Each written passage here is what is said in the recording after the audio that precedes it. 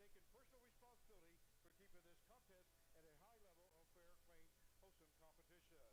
The certified athletic trainer for tonight's contest is Rachel Jensen. She's being provided by Mid-American Orthopedics. Once again, this matchup between the Andover Central Jaguars and the Your Valley Center Hornets. Let's meet our starting lineups for today's game. First of all, for Andover Central, number 4, Avery Mason. And number 5, Bryn Taylor. Number 12, Evan Deckinger. Number 25, Ashlyn Davis.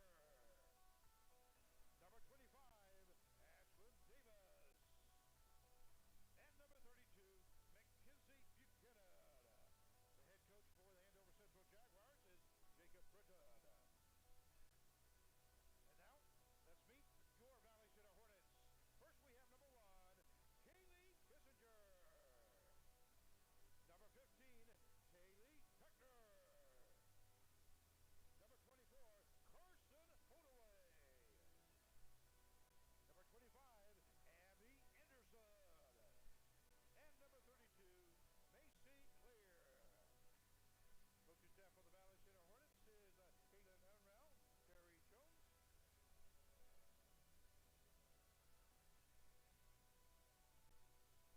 Our officials for today's game is Carl Caldwell and John Thompson. Again, we want to wish good luck to both teams.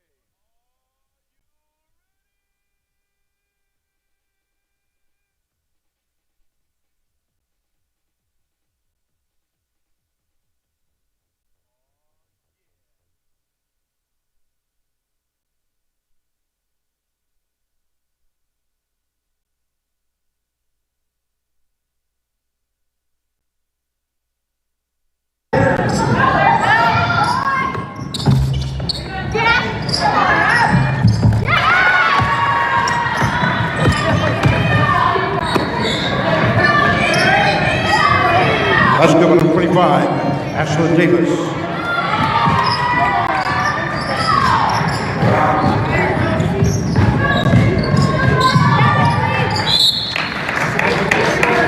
Also, the coach for Valley Center is Patty Trial.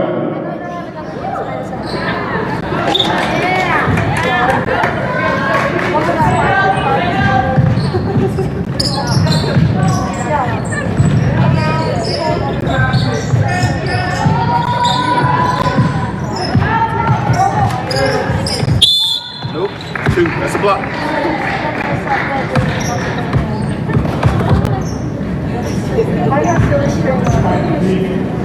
Valley Center 15, Jenny Packer, first personal foul for Steve on the net. Evan Deckinger at the line for the Jaguars, shooting 2.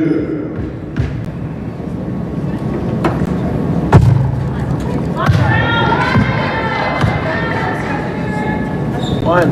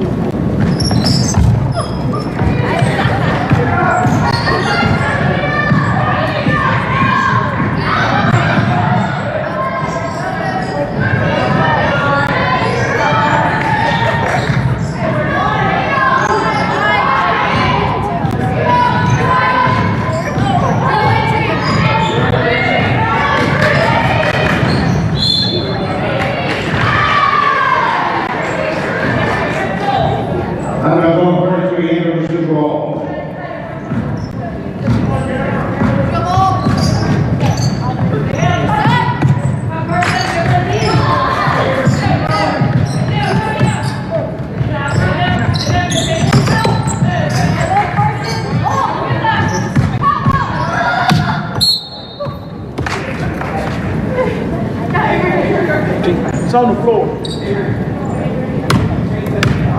Valley Center 15, Jenny Packer, second personal foul on the second team on that.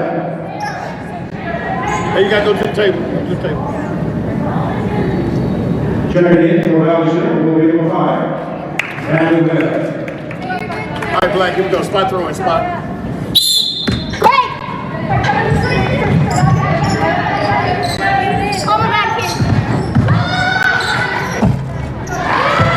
Number 5, Bryn Taylor.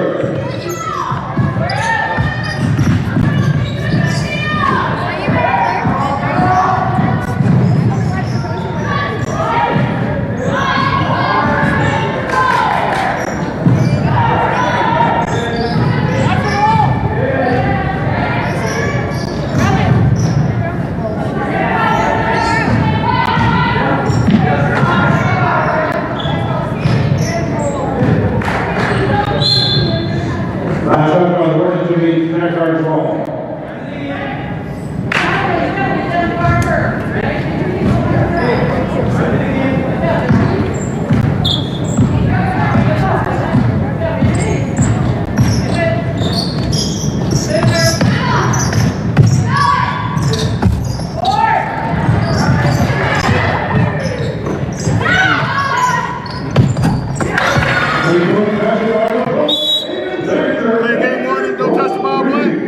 Don't touch the ball. What? Come on.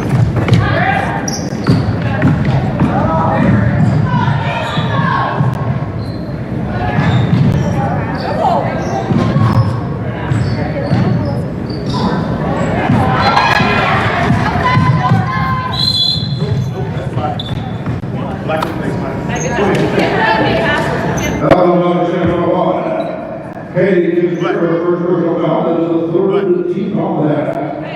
Spot throw in. Great! Follower, chase the person, chase the person!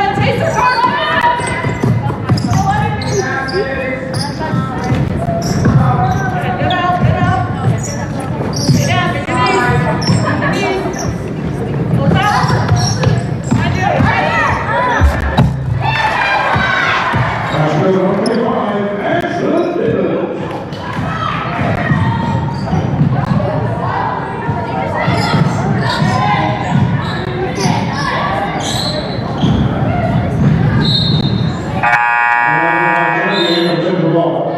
Checking in for Andover Central will be a runner. Harvey Bethea, on number 43, Taylor Robert.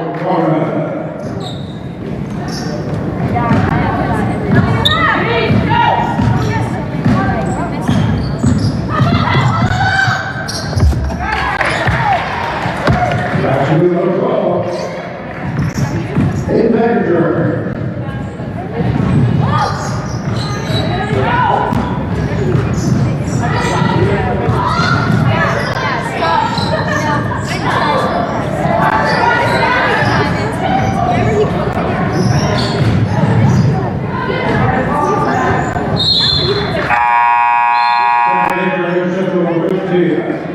The lead matcher, and Andover Central will there. On the track, Andover Central will be number 10, Billy Bivens, along with number 31, Billy Wilson.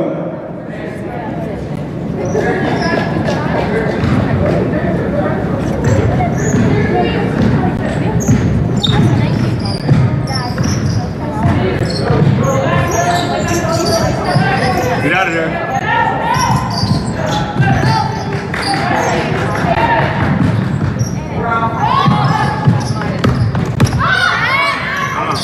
Straight up.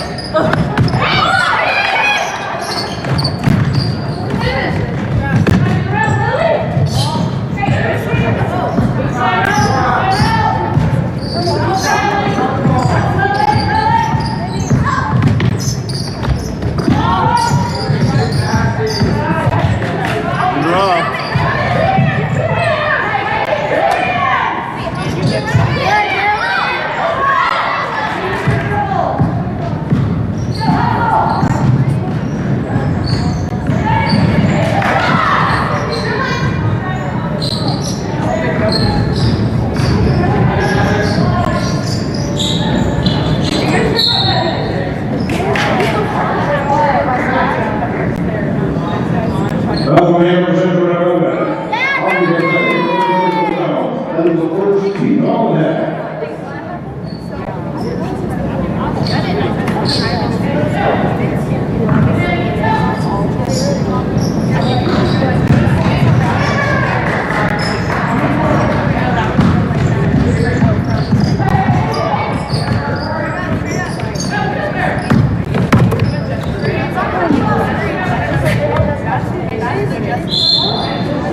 Out of bounds on Andover Central will be United Center Hall.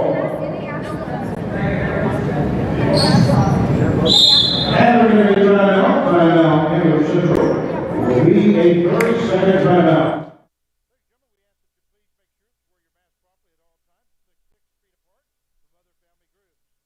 We We all do things every day to stay healthy and safe for ourselves and for others. The same is true for our hospitals. But right now, we are pushed to our limits because this isn't a COVID crisis, it's a health crisis.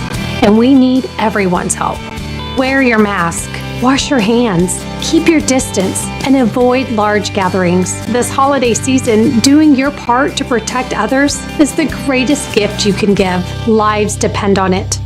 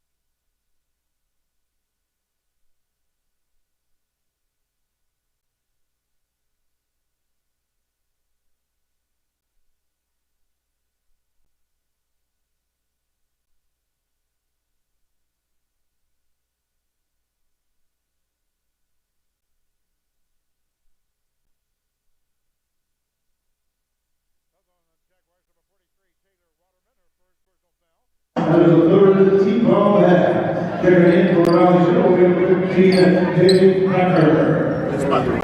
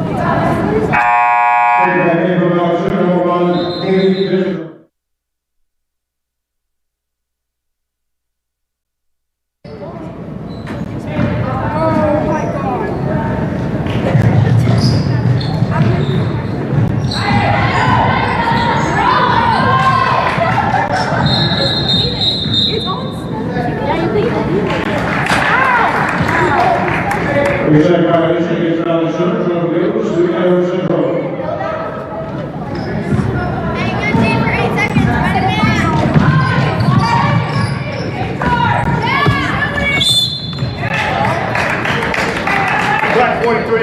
Going to Andover Central number 43. Caleb Bachman, her second personal foul. That is the fourth. Keep on that.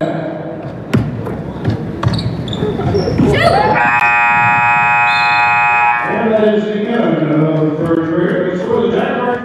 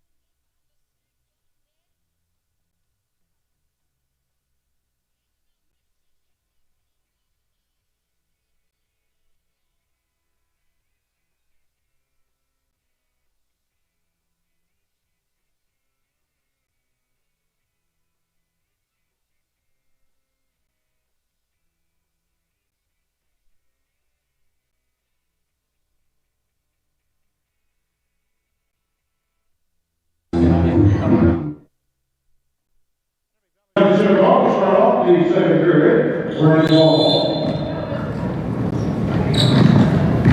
Yeah, put that by my back and you know.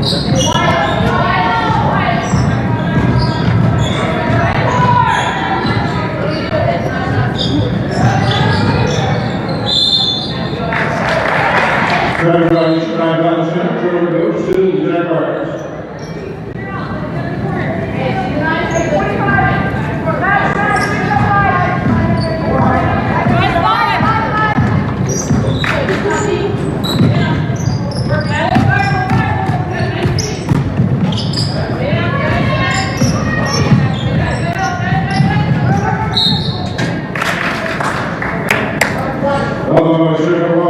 Katie gets her second personal foul. That is the fourth. Keep on that.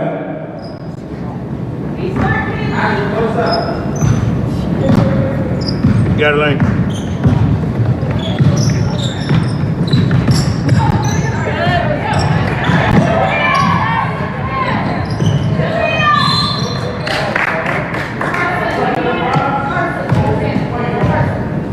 Foul on Anderson, number 25.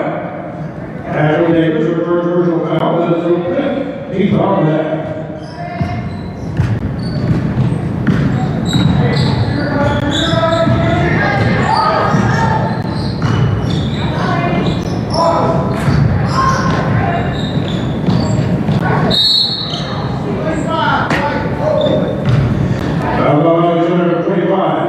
Abby Anderson, her first personal foul.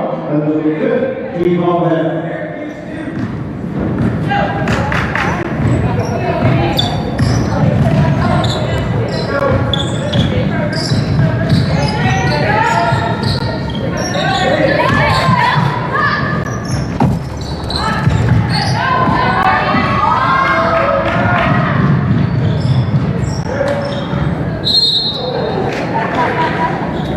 Last night, my balance center beats Central Hall.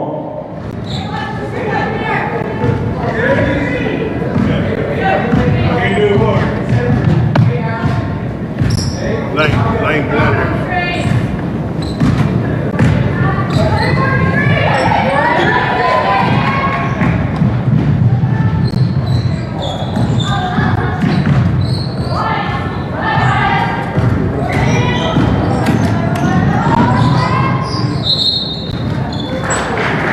Second violation by balance center, so it goes to the Jaguars.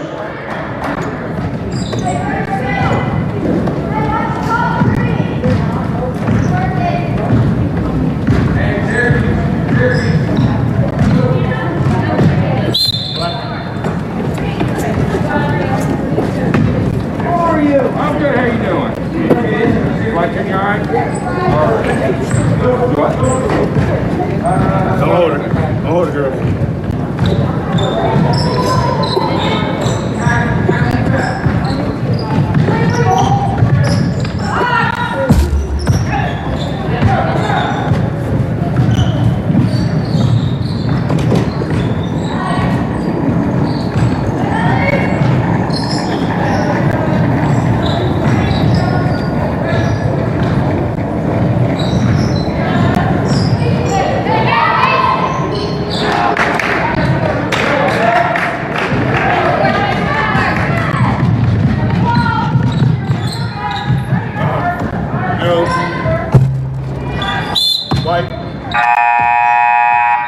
Checking in for Belgium, number 3. Riley Ware, long to the 5. Natalie Webb.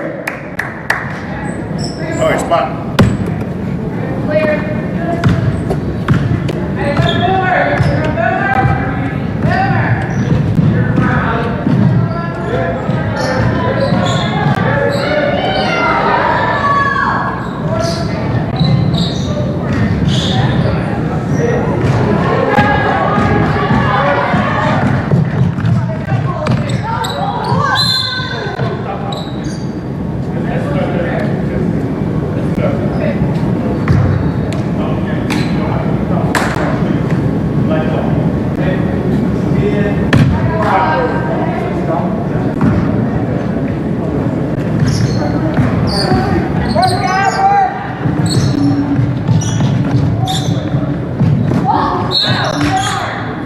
Down here. Down here. Overall, number 25. Abby Henderson, the second personal foul. That is the 6th team foul in half. Clear back in for Belgium, number 31, Lily Bosa. Spot throw.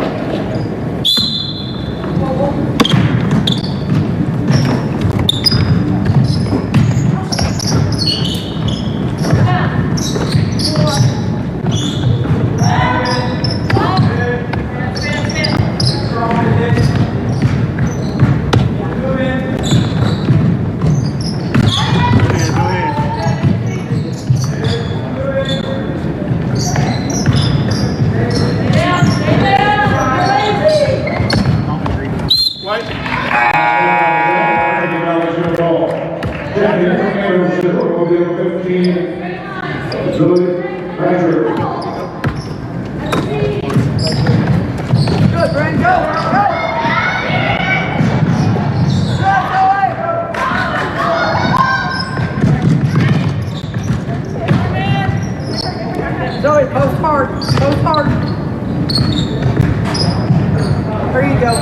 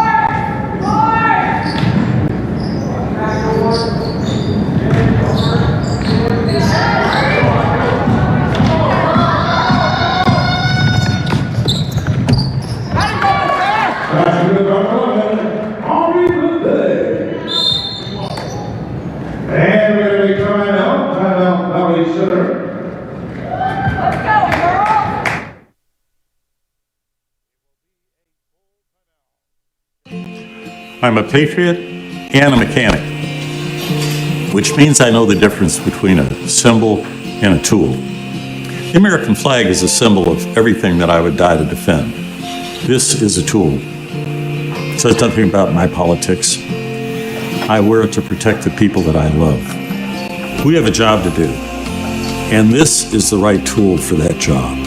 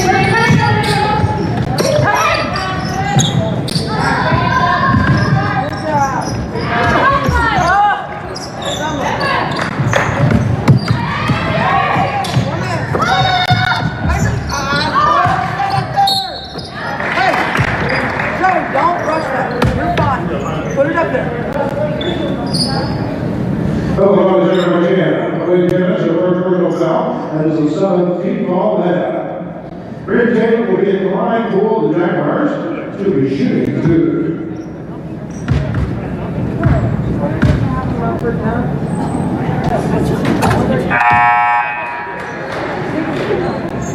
They're back in for the Jaguars for 25 minutes. One.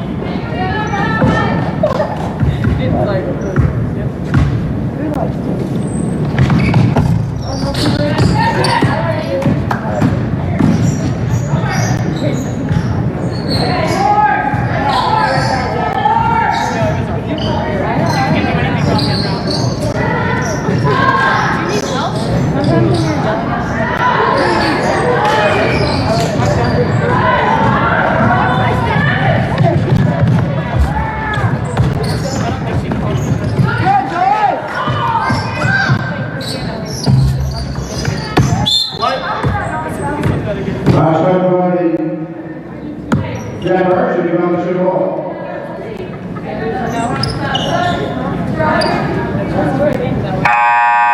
Take back in for round shooter, number 3, right where. Face patrón.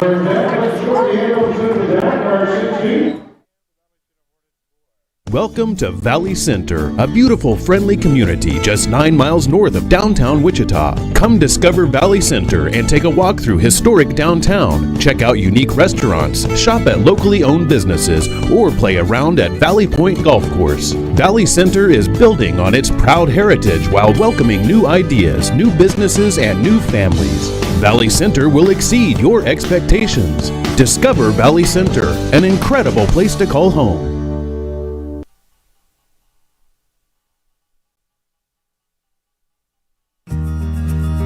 We all do things every day to stay healthy and safe. We all want Kansas businesses, schools, and other services to safely remain open. So we all need to do our part and encourage others to join us. To keep Kansas open this holiday season, wear your mask, wash your hands, avoid large social gatherings, and keep your distance. Kansas businesses depend on it.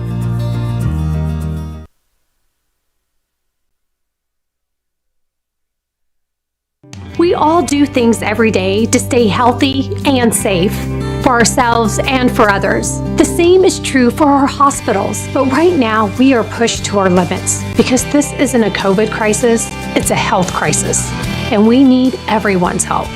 Wear your mask, wash your hands, keep your distance, and avoid large gatherings. This holiday season, doing your part to protect others is the greatest gift you can give. Lives depend on it.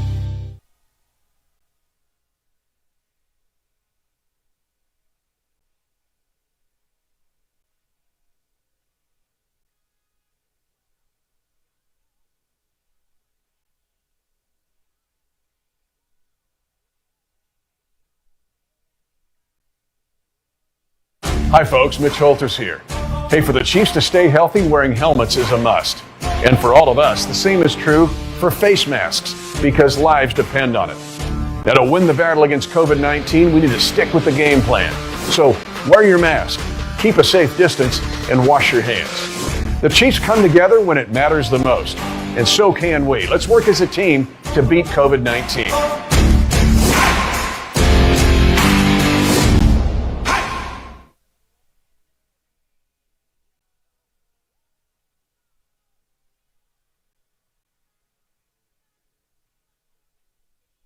At 1-800-JUNK-PRO, we make dumpster rental easy. We rent small, medium, and large residential driveway-friendly dumpsters. No surprises, no hidden charges. Our dumpster rental rates include delivery and 7 days of rental time. 1-800-JUNK-PRO Dumpster Rental. We deliver it, you fill it, we pick it up.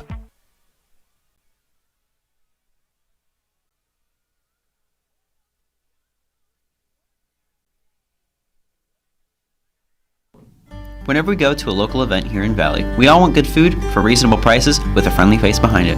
Well, luckily, there's an option. The Food Guy. Located in his signature truck, keep an eye out for him at the next public event you make an appearance at. Or if you're hosting an event yourself and want a friendly catering option. Or if you have other questions, you can call him at 316-253-8832.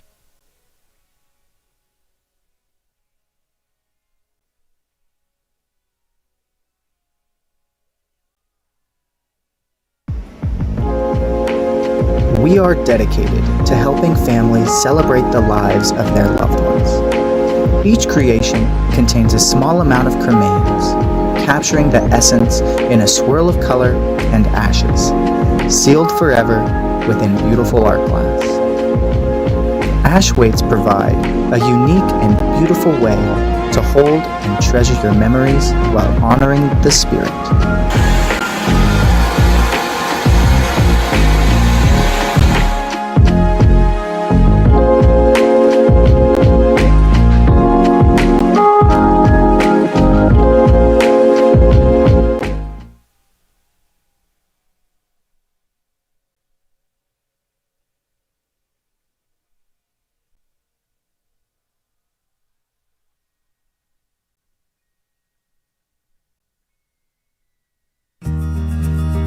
We all do things every day to stay healthy and safe.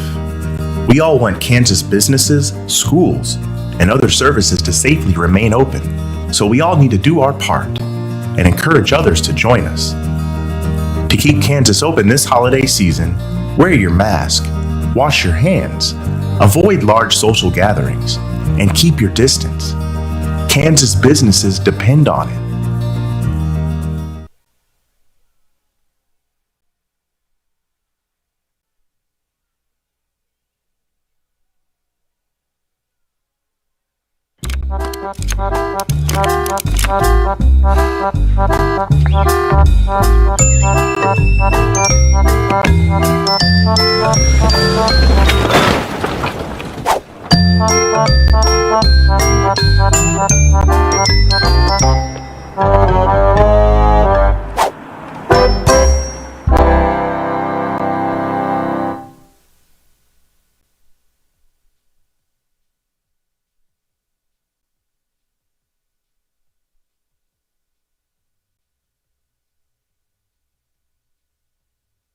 One of a parent's biggest worries is letting their teen get behind the wheel of a vehicle. That's why getting professional, personal instruction is so important. The Wichita Driving School is licensed by the state of Kansas and offers the most classes per month of any driving school. With the most students trained in Wichita last year, it's obvious students and parents like Wichita Driving School for the convenience and professional one-on-one instruction. Wichita Driving School, where you're driven to be the best.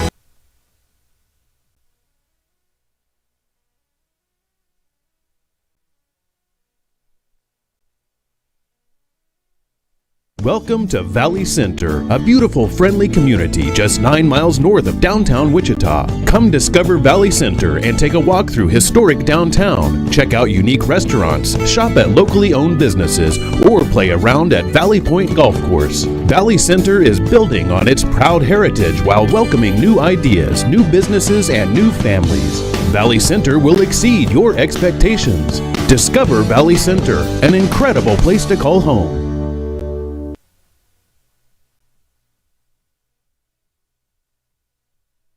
Hi folks, Mitch Holters here. Hey, for the Chiefs to stay healthy, wearing helmets is a must. And for all of us, the same is true for face masks, because lives depend on it. Now to win the battle against COVID-19, we need to stick with the game plan. So wear your mask, keep a safe distance, and wash your hands. The Chiefs come together when it matters the most, and so can we. Let's work as a team to beat COVID-19.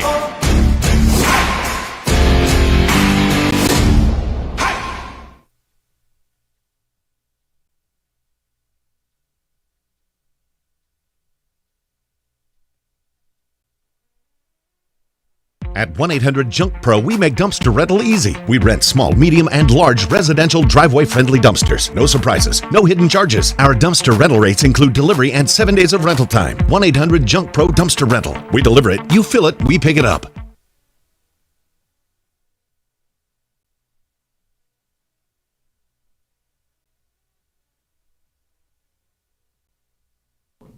Whenever we go to a local event here in Valley, we all want good food for reasonable prices with a friendly face behind it. Well, luckily, there's an option.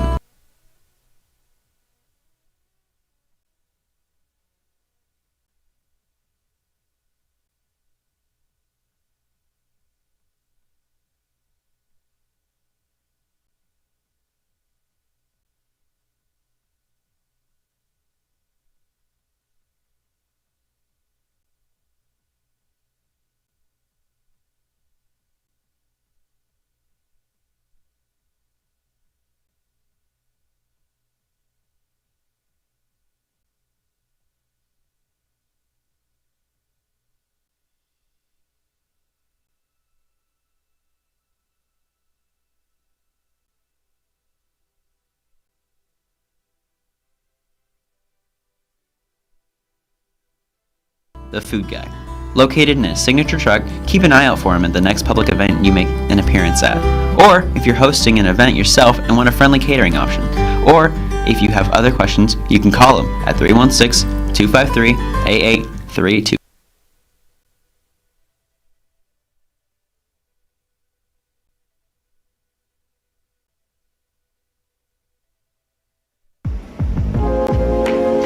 We are dedicated to helping families celebrate the lives of their loved ones. Each creation contains a small amount of cremains, capturing the essence in a swirl of color and ashes, sealed forever within beautiful art glass. Ash weights provide a unique and beautiful way to hold and treasure your memories while honoring the spirit.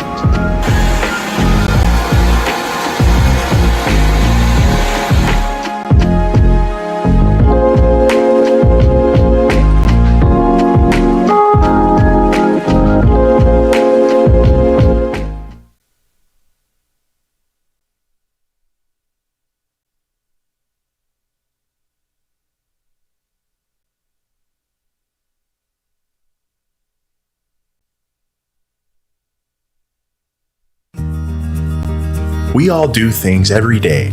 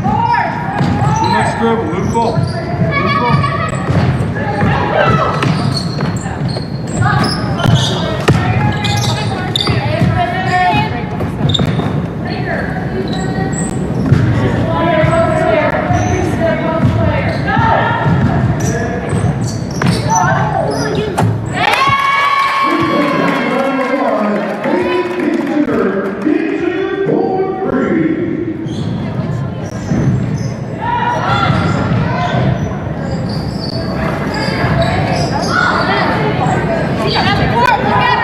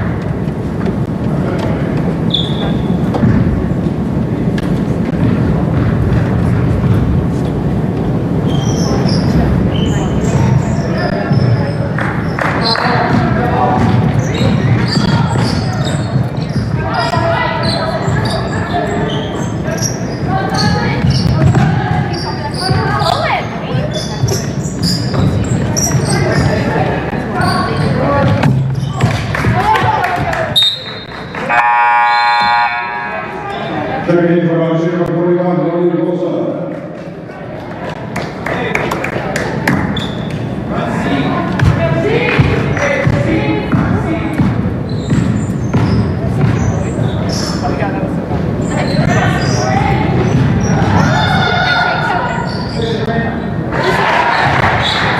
Oscar number 5, Brandon Taylor.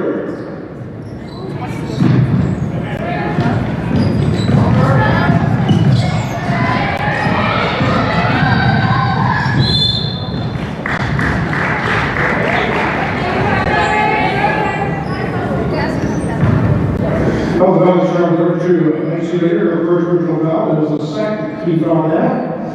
Avery Mason will be in the line, full Jack Arch, should shoot 2.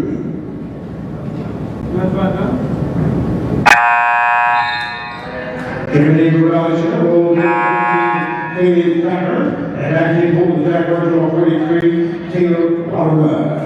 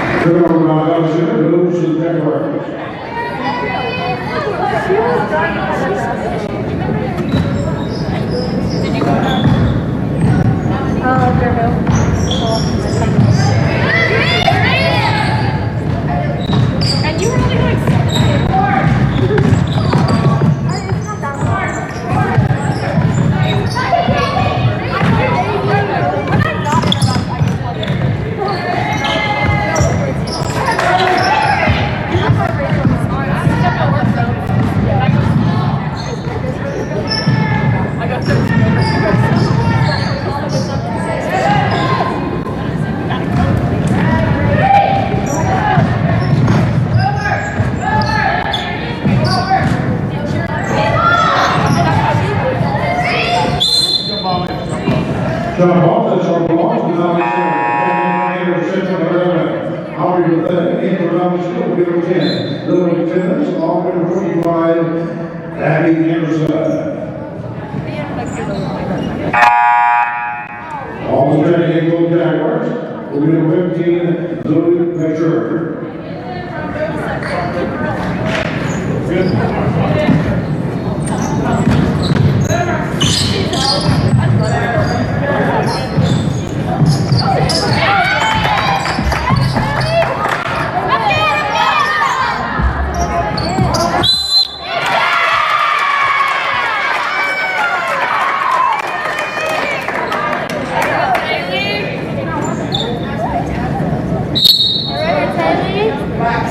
You shoot it when you come back one.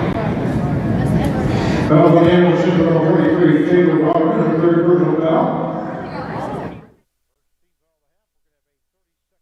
We all do things every day to stay healthy and safe for ourselves and for others. The same is true for our hospitals. But right now, we are pushed to our limits because this isn't a COVID crisis, it's a health crisis. And we need everyone's help. Wear your mask. Wash your hands, keep your distance, and avoid large gatherings. This holiday season, doing your part to protect others is the greatest gift you can give. Lives depend on it.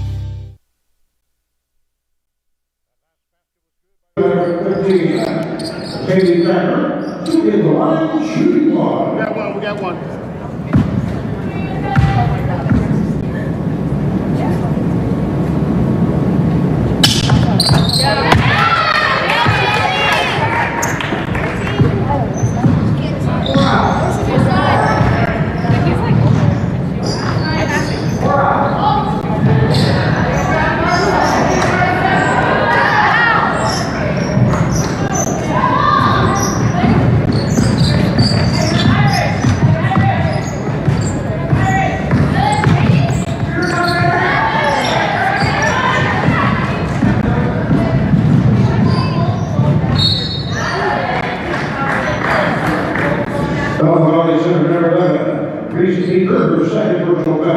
That is the third team foul that. At the line, for the Jaguars will be regular. Should be shooting 2.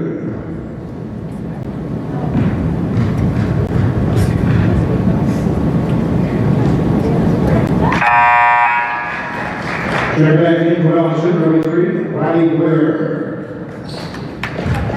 Right here, box out.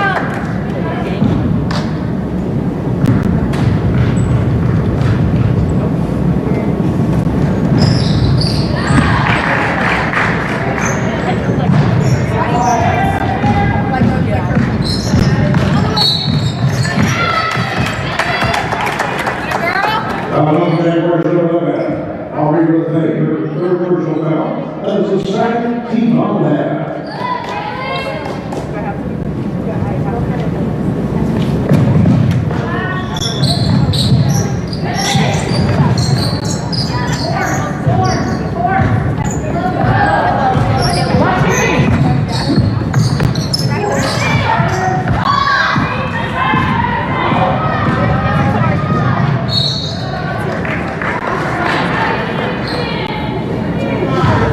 Number 25, Abby Anderson, her third personal foul. That is the fourth team on that.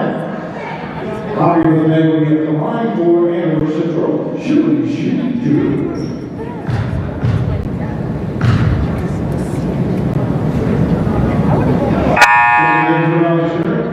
We'll be number 22, Allie Sears, and Nathan Bell, Jaguars number 4. Mason, her first personal foul, 14th on that. Bailey Jaguars line for Allie Sears. Shoot 2.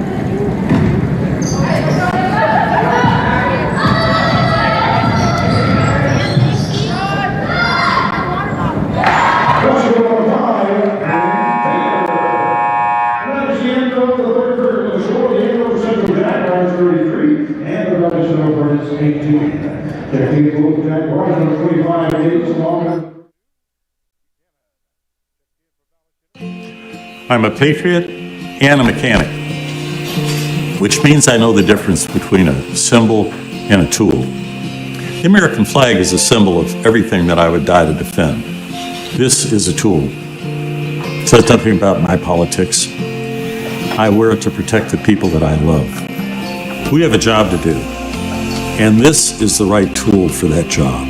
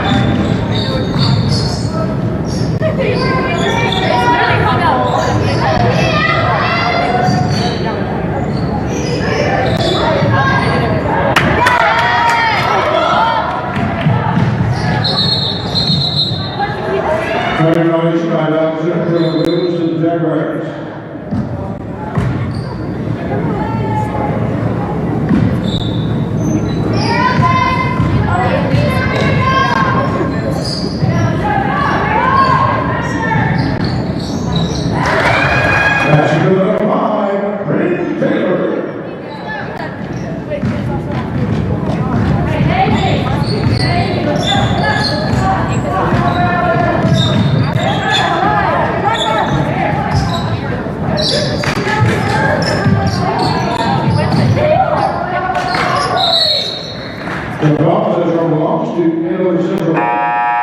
Second in for the Jack Russell will get a run back. So that hit in for Valley Center number 24. All the way off to 25 Anderson. Also taking in for the Jack Russell number 43, Wilder.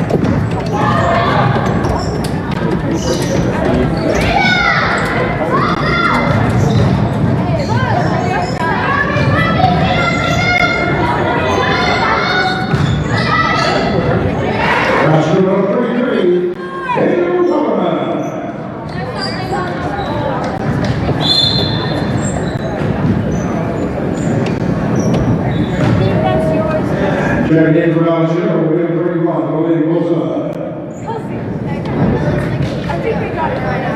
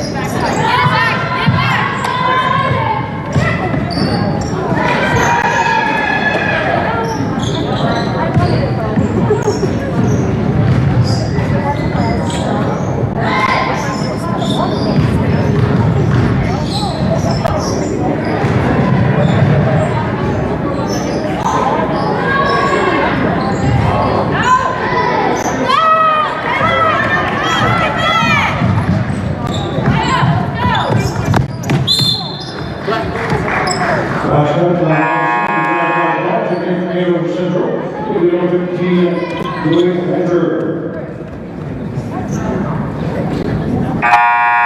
Back here from Valley Central will be number 32, Casey Ware.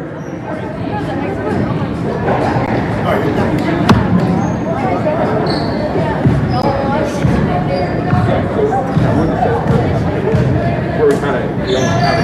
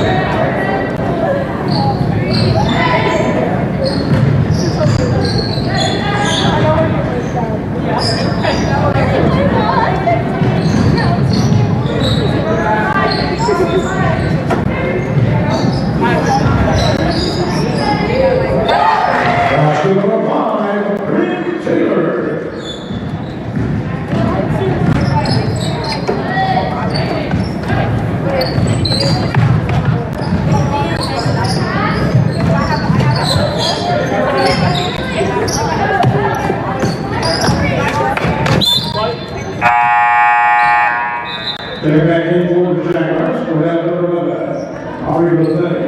On number 22, Ali Sears. Ali Sears.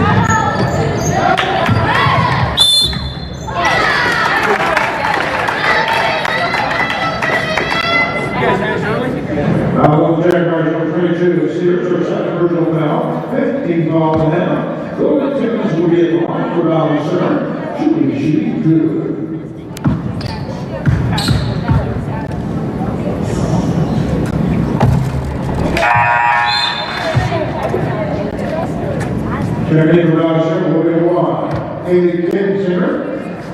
Also checking in number 3, Riley Ware.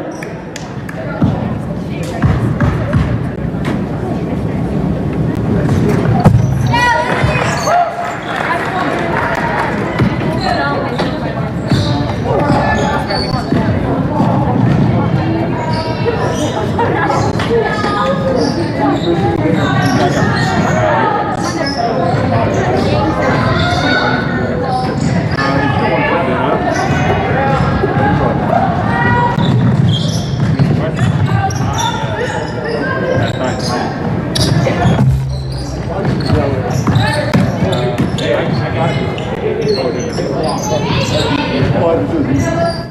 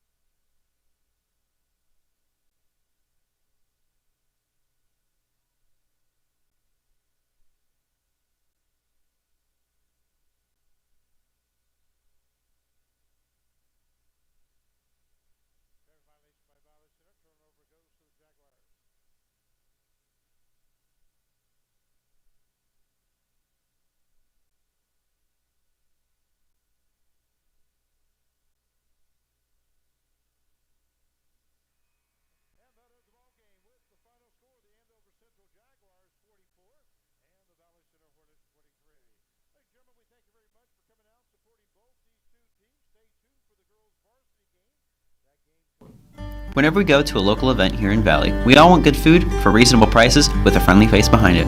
Well, luckily, there's an option. The Food Guy. Located in his signature truck, keep an eye out for him at the next public event you make an appearance at. Or if you're hosting an event yourself and want a friendly catering option. Or if you have other questions, you can call him at 316-253-8832.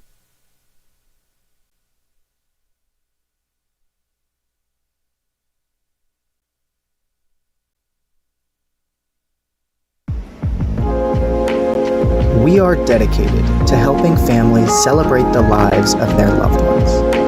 Each creation contains a small amount of cremains, capturing the essence in a swirl of color and ashes, sealed forever within beautiful art glass.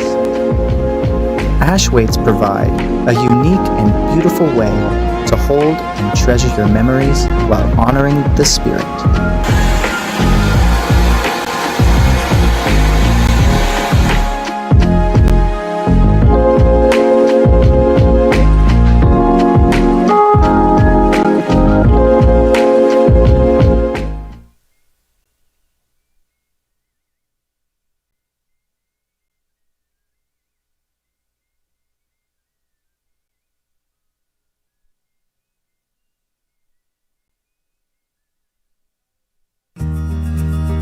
We all do things every day to stay healthy and safe. We all want Kansas businesses, schools, and other services to safely remain open. So we all need to do our part and encourage others to join us. To keep Kansas open this holiday season, wear your mask, wash your hands, avoid large social gatherings, and keep your distance. Kansas businesses depend on it.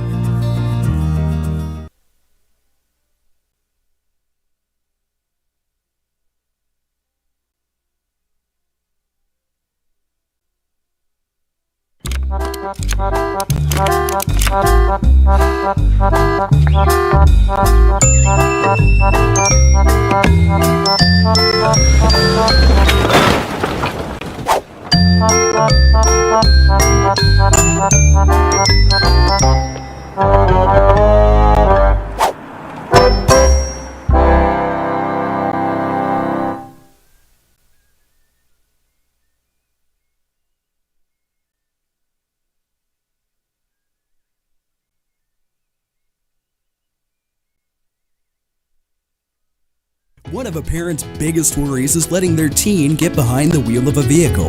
That's why getting professional, personal instruction is so important. The Wichita Driving School is licensed by the state of Kansas and offers the most classes per month of any driving school. With the most students trained in Wichita last year, it's obvious students and parents like Wichita Driving School for the convenience and professional one-on-one instruction. Wichita Driving School, where you're driven to be the best.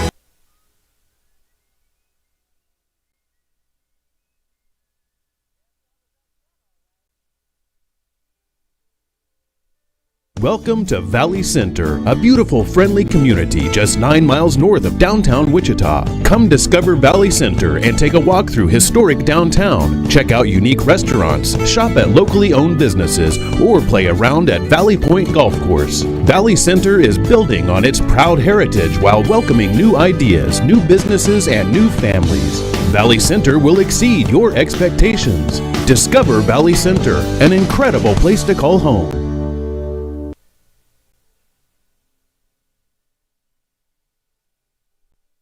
Hi folks, Mitch Holters here. Hey, for the Chiefs to stay healthy, wearing helmets is a must. And for all of us, the same is true for face masks, because lives depend on it.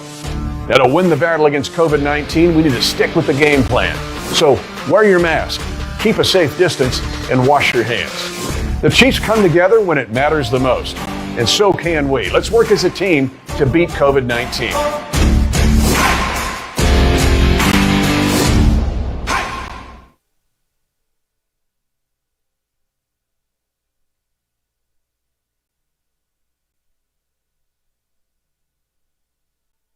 At 1-800-JUNK-PRO, we make dumpster rental easy. We rent small, medium, and large residential driveway-friendly dumpsters. No surprises, no hidden charges. Our dumpster rental rates include delivery and 7 days of rental time. 1-800-JUNK-PRO Dumpster Rental. We deliver it, you fill it, we pick it up.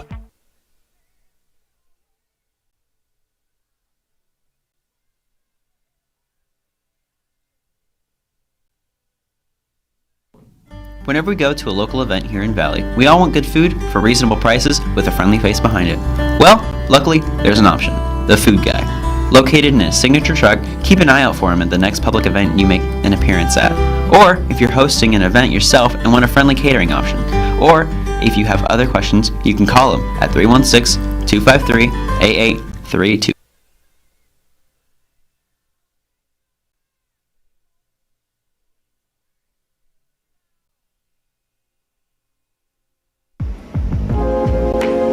We are dedicated to helping families celebrate the lives of their loved ones. Each creation contains a small amount of cremains, capturing the essence in a swirl of color and ashes, sealed forever within beautiful art glass. Ash weights provide a unique and beautiful way to hold and treasure your memories while honoring the spirit.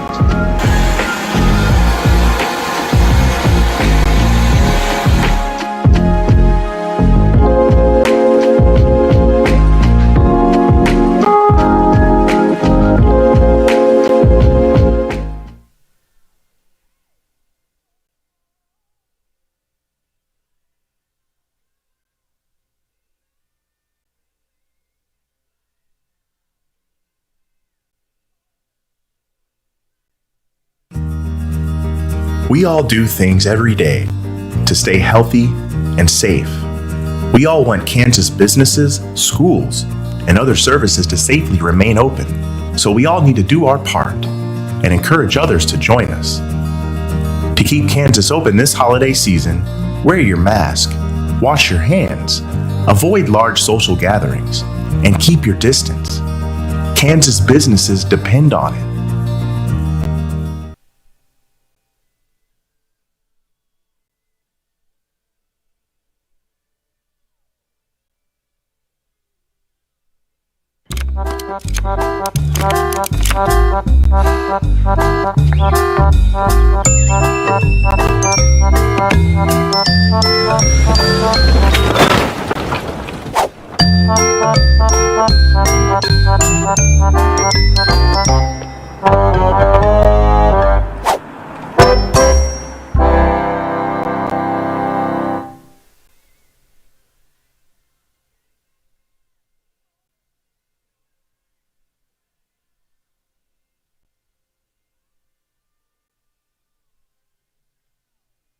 One of a parent's biggest worries is letting their teen get behind the wheel of a vehicle.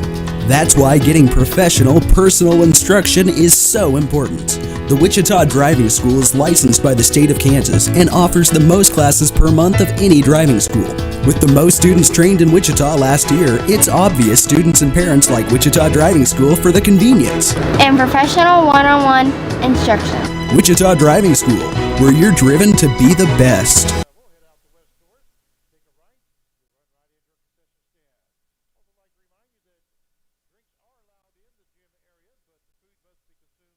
Welcome to Valley Center, a beautiful, friendly community just 9 miles north of downtown Wichita. Come discover Valley Center and take a walk through historic downtown. Check out unique restaurants, shop at locally owned businesses, or play around at Valley Point Golf Course. Valley Center is building on its proud heritage while welcoming new ideas, new businesses, and new families. Valley Center will exceed your expectations. Discover Valley Center, an incredible place to call home.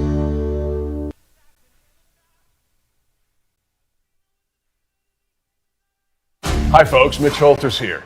Hey, for the Chiefs to stay healthy, wearing helmets is a must. And for all of us, the same is true for face masks, because lives depend on it. Now, to win the battle against COVID-19, we need to stick with the game plan. So wear your mask, keep a safe distance, and wash your hands. The Chiefs come together when it matters the most, and so can we. Let's work as a team to beat COVID-19.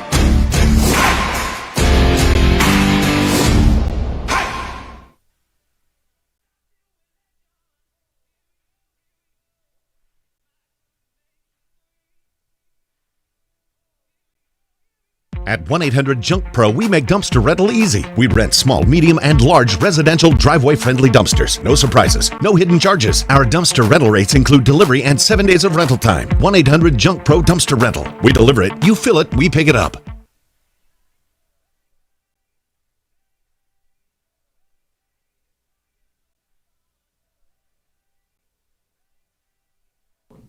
Whenever we go to a local event here in Valley, we all want good food for reasonable prices with a friendly face behind it.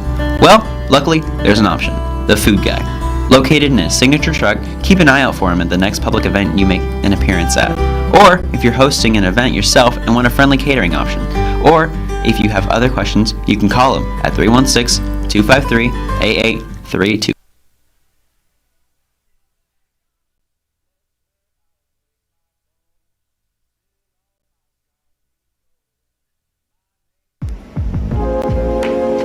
We are dedicated to helping families celebrate the lives of their loved ones.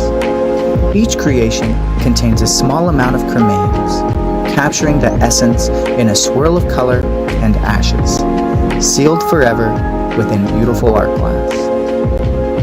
Ash weights provide a unique and beautiful way to hold and treasure your memories while honoring the spirit.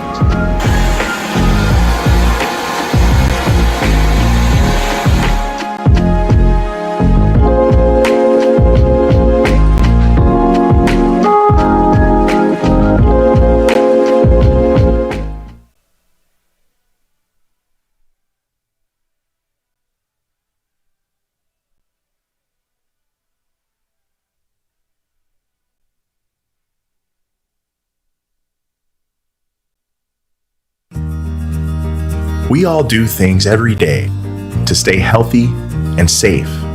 We all want Kansas businesses, schools, and other services to safely remain open.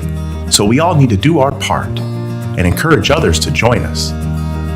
To keep Kansas open this holiday season, wear your mask, wash your hands, avoid large social gatherings, and keep your distance. Kansas businesses depend on it.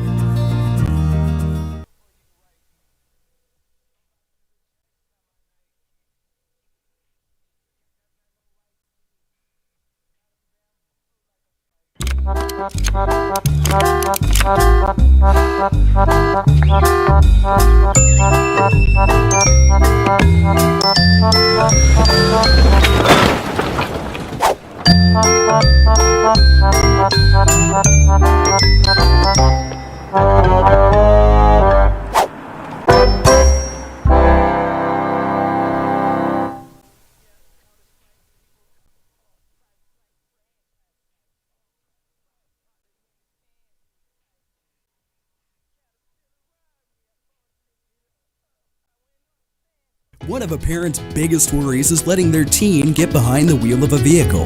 That's why getting professional, personal instruction is so important. The Wichita Driving School is licensed by the state of Kansas and offers the most classes per month of any driving school. With the most students trained in Wichita last year, it's obvious students and parents like Wichita Driving School for the convenience and professional one-on-one instruction. Wichita Driving School, where you're driven to be the best.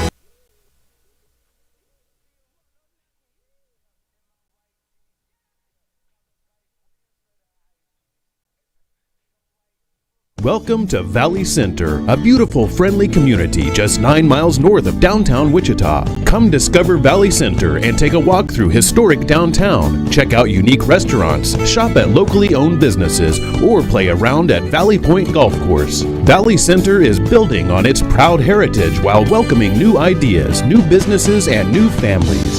Valley Center will exceed your expectations. Discover Valley Center, an incredible place to call home.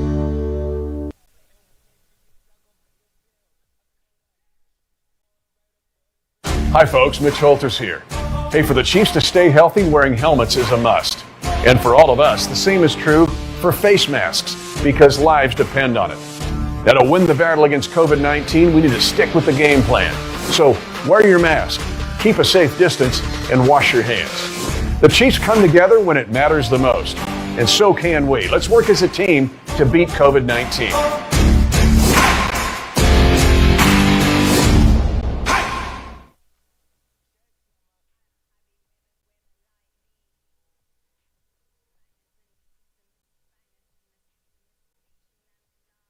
At 1-800-JUNK-PRO, we make dumpster rental easy. We rent small, medium, and large residential driveway-friendly dumpsters. No surprises, no hidden charges. Our dumpster rental rates include delivery and 7 days of rental time. 1-800-JUNK-PRO Dumpster Rental. We deliver it, you fill it, we pick it up.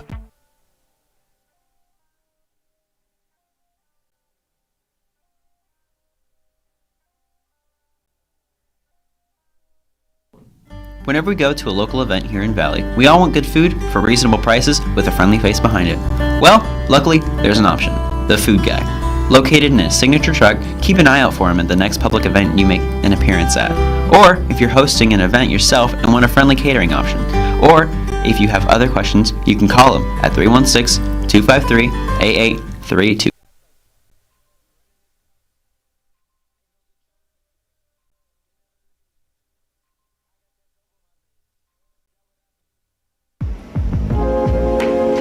We are dedicated to helping families celebrate the lives of their loved ones.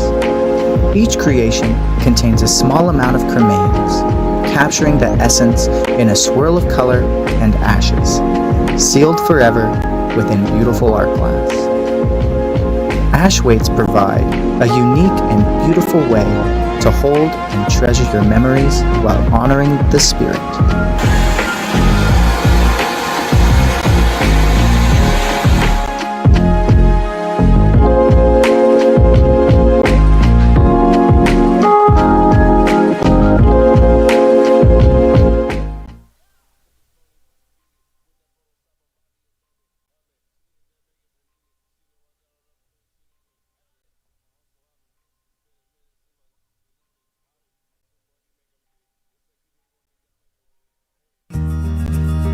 We all do things every day to stay healthy and safe.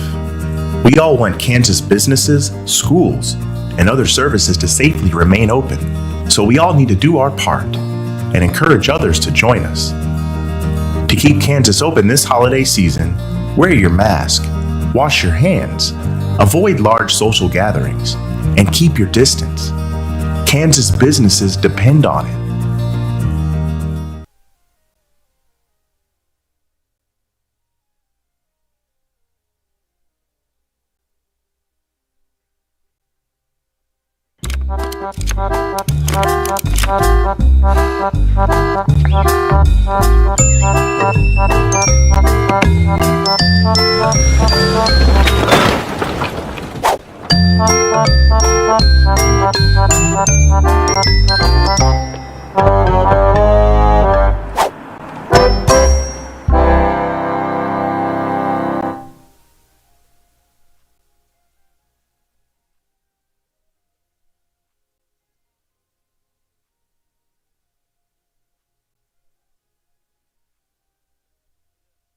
One of a parent's biggest worries is letting their teen get behind the wheel of a vehicle.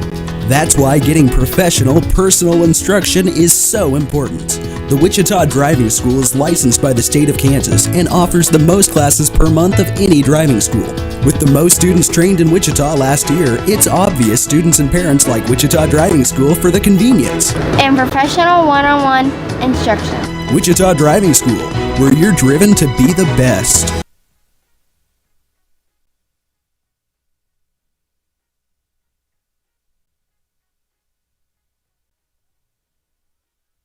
Welcome to Valley Center, a beautiful, friendly community just 9 miles north of downtown Wichita. Come discover Valley Center and take a walk through historic downtown. Check out unique restaurants, shop at locally owned businesses, or play around at Valley Point Golf Course. Valley Center is building on its proud heritage while welcoming new ideas, new businesses, and new families. Valley Center will exceed your expectations. Discover Valley Center, an incredible place to call home.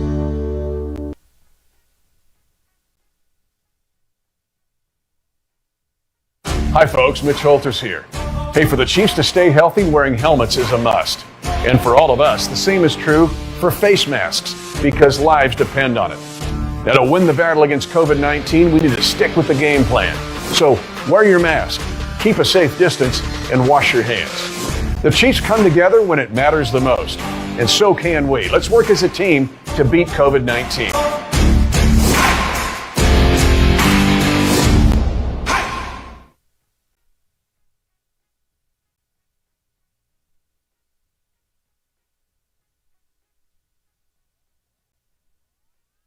At 1-800-JUNK-PRO, we make dumpster rental easy. We rent small, medium, and large residential driveway-friendly dumpsters. No surprises, no hidden charges. Our dumpster rental rates include delivery and 7 days of rental time. 1-800-JUNK-PRO Dumpster Rental. We deliver it, you fill it, we pick it up.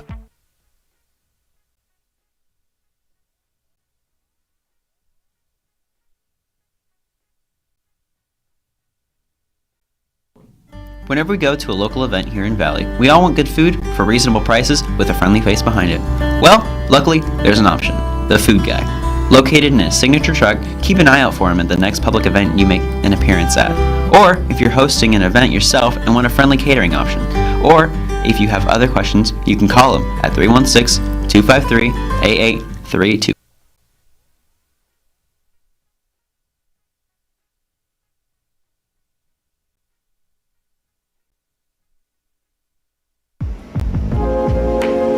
We are dedicated to helping families celebrate the lives of their loved ones.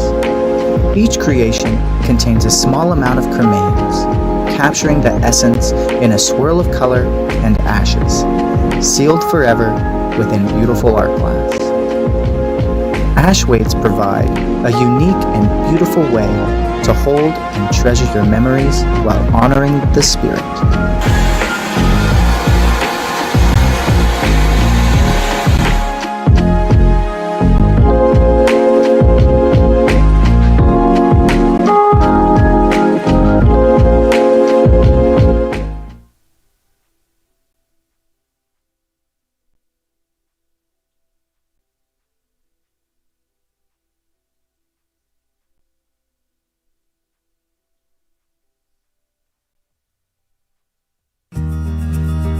We all do things every day to stay healthy and safe.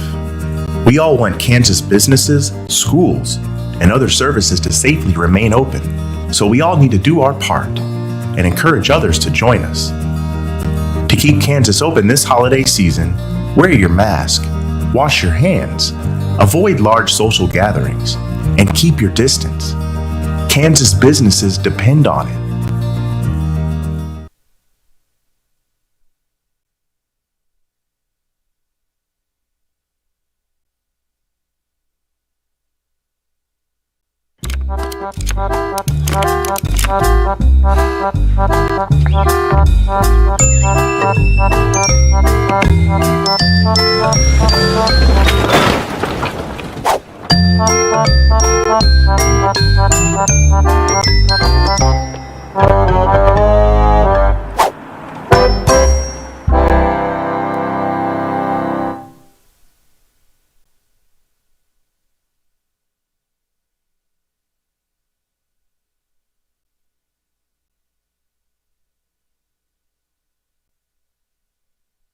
One of a parent's biggest worries is letting their teen get behind the wheel of a vehicle. That's why getting professional, personal instruction is so important. The Wichita Driving School is licensed by the state of Kansas and offers the most classes per month of any driving school. With the most students trained in Wichita last year, it's obvious students and parents like Wichita Driving School for the convenience and professional one-on-one instruction. Wichita Driving School, where you're driven to be the best.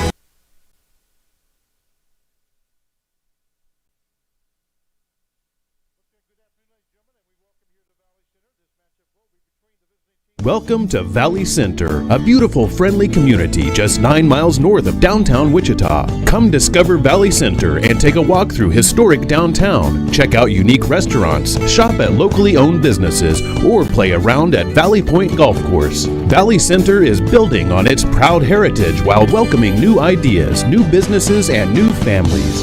Valley Center will exceed your expectations. Discover Valley Center, an incredible place to call home.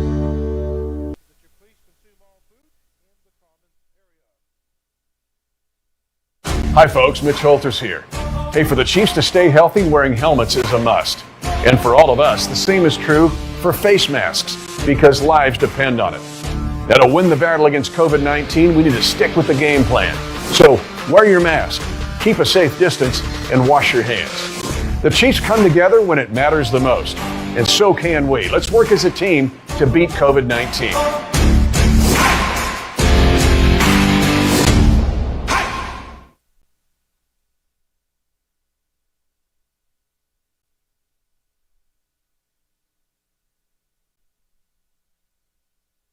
At 1-800-JUNK-PRO, we make dumpster rental easy. We rent small, medium, and large residential driveway-friendly dumpsters. No surprises, no hidden charges. Our dumpster rental rates include delivery and 7 days of rental time. 1-800-JUNK-PRO Dumpster Rental. We deliver it, you fill it, we pick it up.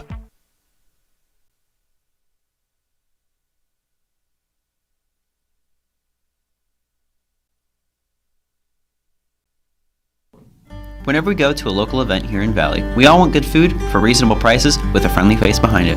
Well, luckily, there's an option. The Food Guy. Located in a signature truck, keep an eye out for him at the next public event you make an appearance at. Or if you're hosting an event yourself and want a friendly catering option. Or if you have other questions, you can call him at 316-253-8832.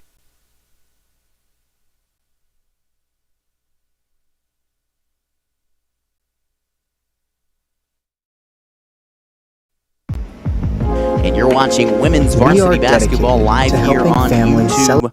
Hornet Studios welcomes you here to Valley Center High School.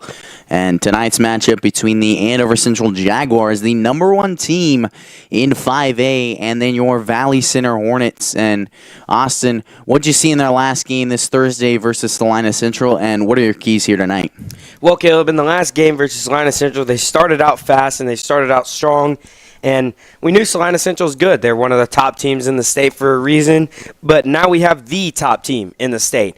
Undefeated Andover Central Jaguars. The Hornets know what they're going up against. They know, I think we talked about it, they have several D1 commits on this team, one of them being to Creighton, which is a top school, in a top 25 school in girls basketball. And so this team is very good. Brittany Harshaw, who I believe had 22 the last time this Hornets team played her, she's going to have an impact on the inside. Omek before, and these Hornets girls know the standard. They know what's going on tonight. But at the same time, this is a Saturday. It's a Saturday. It's nothing about today is normal high school basketball, and any given team can be beat at any given time. And I think today, with it being a Saturday and this Andover Central team, they weren't in school. Valley Center wasn't either, but there's just every time you play a game where you're out of your rhythm, you're out of your normal day and your normal game day. So I think tonight is really, if Valley Center has that mindset we talked about in Salina Central, if they have that mindset that, yeah, this is a really good team, they're undefeated for a reason, but they're also not unbeatable. If Valley Center comes in with that mindset, they can get it done tonight. And if you're Andover Central, I mean, you're looking at a state championship. Last year, they didn't get there because COVID shut them down. This year, this is their. I want to say run it back because they were the favorites to win it last year. So this is their year that they want to go get that state championship. So they're ready to handle business tonight against a 7-11 Valley Center team. But I think tonight's going to be a good matchup. Last time, it was only a 12-point game because Valley Center, they handled business the way they needed to. And they actually won 3 quarters of that game. The first quarter is what killed them because Andover Central came out fast, in a hurry, and was knocking down shots. Valley Center, it's your home gym, one of the last home games that this girls team will have before sub-state. And so, leave it all out there. What do you got to lose if you're the Hornets? Well, starting lineups here for the Jaguars, one of 2 seniors. That's number 5, Bailey Wilborn. And then number 11, Ellie Stearns. Number 14, another senior, Jaden Newfarmer. Number 22, Brittany Harshaw. And rounding us off, Madeline Amekpafor, standing at 5'11". And she was a force to be reckoned with on the inside, as well as Harshaw, who can really do anything and is just as good as any of these guards on the floor. And she's 6 foot tall. Yeah, Caleb Harshaw, she's that Creighton commit I talked about. But one thing that we haven't talked about, there's a couple of D2 commits on this team too. One of them being Wilborn and Harshaw too. Just the other night, they both got their 1,000-point career points. And so I believe Wilborn's was actually, she got it the game before Valley Center game the first time around, way back before Christmas break. And then here, Harshaw, as a junior, she got hers just the game before this. So this is a very good Andover Central team. They can score a lot of points. Valley Center, they're going to have to get their offense in gear. And I think the biggest key for their success tonight offensively is moving the ball around with a purpose and trying to knock down shots. And then also Anna Eldridge and Allie Coas have to do a great job driving in and creating something for their teammates. Well, starting lineups here, Anna Eldridge, Hallie Britton, Allie Coash, Olivia Needens, and Kelsey Kinneberg. One senior starting here tonight, and you mentioned late going in the season, second to last home game most likely for this Hornets women's team. What would you say the keys are here tonight? Well, the keys to victory for Valley Center, I briefly said it just moments ago, but it's going to be playing fast. We saw in the Salina Central game when they were out in transition, they knocked down a few threes. They actually went up 7-0 before Salina Central could even get on their feet, and they actually did that against Eisenhower the game before. And so they've had their hands full with a tough schedule this year, and that's kind of the luck of the draw that Valley Center has had to play 3 teams in the league that are top 10 in 5A, that being Eisenhower, Salina Central, and then obviously the number 1 team in 5A, Andover Central, that they're playing here tonight. But I'm interested to see the fight that the Hornets come out with. They're already looking like they're going to play hard this game. Well, here they are coming out in a man-to-man defense. Some good passing and working it inside to Mekbafor. And there's Harshaw from deep. Not there. And a board by Stearns. Kick out to Wilborn. It's Mekbafor. And there she is on the inside.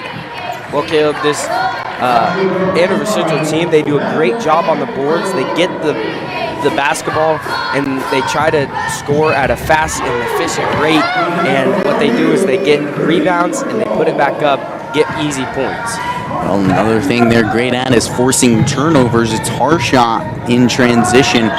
4-0 lead here for the Jaguars. And then in transition, assist comes from Britton, and it's Needens who has the bucket. Well, passing it up the floor is going to be very much needed for this Hornets team, as they got to pass the ball fast and quick. Can't think about it too much when they pass. No hesitation. At the same time, if you have that wide open lane, just go ahead and dribble it up the floor. Get it past half court as fast as you can. Well, a missed shot there, and it's Eldridge on the board. Here are the Hornets setting up for their first half-court offensive possession.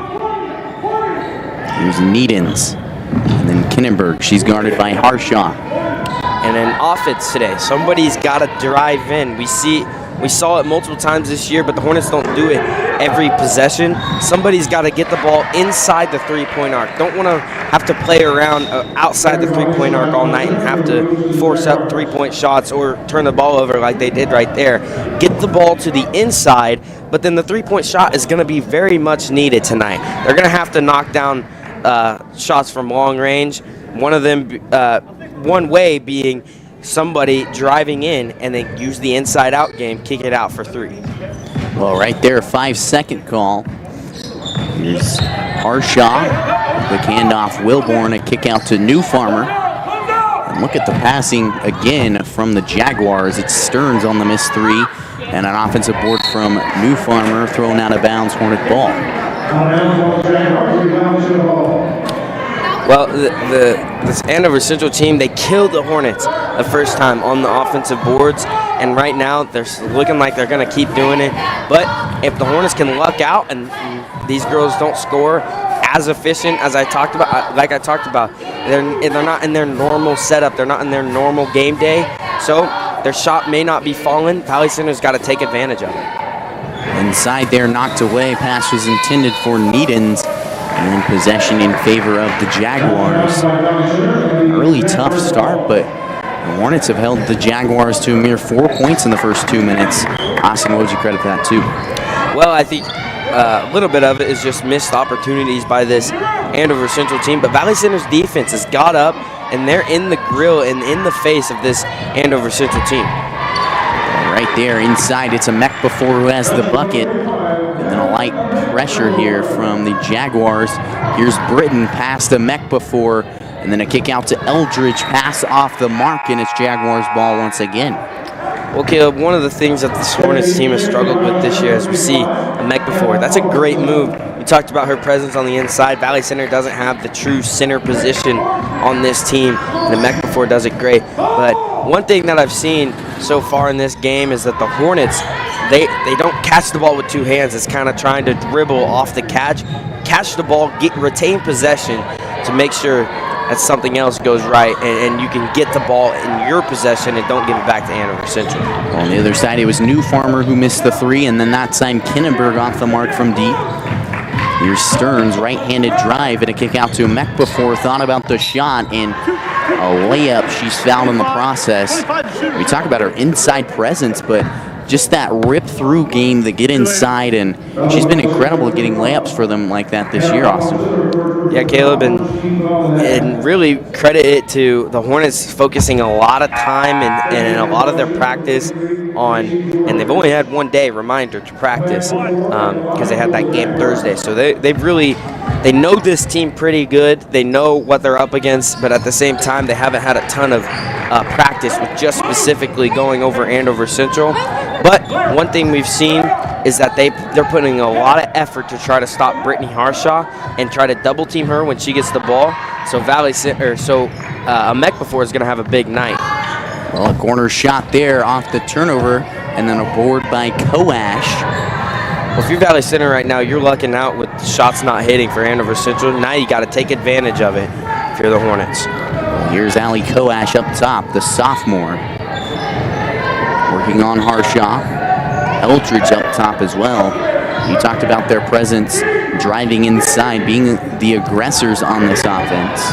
Well, Caleb, we saw it with Coash, and unfortunately Kindenberg missed the 3 moments ago on a couple possessions, but that's what Valley Center needs to do, get it within the 3-point arc and try to find something that way.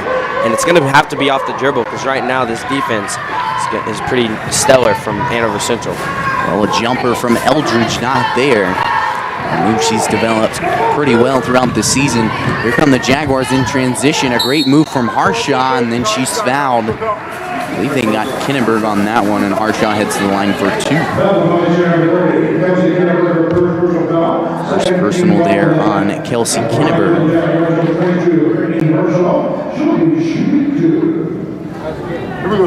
Halfway through this first quarter, the Hornets have done a solid job defensively, and you talked about the aggression that they have, and they know this team very well. I think a lot of people know this team very well because of how good they are, and then also that was their first league game last time these squads faced off, and it's kind of personal, that loss for the Hornets, but great to see them putting it together defensively. Yeah, Caleb, and about this time, I believe the Jaguars had almost hit 15 to 17 points in that game with just this amount of time on the clock, and so they ended the quarter with 24 points, and right now the Hornets, they only have 10, but Valley Center's got to score because they got to keep up with, this is going to be a high-scoring game if the Hornets want to try to come out on top, and they got to make sure they keep the ball in their possession and make sure they score at an efficient rate. It's certainly been tough with this press. From the corner is Wilborn, and the first 3 hit here from the Jaguars. And you just look at this Jaguars team. Every single player can shoot around the 3-point arc, but they're going to give it up for the better team, for the better shot and find their teammate. That's why they're the #1 team in 5A. Well, we'll be back here in just a second.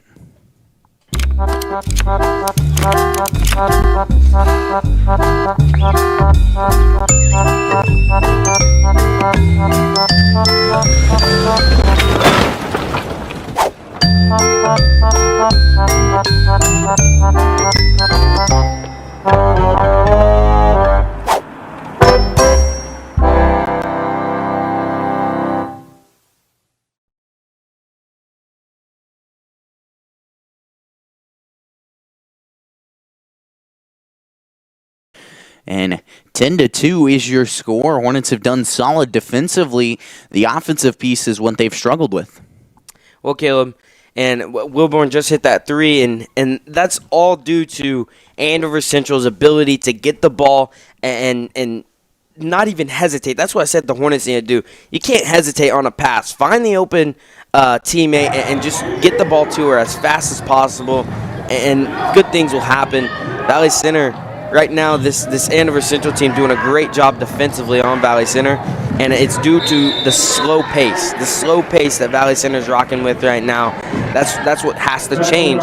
Is somebody's got to be willing to put the ball on the floor and just get it past half court. You don't want to move horizontal with the ball, move vertical at all times. Well, inside, not there from Ellie Stearns, trying to do just that and knocked out of bounds off the hands of Harshaw. So Hornet ball, but Austin, the press that this Jaguars team has put on has been impeccable, and I would credit that to the slow offensive production of the Hornets. Well, Caleb, and I talked about it against Goddard when Goddard ran their press. The Hornets did the Hornets in the second half did a pretty good job to try to get the ball up the floor by getting it to the center and then having somebody streak. They're doing it right now. That's what they need to keep doing. Now you just got to take care of the ball. Right there, knocked out of bounds. Possession still in favor of the Hornets. Eldridge checks in for George. And on the other side, a beautiful Euro step right there by Brittany Harshaw to get the 15th point here for the Jaguars. Kinneberg to inbound. And some confusion, I believe, with the jersey tucking of Eldridge. I mean, these refs have definitely told Harshaw a couple times. Now Eldridge a couple times about the jerseys. You can see some of the parents not happy. Just let them play a little bit. But sometimes refs go by the rule book a little bit too much. And right there, Valley Center it's looking like there's not been many fouls have called. So if the jersey's about the only foul and problems that the Hornets are going to have with the refs, that's going to be all right. Well, right there, a board and then a foul called on Kinneberg, the third team, her second personal. And Amekbafur was the one who was fouled trying to push it ahead in transition. Needens and Michaela Hayden check in. Well, Caleb, what makes this team so special in Andover Central is, yeah, their offense is great. They can score the ball, but you talk about their defense. They don't foul. They deliberately play defense with their hands up and move their feet, but they don't foul. They play good defense, play solid without fouling. And right now, the Hornets have 3 fouls to none by Andover Central, but they've caused triple the turnovers that the Hornets have. And so that right there just goes to show what a special team we're watching. One of the better teams in all of Kansas in girls basketball. Number 1 in 5A, probably. They beat Derby, which was number 1 in 6A, so probably the best team in Kansas high school basketball right here is what the Hornets are going up against. Well, and the fact that they've been able to hold them to the score to this point in the game is pretty amazing to see and shows the improvement they've had throughout the season. A missed layup there from Koash, and in transition, Stearns ahead to Amekbafur, and the bucket is there. I believe they got a travel on Amekbafur, so Hornet ball. Luck out there. We'll see how they try and beat the press this time. Well, Caleb, this Andover Central team, they like to play high on the Hornets. They like to get them flustered around the three-point arc because they know Valley Center likes to play around the three-point arc. They like to shoot some threes. And so right there, Koash was able to drive in. You just got to finish those. Right there, a turnover forced by Jaden Newfarmer, one of the few seniors on this Jaguar squad, 1 of 2. And inside, what a move by Koash. She's fouled in the process and has the bucket to go. Right there, behind the back to her right hand. And I'm a brother, so I love seeing her use her right hand. She doesn't do it enough. And then the finish was spot on. Way to get the Hornets back on track offensively from Koash. And there she is converting on the three-point play. Here come the Jaguars. And pace change there from Wellborn. Under a minute remaining in this first quarter. Inside, it's Harshaw has the right-handed layup.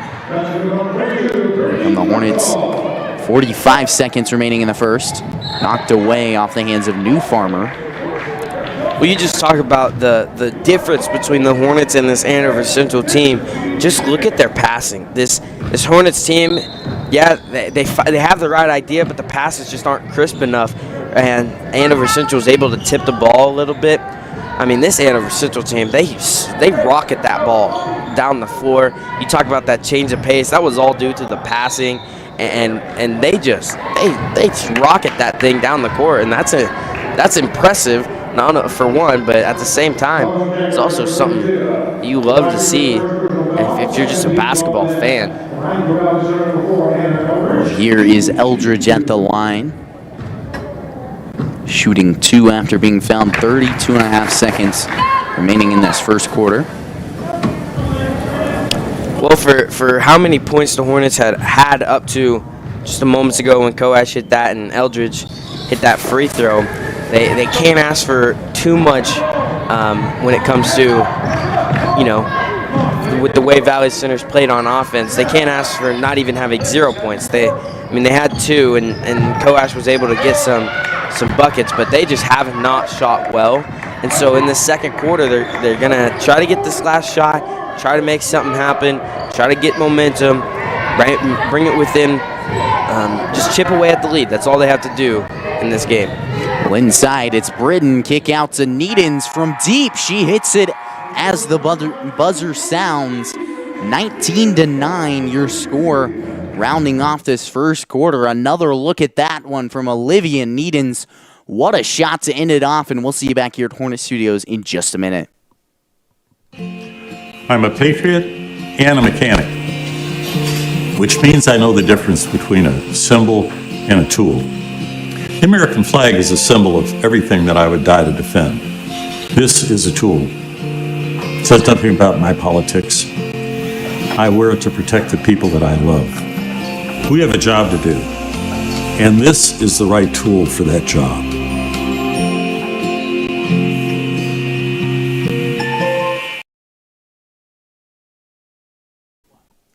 Welcome back here to Hornet Studios. I'm Caleb Rose, joined alongside by Austin Coash. Just 9 miles north. After 8 minutes of play, 19-9 your score, and the Jaguars have been pretty dominant on both sides of the ball. Okay, we'll talk about that last play. Olivia Needens out for 3, but the reason the basketball is so fun to watch when a player can put the ball on the floor, drive in, make the defense collapse, and then toss it out to one of your shooters. And that time it happened to be Olivia Needens, who can knock down the 3. If the Hornets can find that recipe, find somebody who can drive in, and it really has to be all 5 players on the court. Somebody's got to drive in and then hit your shots on the outside. That's what will be successful. You don't want to play too much around the three-point arc without getting the ball on the inside first. Well, right there, missed shot from Britton. Good passing here from the Jaguars. And then from Stearns, not there. Board by Eldridge. 30 seconds gone already in this second quarter. Eldridge taking it down herself. A quick jumper. And that's over a mech before, so has the bucket to go. Well, Caleb, I talked about the Hornets in the last meeting. They actually scored. They were down 18, and then they outscored this. They were down 18 after the first quarter, I should say. And they outscored and only lost by 12 in that game. And it happened to be that first quarter that killed them. Tonight, they're only down 10. If they can come back, and like I said, it's just chipping away at a lead, but they are going to have to score themselves. The Hornets are, because we know this Andover Central team can score. Chip away at the lead and try to win at least 3 quarters of this game. Well, turnover right there off a missed pass. And so it's Jaguars ball. 10 points is the difference here. 6:49 remaining here in this first half. Up top here is Stearns. My apologies, Wilborn. Harshaw inside to Stearns, and a great cut there. The assist comes from Harshaw, and it's Stearns who has the bucket. Here's Coash pushing the pace. Taking advantage of the trap. Here's Eldridge inside. What a move by Eldridge.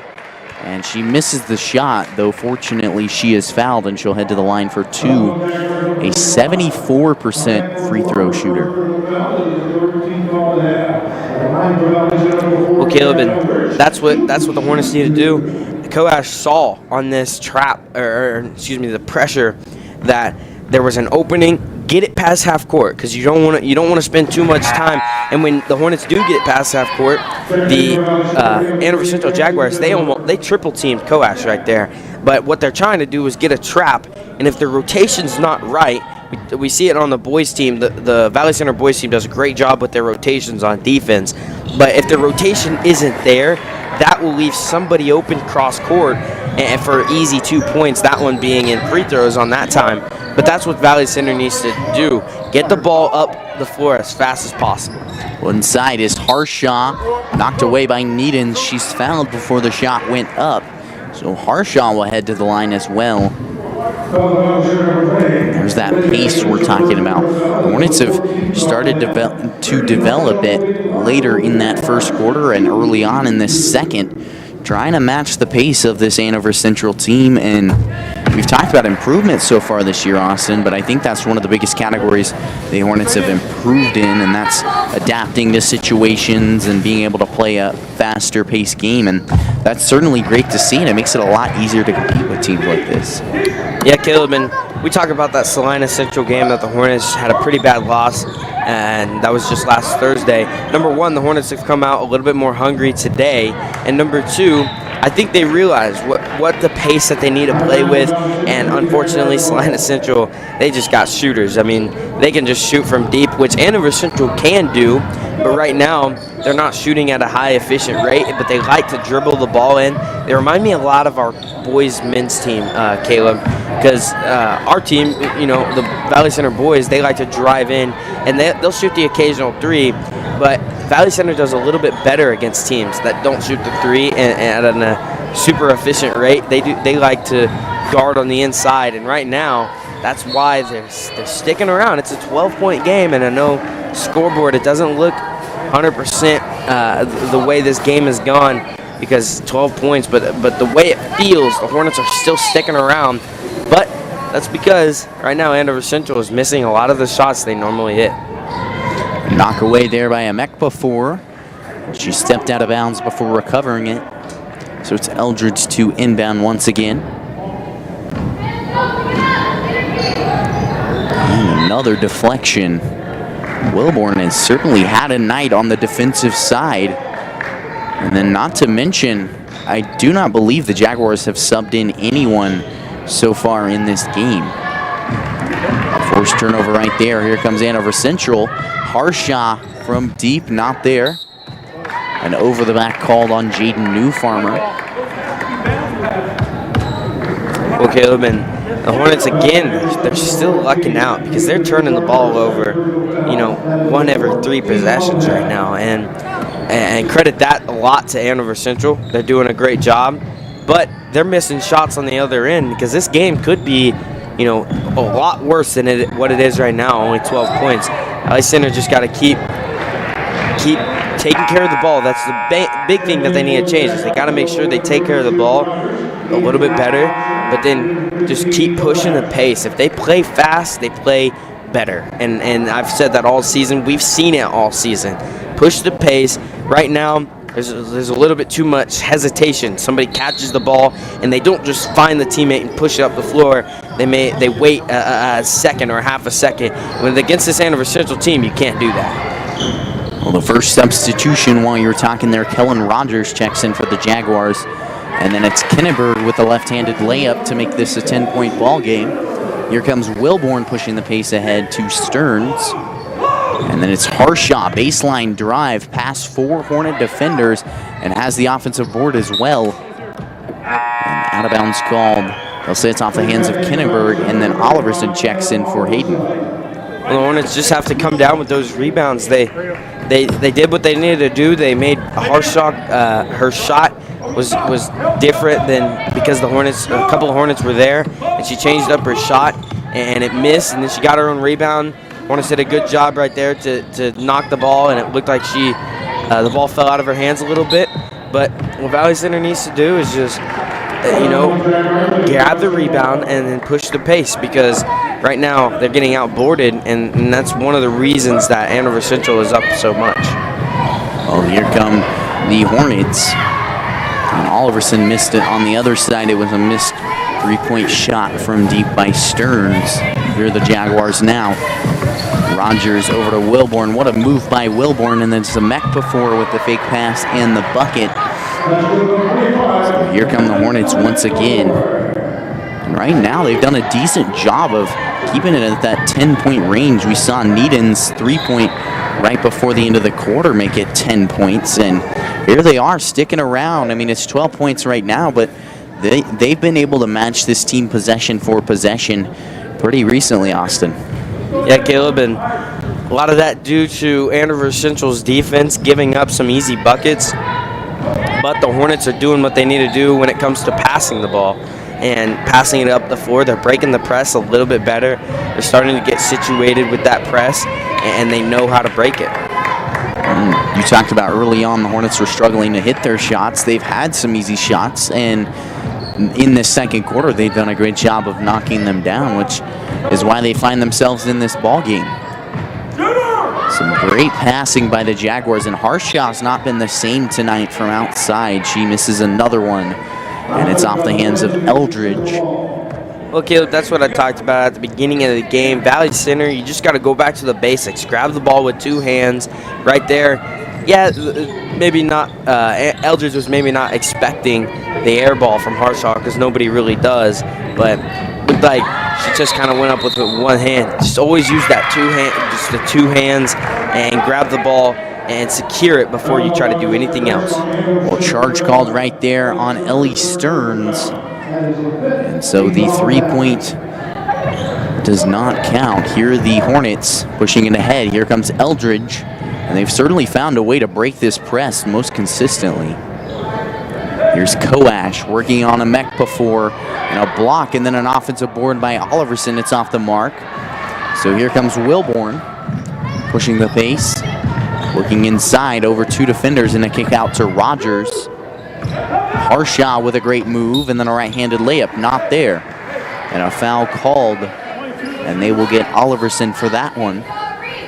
Valley Center's had their opportunities on offense, Caleb. They've had the ball where it needs to be. They had the ball underneath, a 2-on-1 situation a couple times now, and they're just missing shots, and it's kind of been both teams. Both teams have missed shots, but Andover Central, they tend to make a lot more than most of the teams they play. They knock down shots pretty efficiently. That's why they have 2 1,000-point scorers in high school, in a high school team, which is already impressive, let alone 2 of them. And then they score a lot of points, and Valley Center was prepared for that, and they got to keep just trying to chip away at this game. Well, here are the Hornets on the offensive side. It's Kinneberg who will drive in a left-handed layup and has the bucket to go. They're staying in this game, a 12-point deficit. Here's Wilborn inside, in the kick out to Stearns. From deep, it's not there, and an offensive board by Harshaw. Now a Mekpafor looking inside for Rogers. Stearns, a right-handed drive past Britton. And I believe they got the foul before the shot. I'm not quite sure, though. They'll get the foul on Hallie Britton, her first. So baseline inbound to come from Andover Central.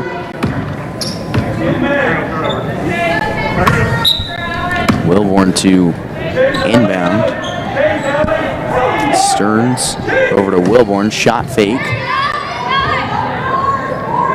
Hornets working it around here, the Jaguars are working it around here.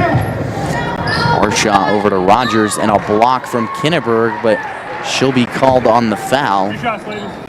Well, Caleb, and I know it's hard against this Andover Central team. Valley Center feels like they need to do a pretty good job of help defense, but the big thing is if you're one pass away, take away the pass, take away the ability for Andover Central to try to get to that easier shot, because that's what they're all looking for. Everyone on Andover Central, they have the chemistry. They may pass up a good shot for an even better shot, and so Valley Center's got to take away that even better shot and take their odds against maybe a good shot or kind of a contested shot, because they've done a decent job of that, taking away the contested shots, or making shots contested, I should say. But then Andover Central passes it up and finds that better shot because the Hornets overcommit on defense. Well, here come the Hornets on the offensive side this time. It's Rachel Edwards from deep. She's made a few this year. This time it's off the mark. Wilborn pushing it ahead. Stearns over to a Mekpafor. A right-handed drive and nothing there. Looking for the pick and pop for Harshaw. Here's Stearns looking for Wilborn, and a takeaway by Oliverson. So here come the Hornets. 1:30 remaining in this first half. 31-17 your score. Hornets looking to cut the deficit to 12 here. A lob inside to Oliverson. And what a move and a great pass there from Rachel Edwards, and then Oliverson converts on the bucket. Well, that reminds me of what the Hornets did a lot last year with Cassie Kinneberg, and that's good to see.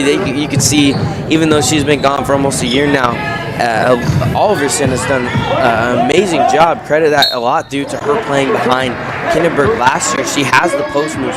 She's able to block off the defender, and right there the defender was trying to front her. She just grabbed it, put it up with ease, and got the 2 points. If the Hornets can find the inside game, it's going to help them a lot, because right now they're playing a lot around the 3-point arc. I'm going to try to get it inside, like I said, whether that being drive in or those crisp passes onto the inside. Well, Gracie Het at the line here, a 5'10" junior. She's off the mark on both of them. And not sure what the call is there, but it will be Hornet ball. I believe they got a lane violation. My apologies. It's Hornet ball now. A foul called on Ellie Stearns, and just barely under a minute remaining in this first half. Austin, what have you seen thus far? Well, Caleb, the Hornets are sticking around, and I know it may not seem like it to some fans, but I think if you know anything about this Valley Center team, they can score in a hurry. They don't usually have very efficient offense. It doesn't happen throughout a whole game. It's usually just they make a few shots, they go on some runs, and so right now Valley Center, Coach Preheim, he can be a little unhappy with some things, but the overall performance, being the team that this Hornets team is compared to the number 1 team in 5A, they're doing a good job, and they set themselves up. If they can get a couple more points to end this quarter and head into the locker room, they've got themselves in a position where they can end up coming out in the second half and win this game. Well, doing that right there is Eldridge, who knocks down both of her free throws and makes this a 10-point deficit. Bailey Wilborn brings it down, guarded by Coash. Looking like a block set here from the Jaguars. Marshawn gives it up to Wilborn. 30 seconds remaining here in the half.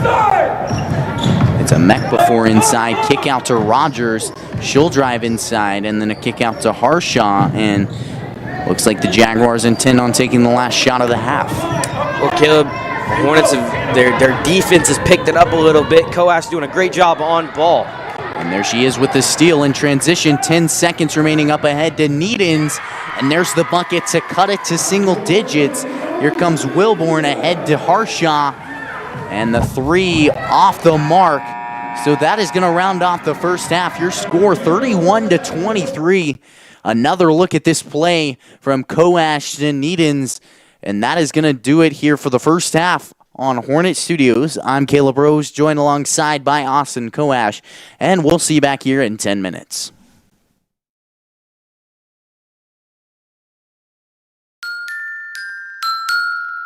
Get a free COVID test, or I will shake my fist at you. Take that. You've been old schooled.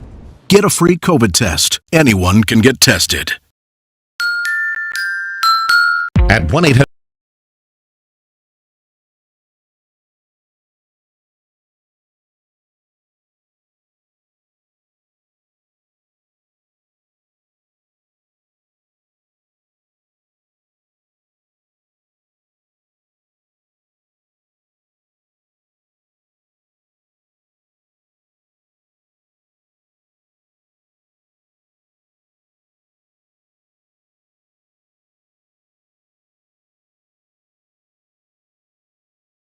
At 1-800-JUNK-PRO, we make dumpster rental easy. We rent small, medium, and large residential driveway-friendly dumpsters. No surprises, no hidden charges. Our dumpster rental rates include delivery and 7 days of rental time. 1-800-JUNK-PRO Dumpster Rental. We deliver it, you fill it, we pick it up.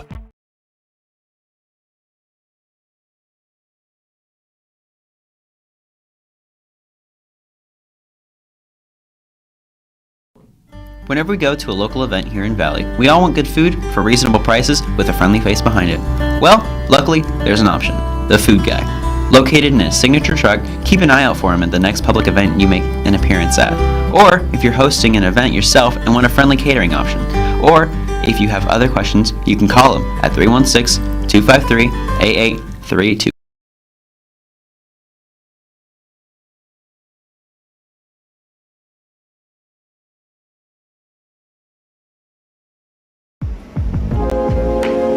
We are dedicated to helping families celebrate the lives of their loved ones.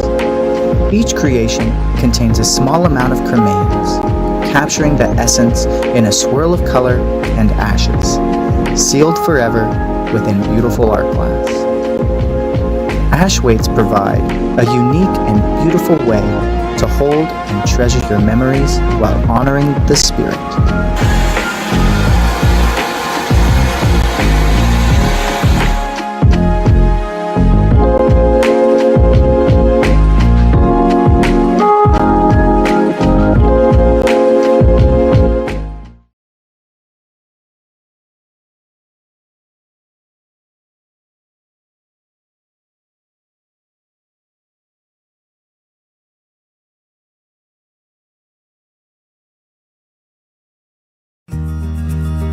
We all do things every day to stay healthy and safe.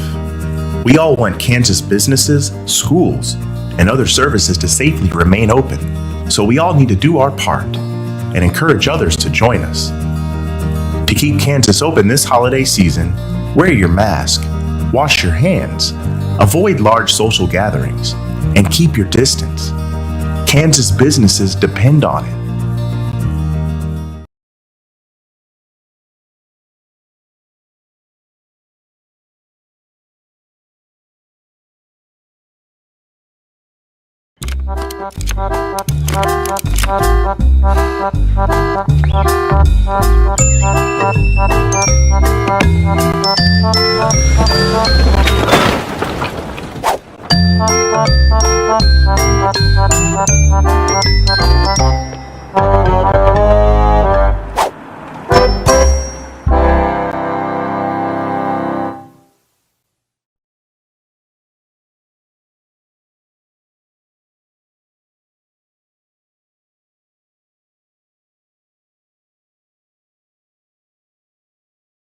One of a parent's biggest worries is letting their teen get behind the wheel of a vehicle. That's why getting professional, personal instruction is so important. The Wichita Driving School is licensed by the state of Kansas and offers the most classes per month of any driving school. With the most students trained in Wichita last year, it's obvious students and parents like Wichita Driving School for the convenience and professional one-on-one instruction. Wichita Driving School, where you're driven to be the best.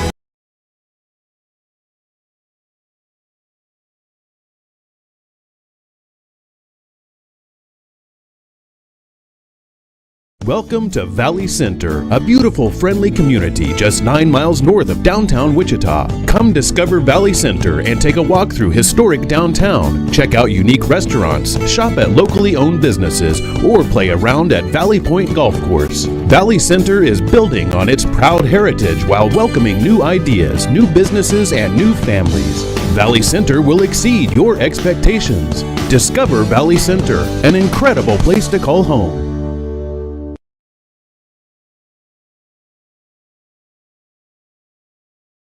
Hi folks, Mitch Holters here.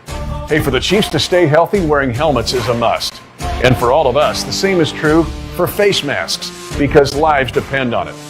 Now, to win the battle against COVID-19, we need to stick with the game plan. So, wear your mask, keep a safe distance, and wash your hands. The Chiefs come together when it matters the most, and so can we. Let's work as a team to beat COVID-19.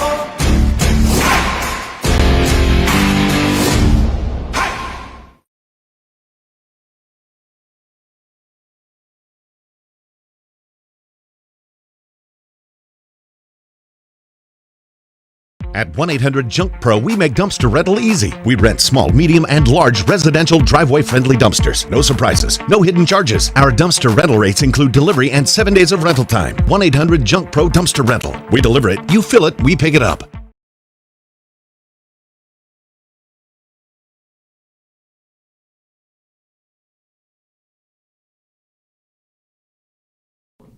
Whenever we go to a local event here in Valley, we all want good food for reasonable prices with a friendly face behind it.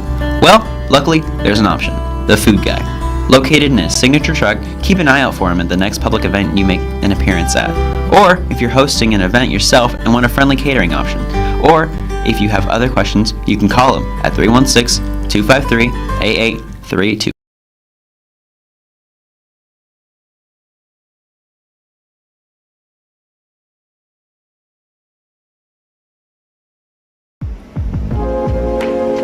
We are dedicated to helping families celebrate the lives of their loved ones. Each creation contains a small amount of cremains, capturing the essence in a swirl of color and ashes, sealed forever within beautiful art glass. Ash weights provide a unique and beautiful way to hold and treasure your memories while honoring the spirit.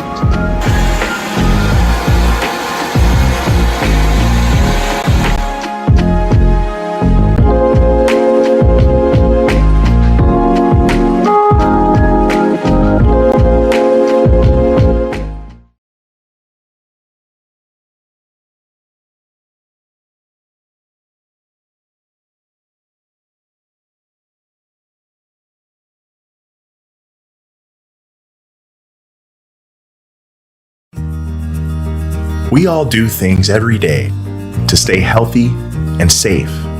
We all want Kansas businesses, schools, and other services to safely remain open. So we all need to do our part and encourage others to join us. To keep Kansas open this holiday season, wear your mask, wash your hands, avoid large social gatherings, and keep your distance. Kansas businesses depend on it.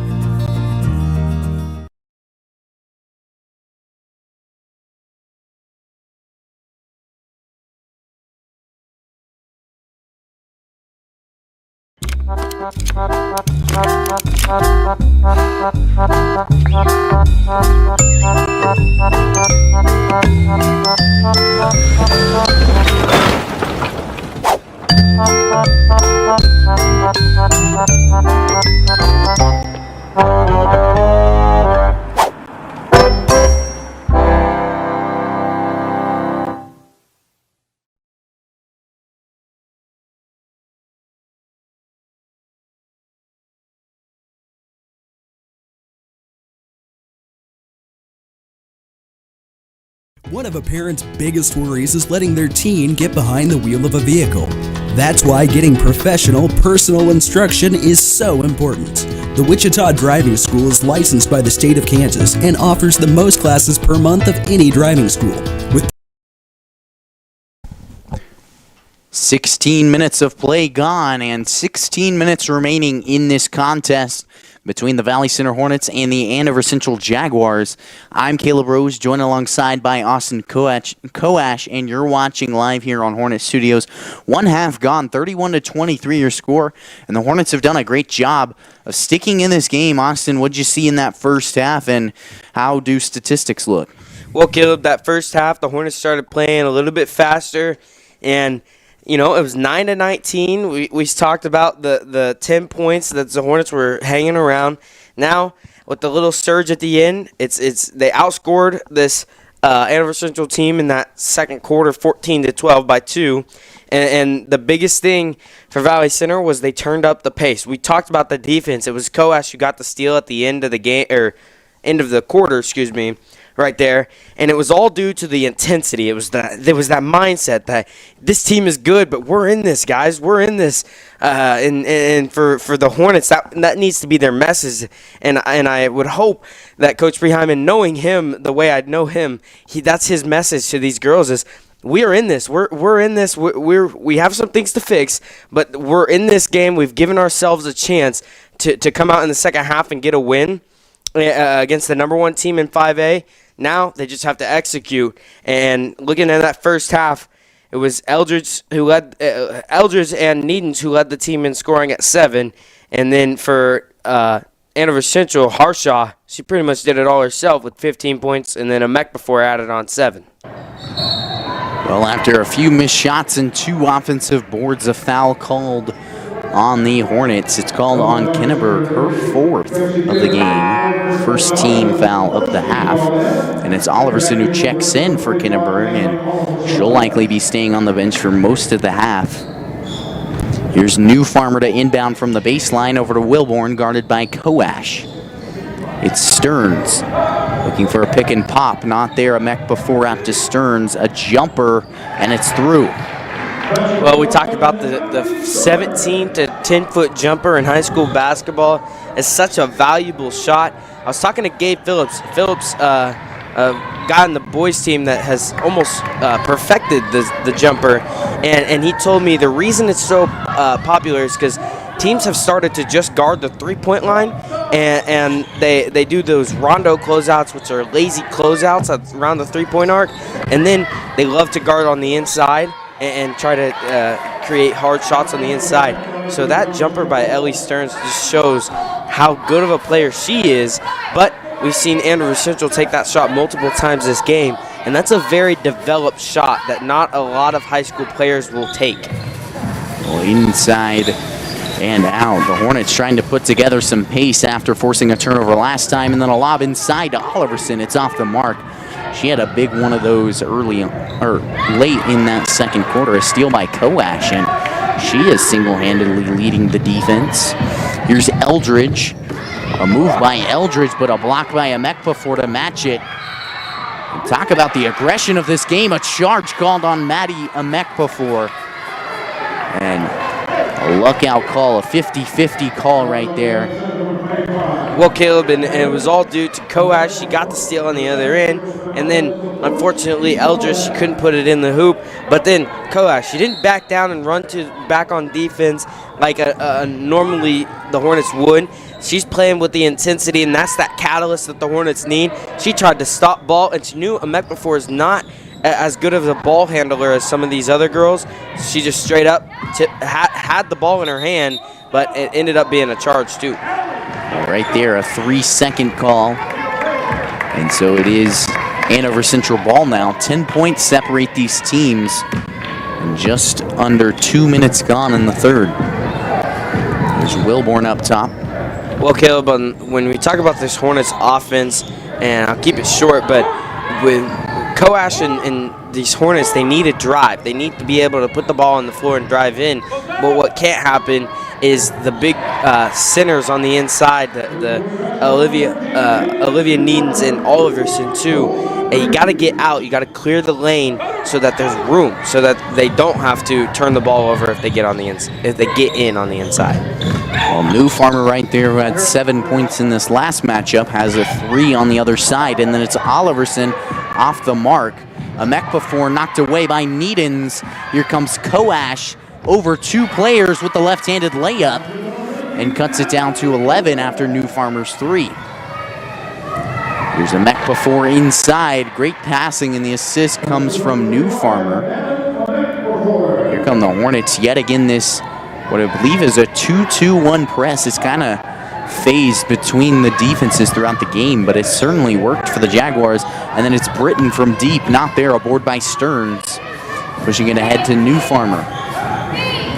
Pass Britton, a pass over to Harshaw, and a foul called.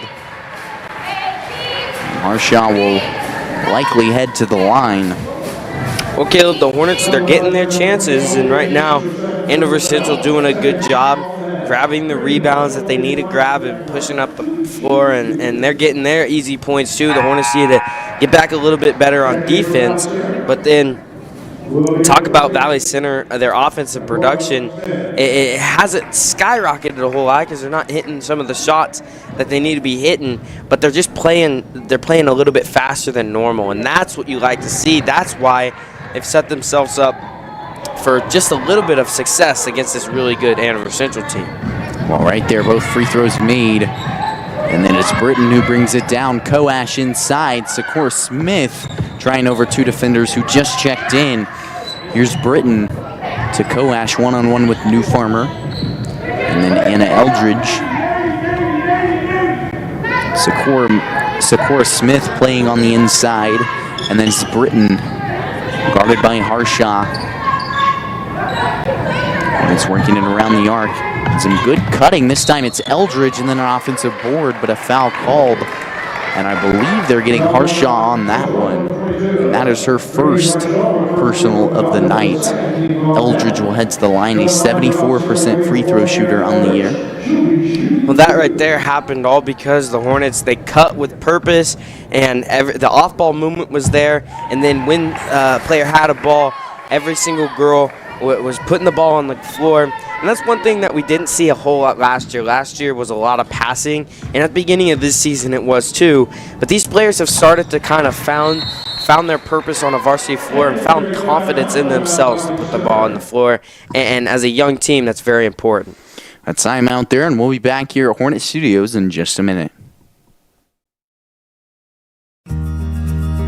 We all do things every day to stay healthy and safe. We all want Kansas businesses, schools, and other services to safely remain open. So we all need to do our part and encourage others to join us. To keep Kansas open this holiday season, wear your mask, wash your hands, avoid large social gatherings, and keep your distance. Kansas businesses depend on it. Okay. And we're back here at Hornet Studios. Right there. A tough charge taken by Ali Koash, and that has been one of the motivating plays here for the Hornets. And this has been a pretty even half, Austin. The Hornets have found some momentum on both sides of the ball, but not without the Jaguars matching it. And it's certainly been an interesting second half, not one that on paper you would expect, but the Hornets have continued to fight. Yeah, Caleb, and that's the word, the fight in this Hornets team. It's been there, for most games this season, I would say. But again, they know what they're up against, and they got nothing to lose if you're the Hornets. Just keep playing the way you're playing, and things might fall your way. And that's just something that you can be proud of, especially late in this season. Well, right there, a taken away pass by Olivia Needens. Hornets trail by 13, but they've stuck around this margin for quite a while. Here's Koash looking inside. Needens working from up top over halfway through this third quarter, and then a takeaway by New Farmer off the miss pass. And you talked about it earlier, and that's Koash not backing off defensively, continuing to stay aggressive. She's certainly been a catalyst. Yeah, Caleb, and that's what you like to see when you look at good teams, and even this Andover Central team. They're going to put the pressure on no matter what, whether it be with their full court press or just a single player up in the grill of one of the good players, like the Hornets are. Like I should say, what Salina Central did to the Hornets, where they were almost always denying the ball to Koash and Eldridge, which got the Hornets flustered. And so Valley Center and somebody needs to do that. Koash doing it right now, but that's just what you call good defense, number one, and it even more intimidates some of the players and not intimidates, but more gets them just frustrated with things. Some good transition offense there from the Jaguars, but I would relate it to what Michael Jordan says as being a player. You have to initiate contact when you're driving in, and it's similar application to the offensive, or really both sides of the ball for both squads, and that's you have to be the aggressor, and the Jaguars have been the aggressor throughout their undefeated season, and it shows their success. Like I was mentioning, Olivia Needens right there, showing that aggression. 16 points now after the New Farmer made 3. Here she is inside. Kick out to Stearns from deep. Not there. And a board by Sakura Smith. Here comes Eldridge. Working inside. And a pass Stearns not there. Here comes Wilborn pushing the pace. Pass Smith. And a wild layup. But Wilborn somehow finds a way to put it in, and we have a timeout with 2:01 remaining in the third. We'll be back here in just a moment. We all do things every day to stay healthy and safe for ourselves and for others. The same is true for our hospitals, but right now we are pushed to our limits because this isn't a COVID crisis, it's a health crisis, and we need everyone's help. Wear your mask. Wash your hands, keep your distance, and avoid large gatherings. This holiday season, doing your part to protect others is the greatest gift you can give. Lives depend on it. And we're back here at Hornet Studios. Austin Hornets continue sticking around, but the Jags certainly putting together quite a run, now up by 18. How do you stop it here in the final 2 minutes of the third? Well, right now, Valley Center, their possessions are very quick, which in a comeback is usually good if the possessions are quick, unless, with the Hornets right now, they're just missing shots. And so I would like to see the Hornets play with that intensity, play with the same intensity that they're playing with, because they're doing a great job. But right now, they're just when they're playing, they're kind of putting up some unneeded shots, and this is what the Andover Central team does so much better than everyone else this year, and that has been to pass up a good shot for an even better shot and to trust their teammates, and that's why the record is what it is for them. Well, a steal forced by Harshaw. It's Wilborn over to New Farmer from deep. Not there, and a board by Macy George. Here's Eldridge. One-on-one with Wilborn. And some good defensive pressure. Here's Britton. Eldridge conducting the offense. Smith been playing inside for Kinneberg, who has 4 fouls. New Farmer up ahead to a Mekpafor and a transition bucket. And the difference is now 20. Caleb, and we knew this Andover Central team at some point was going to figure things out a little bit better. And right now, they're just proving why they're so good. And here they are inside. It's Harshaw, who missed it just a second ago. And had an offensive board, and there she is converting. Well, we gotta give credit where credit's due. I think the Hornets looked a little slow right there, but I think that's more of just the passing by this Andover Central team. They passed so quickly, the Hornets couldn't even figure out what happened to them, Caleb. Stearns on the steal. And the Jaguars certainly putting together quite a run in the late going of this third. And it is Ellie Stearns who knocks down a 3 right there. And she has been an incredible shooter throughout the year. Had a mere 4 points in the last matchup between these squads, but continues to be a force to be reckoned with. 6 assists last time, 2 steals. And she certainly had a night. That was one of the biggest things, is her shooting ability in this game. Inside, New Farmer out to Harshaw from deep. Not there. A board by Koash. And a pass right before the end of the third quarter. So 52-27, kind of getting out of hand. We'll see if the Hornets can make it back to competitive in the final 8 minutes. We'll see back here in just a moment.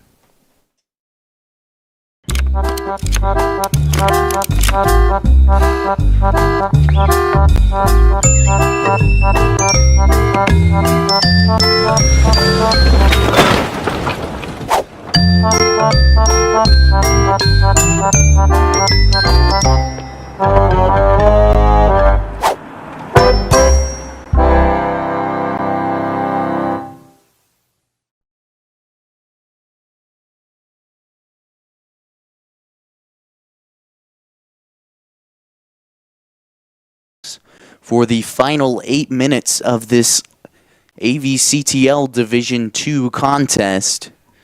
And the Jaguars still dominant, showing why they are undefeated in that third quarter, pulling ahead. Austin, what'd you see?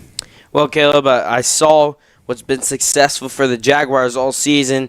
They're going to keep the pressure on this Hornets team, and then when they can get steals, they either pass it up for the open 3 and usually knock those down, or they just get the bucket on the inside and get back in their press, try to cause more turnovers, and that's what happened. If you're Valley Center, learn to take care of the ball, learn to compete against these good teams, because one thing about this Andover Central team, they're not going anywhere. They got a lot of girls that are going to be coming back. Valley Center is going to have to adjust and know some of these players, the tendencies, and just everything. The coach at Andover Central has been there for a long time. She's done a great job, and that's why this team is #1 in the state this year.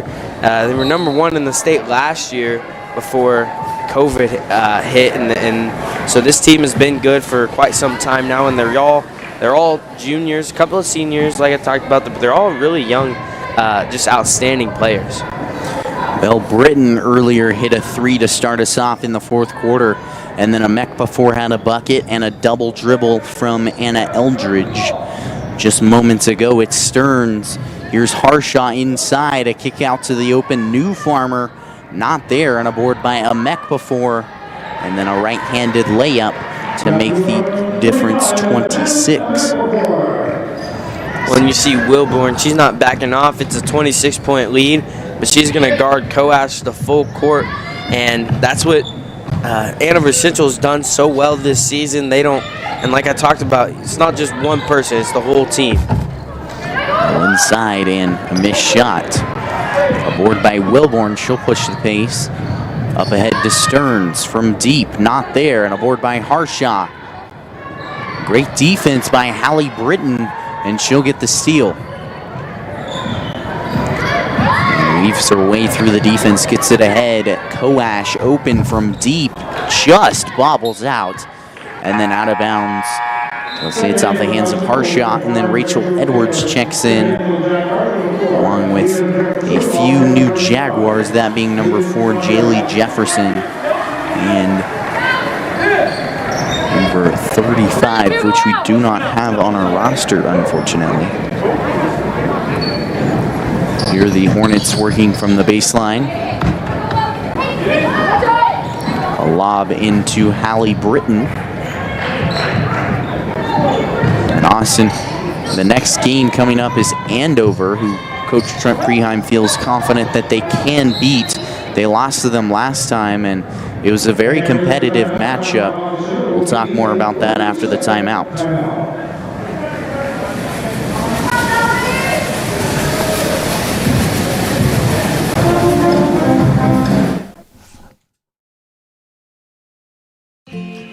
I'm a patriot and a mechanic, which means I know the difference between a symbol and a tool. The American flag is a symbol of everything that I would die to defend. This is a tool. It says nothing about my politics. I wear it to protect the people that I love. We have a job to do, and this is the right tool for that job.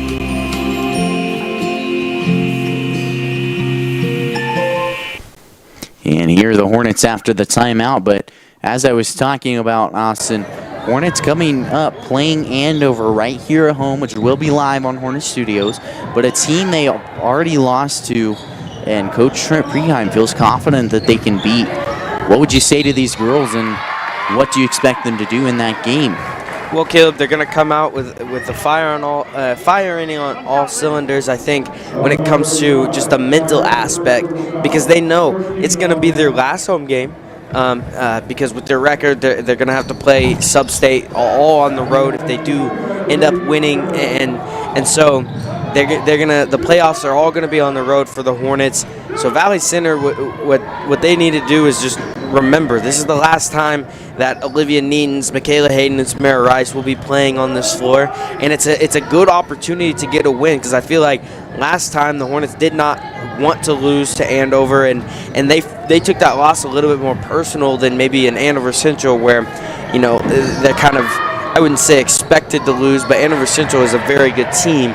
When they faced Andover, then they really felt that loss at a personal level, and so I talk about this year's team right now after this game, and unless something crazy happens, the Hornets will fall to 7-12 on the year, which last year they were 7-13 to finish the regular season, and so I really feel like a big part of gaining success as a team is just each year getting better, and with just one win, it proves that you're just a little bit better. It gives you that elevated stature, and for a young team like this, who's had a very, very tough schedule this year, that they're starting to find their rhythm again. Well, Rachel Edwards knocks down a 3 from deep, and then it's Wilborn who has the bucket to go. And right there, Wilborn doing what the Jaguars have done all night, pushing the pace, and finds an easy layup in transition. Harshaw and Stearns both head to the bench. And Wilborn to shoot an and one. Kellen Rogers checks in, as well as Jayden Newfarmer. So here come the Hornets, just about halfway through this fourth and final quarter. trying a pick there, and then a travel called on Ali Koash.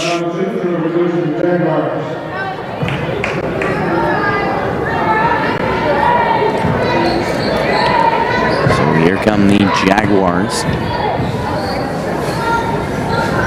Working the cut game, and it's Rogers inside. And then Wilborn, who stays in the game. And talk about the fact that she has continued to stay aggressive. And she is a senior, so certainly not giving that season up, not taking any of it for granted.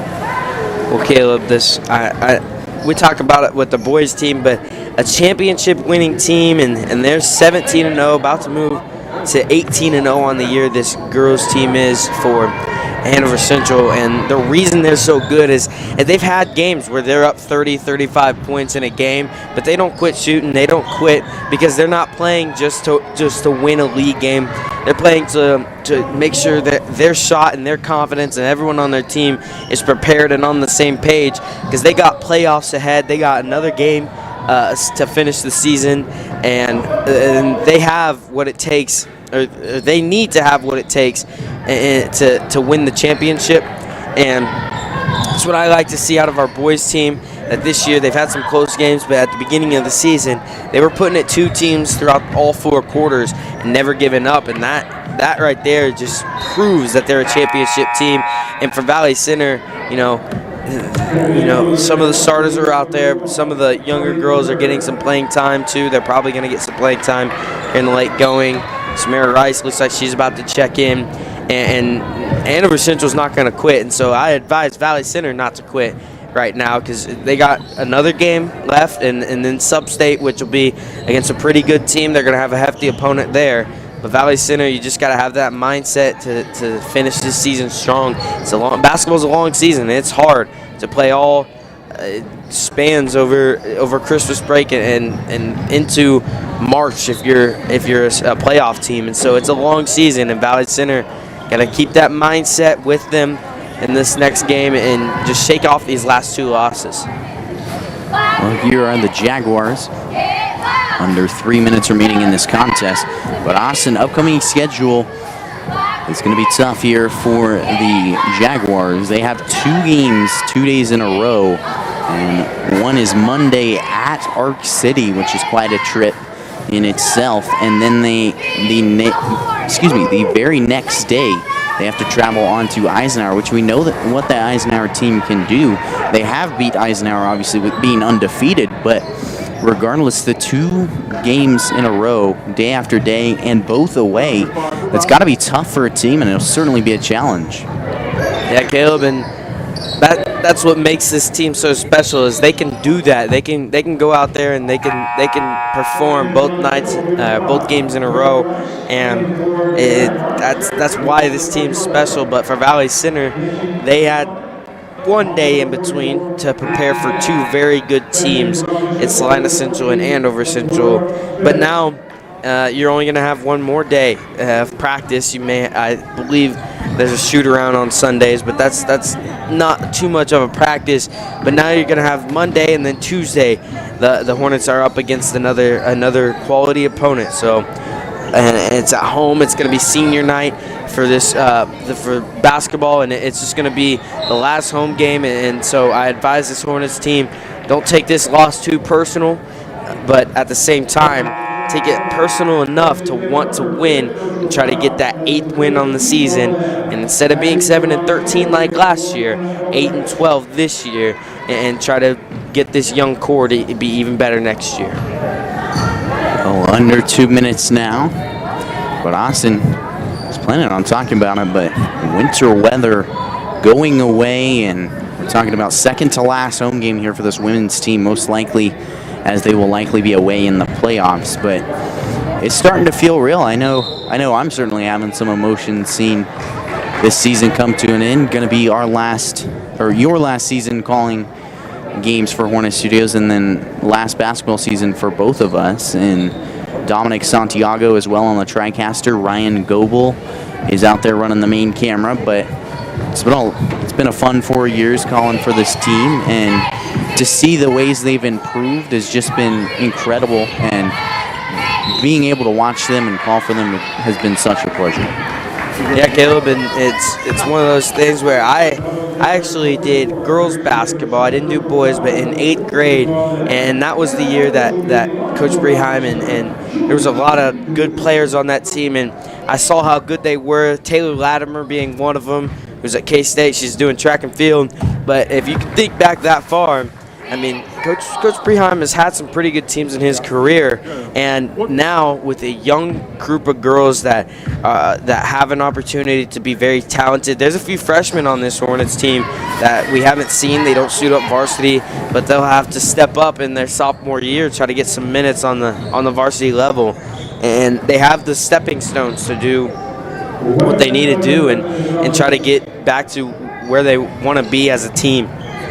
And so to finish this year out strong with a win in the regular season and maybe and hopefully a win in sub-state, but you never know what this team can do, what they're capable of. We've seen them score 67 points, or we've seen them score 20 points in a game, or 25 points in a game, excuse me. So, this team's very capable on any given night to score a lot of points. So don't count this Hornets team out just yet when it comes to playoffs, but Andover Central, got to give credit to them.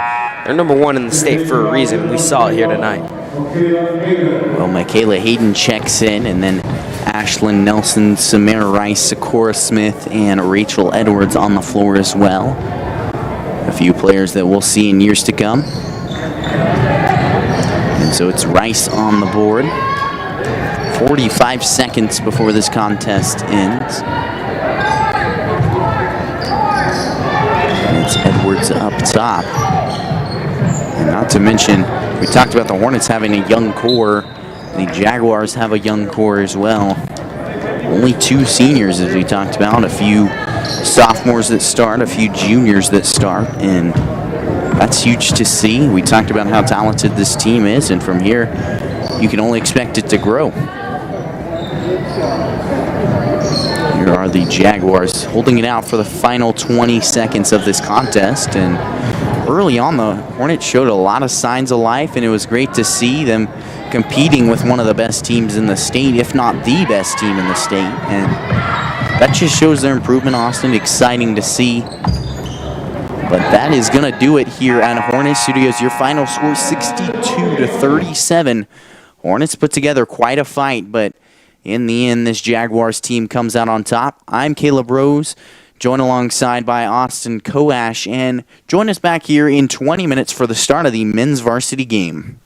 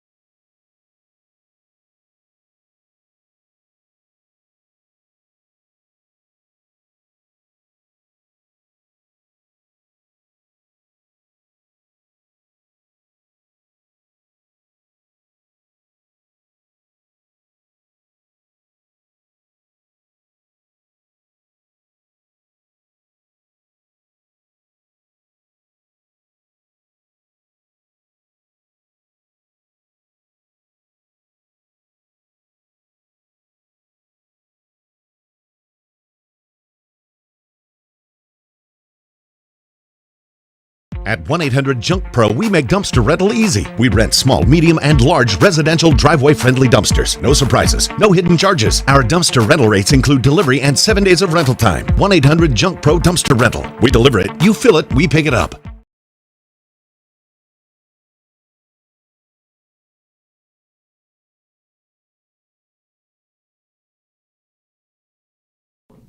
Whenever we go to a local event here in Valley, we all want good food for reasonable prices with a friendly face behind it.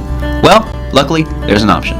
The Food Guy. Located in his signature truck, keep an eye out for him at the next public event you make an appearance at.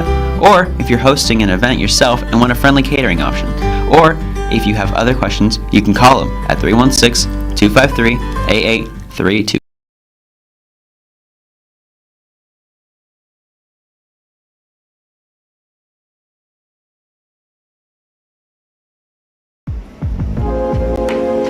We are dedicated to helping families celebrate the lives of their loved ones.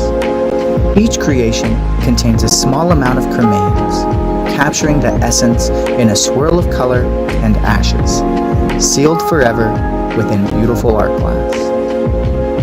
Ash weights provide a unique and beautiful way to hold and treasure your memories while honoring the spirit.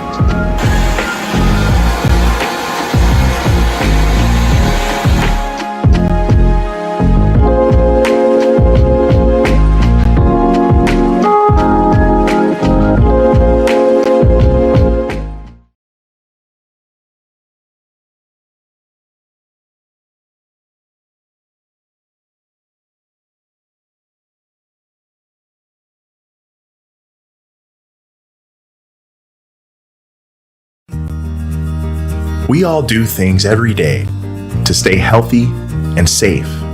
We all want Kansas businesses, schools, and other services to safely remain open. So we all need to do our part and encourage others to join us.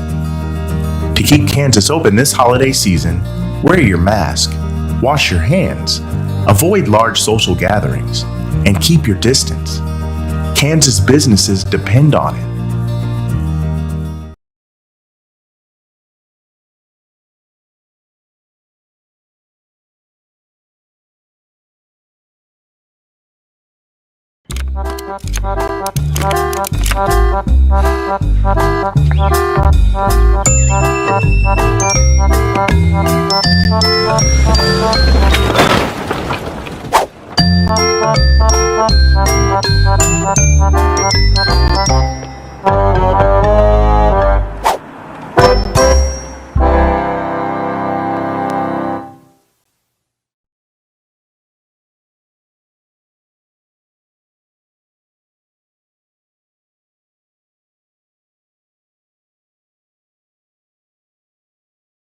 One of a parent's biggest worries is letting their teen get behind the wheel of a vehicle. That's why getting professional, personal instruction is so important. The Wichita Driving School is licensed by the state of Kansas and offers the most classes per month of any driving school. With the most students trained in Wichita last year, it's obvious students and parents like Wichita Driving School for the convenience and professional one-on-one instruction. Wichita Driving School, where you're driven to be the best.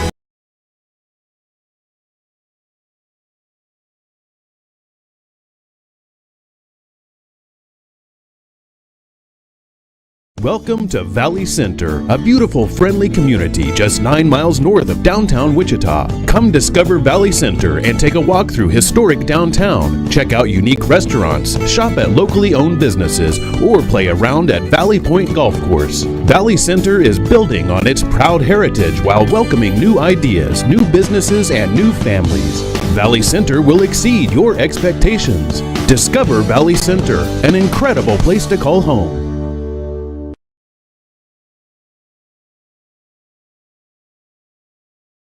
Hi folks, Mitch Holters here. Hey, for the Chiefs to stay healthy, wearing helmets is a must. And for all of us, the same is true for face masks, because lives depend on it. Now, to win the battle against COVID-19, we need to stick with the game plan. So wear your mask, keep a safe distance, and wash your hands. The Chiefs come together when it matters the most, and so can we. Let's work as a team to beat COVID-19.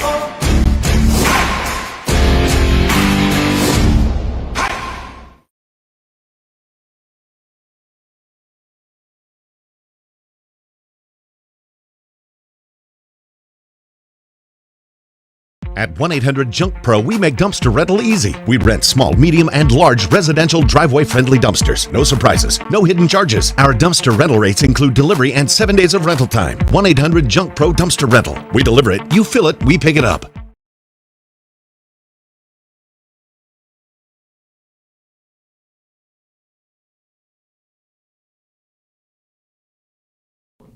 Whenever we go to a local event here in Valley, we all want good food for reasonable prices with a friendly face behind it.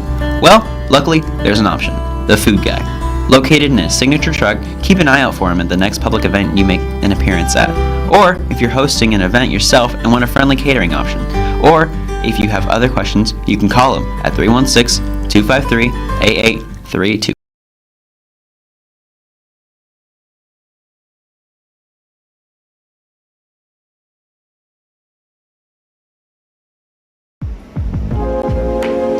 We are dedicated to helping families celebrate the lives of their loved ones. Each creation contains a small amount of cremains, capturing the essence in a swirl of color and ashes, sealed forever within beautiful art glass. Ash weights provide a unique and beautiful way to hold and treasure your memories while honoring the spirit.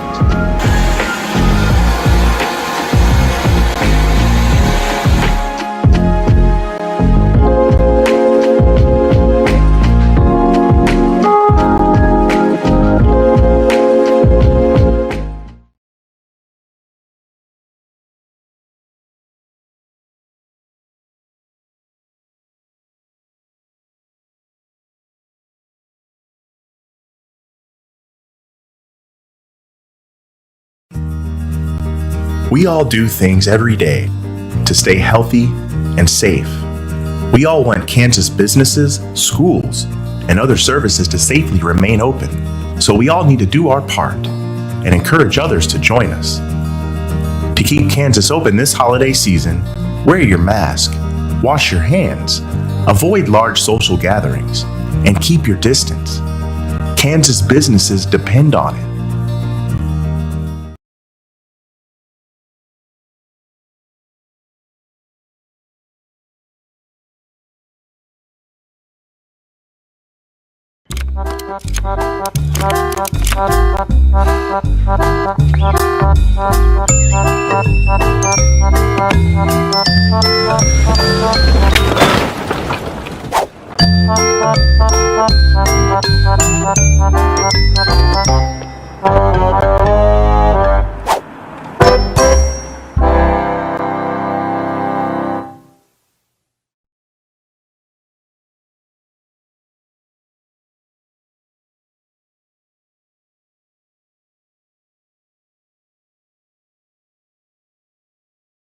One of a parent's biggest worries is letting their teen get behind the wheel of a vehicle. That's why getting professional, personal instruction is so important. The Wichita Driving School is licensed by the state of Kansas and offers the most classes per month of any driving school. With the most students trained in Wichita last year, it's obvious students and parents like Wichita Driving School for the convenience and professional one-on-one instruction. Wichita Driving School, where you're driven to be the best.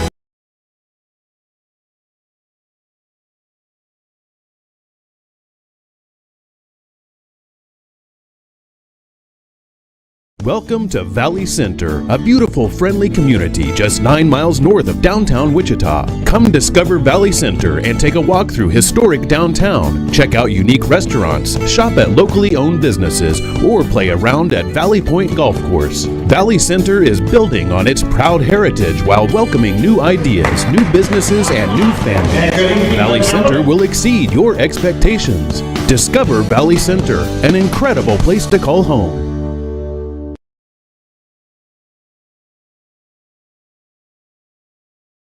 Hi folks, Mitch Holters here. Hey, for the Chiefs to stay healthy, wearing helmets is a must. And for all of us, the same is true for face masks, because lives depend on it. Now, to win the battle against COVID-19, we need to stick with the game plan. So wear your mask, keep a safe distance, and wash your hands. The Chiefs come together when it matters the most, and so can we. Let's work as a team to beat COVID-19.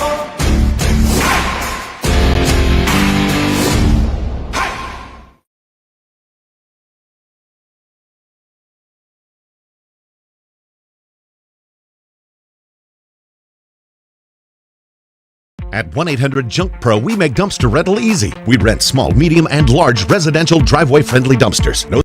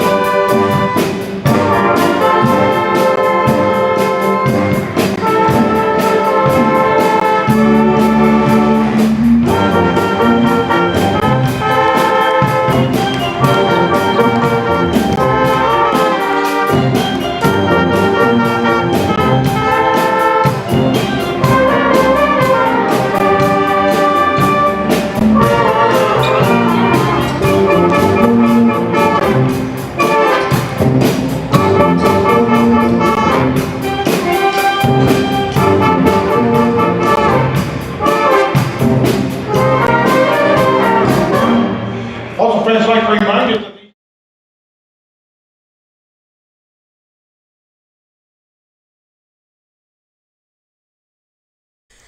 Hello and welcome back here to Hornet Studios. I'm Austin Coas, joined alongside by my partner Caleb Rose. About 3 minutes away from tip-off, here is your Hornets take on the Andover Central Jaguars, standing at 4-9 on the year. Your Hornets, 14-4 and second in AVCTL. There's only one game left after this one, Caleb. That'll be a home game on Tuesday against Andover. And what do you got for us tonight as your Hornets try to move on for their 15th win on the season? Well, last time these squads faced off, the final was 68-61 in favor of this Hornets team, and it was a very a game of runs, if you will, is one of the biggest ways I described it. We saw the Hornets go on runs. We saw Brian Perry go on a single-handed run, but overall it wasn't a consistent game, and it was just because both teams were relatively new to the floor at the time. The Hornets had only played 3 games. The Jaguars had only played 2, and this Jaguars team was completely different than what we had seen in the years past. So it was really an inconsistent game, but I feel like this is going to be a much better game just because, obviously, end of the season, teams are at their prime right now because they've had the entire season of practice, faced different teams, and I'm excited for this matchup. And as for the Hornets, obviously coming off of a win versus Salina Central, I can talk about their statistics all day against Salina Central. I mean, it was just beautiful to see. They shot 64% from the field, 53% from 3, and had 1.26 points per possession. I mean, they just played amazing shooting-wise, and that's the team that Coach Unruh wants them to be. That's the team they were last year. They missed some of the intangibles, but overall they shot well, and that's what Coach Unruh wants. And I think it's exciting to see them put up numbers like that. But as for the Jaguars, I mean, we talked about it earlier in the season. Skylar Clevenger, great guy, averaging 15.5 points per game. The ideal point guard, if you will. He's a great passer. He knows how to dish out the ball. And then Brian Perry, who had, I believe, 10 points in the span of the third quarter, which really helped them take over that game against the Hornets last time. And he kept them alive. He's a catalyst for this team. And he averages 10 points a game, shoots incredibly well, 44% from the field, which matches this Andover Central team who shoots decently well. But I'm very excited for this matchup. They're coming off a win over Goddard, and then right before that, they beat McPherson. So this is a talented team, and as I said, I feel like this will be a much better game than we saw earlier in the season. Well, one thing that we saw early on in the season that both teams have kept up, Caleb, is the intensity on the floor at all times. They always play hard. What's your impact players for tonight, Caleb, for both squads, and the keys to victory? I'd say my impact player would be both Skylar Clevenger and Brian Perry. As I talked about, they're just great scorers, and they know how to get the job done. As for the Hornets, I feel it would be Noah Simmons. That's going to be a great matchup inside Noah Simmons versus Matt Sears. It was last time. And so I think that will be interesting. But it's Gabe Phillips' birthday today. I feel like he has a lot of potential to do something big. I mean, he's shown up clutch in big situations, and nothing's better than having a great performance on your birthday. Well, Caleb, the height differential for Noah Simmons and Matt Sears. Noah Simmons is going to have about 4 inches on him. What is the Hornets doing offensively? Do you think they're going to push it in? Or do you think we saw against Salina Central, I mean, they can knock down shots, and they're starting to find their three-point shot? Well, that's certainly for sure. I mean, I like the way they're spreading the ball more. I like the way they've pushed the post entry a little bit more. But I think Matt Sears is going to stump Simmons early on just because of the experience he has. He's a great rebounder, had 15 rebounds in their matchup versus McPherson, and overall very experienced player. We saw him do it last time, and that's dominate Simmons due to the fact he's just experienced. And so I think we will see some post entry, but early on I would expect a lot more outside game just due to the result of what we saw against Salina Central. Well, we'll be back after the national anthem here on Hornet Studios.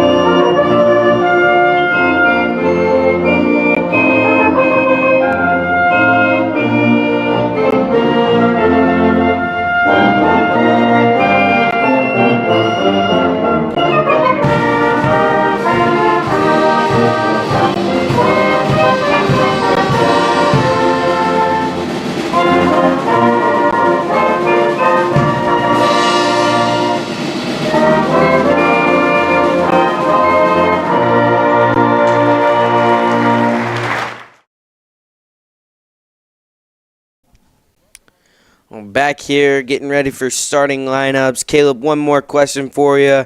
And if you're Coach Unruh, you're this Hornets team, you know this Andover Central team has a chip on their shoulder to try to beat the Hornets because, they're trying to get a league win. So what do the Hornets need to do to keep that mindset? Because I think we all know Valley Center wants that league championship. I think it's respect your opponent. And really, this is a team coming in at 4-9, and you can look at it on paper and say, oh, yeah, the Hornets will dominate.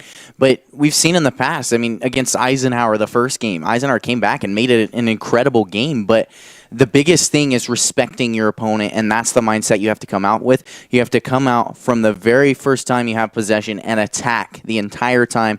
You need to be the aggressor in this game.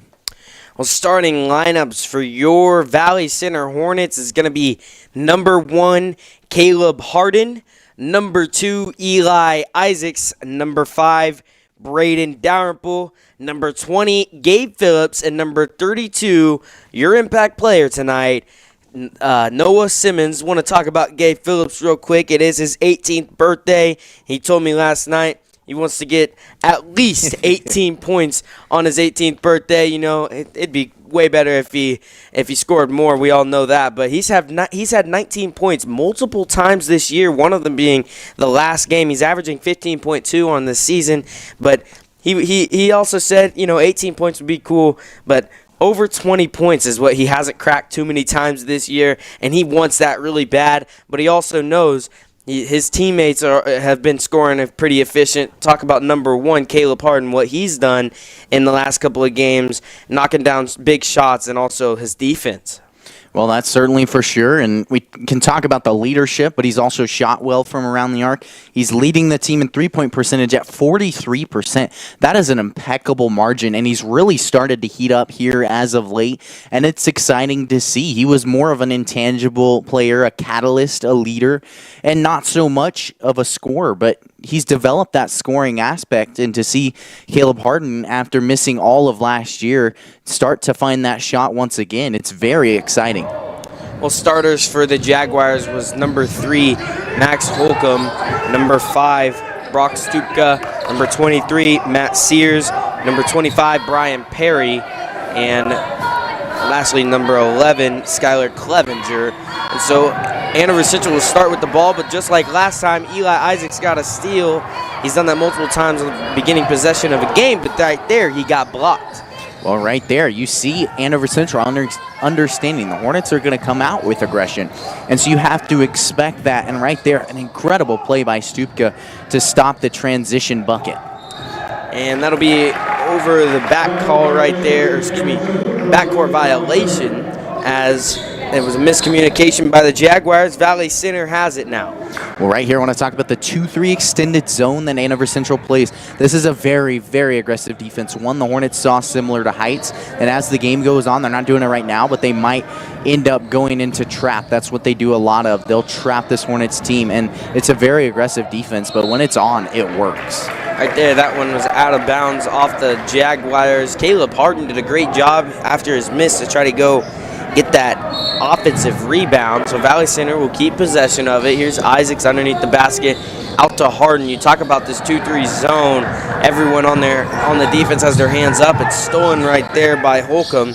And here is Clevenger trying to make a move, try to find Brian Perry. Ball's loose and comes into the hands of Noah Simmons. Here come the Hornets back on offense. Isaacs, Euro step, left-handed layup to get Valley Center on the board first. I want to talk about Noah Simmons defensively. The Hornets have started to run a switch everything type of man defense, and that forces Noah Simmons to go outside and guard some guards sometimes, and he did it right there, and has been able to transition well into that defense. A lot of respect to him for developing that type of play. Right there, a trap. Caleb Harden ends up getting the steal. He'll go up with the right hand, get the layup early for a lead for Valley Center. They're playing with the intensity we like, Caleb. Well, and they haven't been converting all their shots like we had hoped, but overall, that the intensity is the biggest thing. They're being able to score, and they're forcing turnovers, which has been their trademark this season. Right there, it'll be a timeout after the bucket.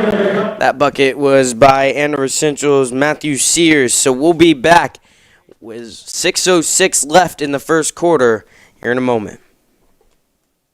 Welcome to Valley Center, a beautiful, friendly community just 9 miles north of downtown Wichita. Come discover Valley Center and take a walk through historic downtown. Check out unique restaurants, shop at locally owned businesses, or play around at Valley Point Golf Course. Valley Center is building on its proud heritage while welcoming new ideas, new businesses, and new families. Valley Center will exceed your expectations. Discover Valley Center, an incredible place to call home.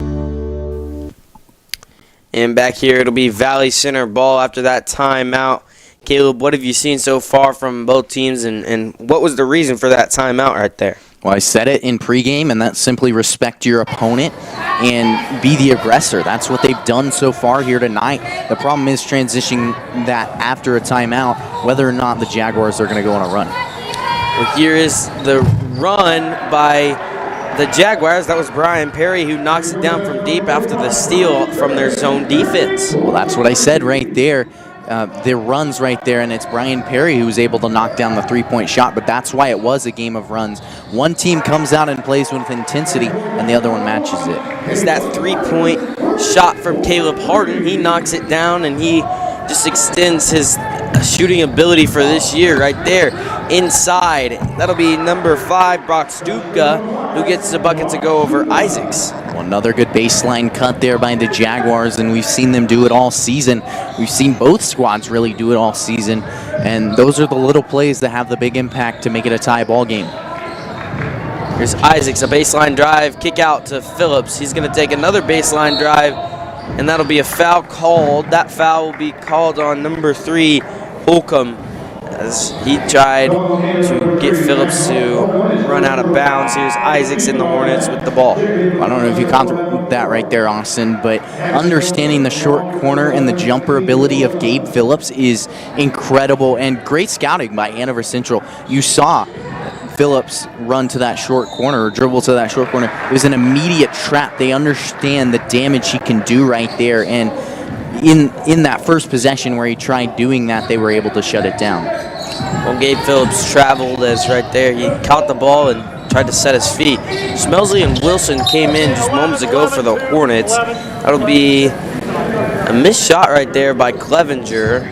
That call will be called on number 11, Cade Wilson. So Clevenger will be at the line for Andover Central, shooting his first free throws of the night, first free throws of the game, and the first one off the mark. Well, He's leading the team in free throw percentage, but look at the craftiness right there to even get the ball up and around over Noah Simmons, and that's huge. That's why he scores so many points, just simply because he's so crafty on the inside and a great finisher. And nice play, two-man game by Isaacs and Wilson, but Isaacs missed the layup, and here comes Clevenger and this Andover Central team in the corner. A trap right there on Stupka. He'll go inside, find Matthew Steers, who goes up and gets the 2 points. That's a 2-point lead for the Jags. Well, that's what I'm saying right there. The experience, the little hesitation there from Sears. He understands he's got to find what his opponents will cater to, and right there, the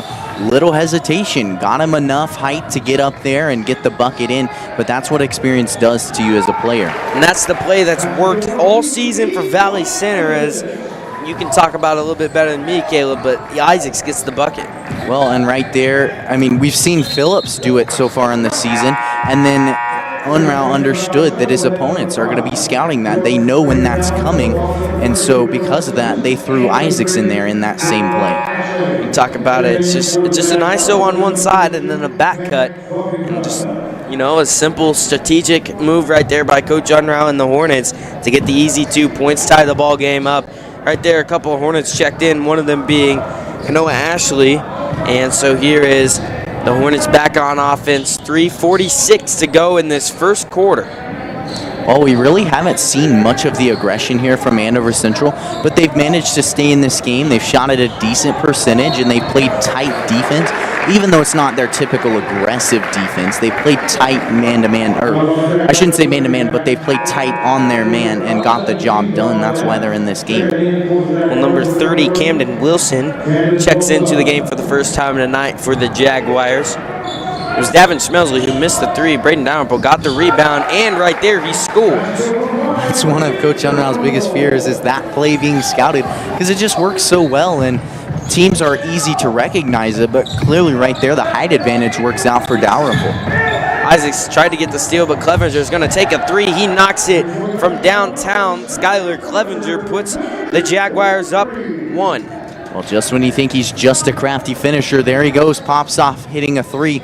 He's leading the team in three-point percentage, and right there, I mean, that's huge for his team, and I talked about him being a catalyst. To see him hit something like that for the Jaguars, that's incredible. The Jags get a little more aggressive, but the Hornets were able to find Noah Simmons, who put the ball up for 2. Well, and that's what you said right there, more aggressive. They come up, and then they hit Simmons underneath, and that's how you get the job done as an offense.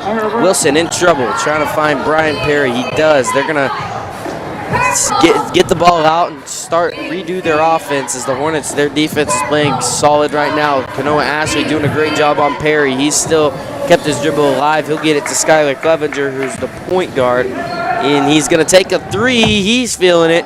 That one, no good. Rebounded by the Jags, and then Perry goes up. He's blocked by Simmons. Here comes Valley Center, and Isaacs, a great move. He'll go up and under, and a little in-out dribble right there from Isaacs, and then goes up. He'll be fouled. He's headed to the free throw line as the Hornets are up 1. Well, the only thing that can stop Eli Isaacs in transition is 4 defenders right there for the Jaguars, but it's amazing to see the way he gets inside and is able to use his moves, his dribbles to get his defender off of balance and then attack them. And then once he is in a bad situation finishing-wise, he's got all the package to get it done underneath.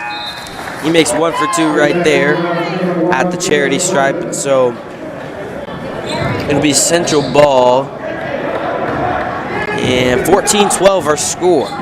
3 fouls have been called on this Jaguars team, compared to 1 by the Hornets. Here's Clevenger trying to work against Valley Center, and Dalrymple almost had the steal. The Hornets, their defense is still staying strong. You talked about the switching on and off. Well, and right there, that was an intended switch by the Jaguars. They wanted to get a big man on Clevenger, that being Braden Dalrymple. And right there, Dalrymple converts. He's able to hold Clevenger together and is able to knock the ball loose. Well, this defense still staying strong from Valley Center, as Clevenger right there traveled. Isaacs checks back in. He had a brief, probably about 30 seconds of real time, Caleb. And he's back into the game for Valley Center. Well, that's what you can expect from Eli Isaacs. He regularly plays 32 minutes out of a 32-minute game. I mean, it's just insane, and the level at which he plays just shows how good of a player he is to do that, but not only that, but for a long time.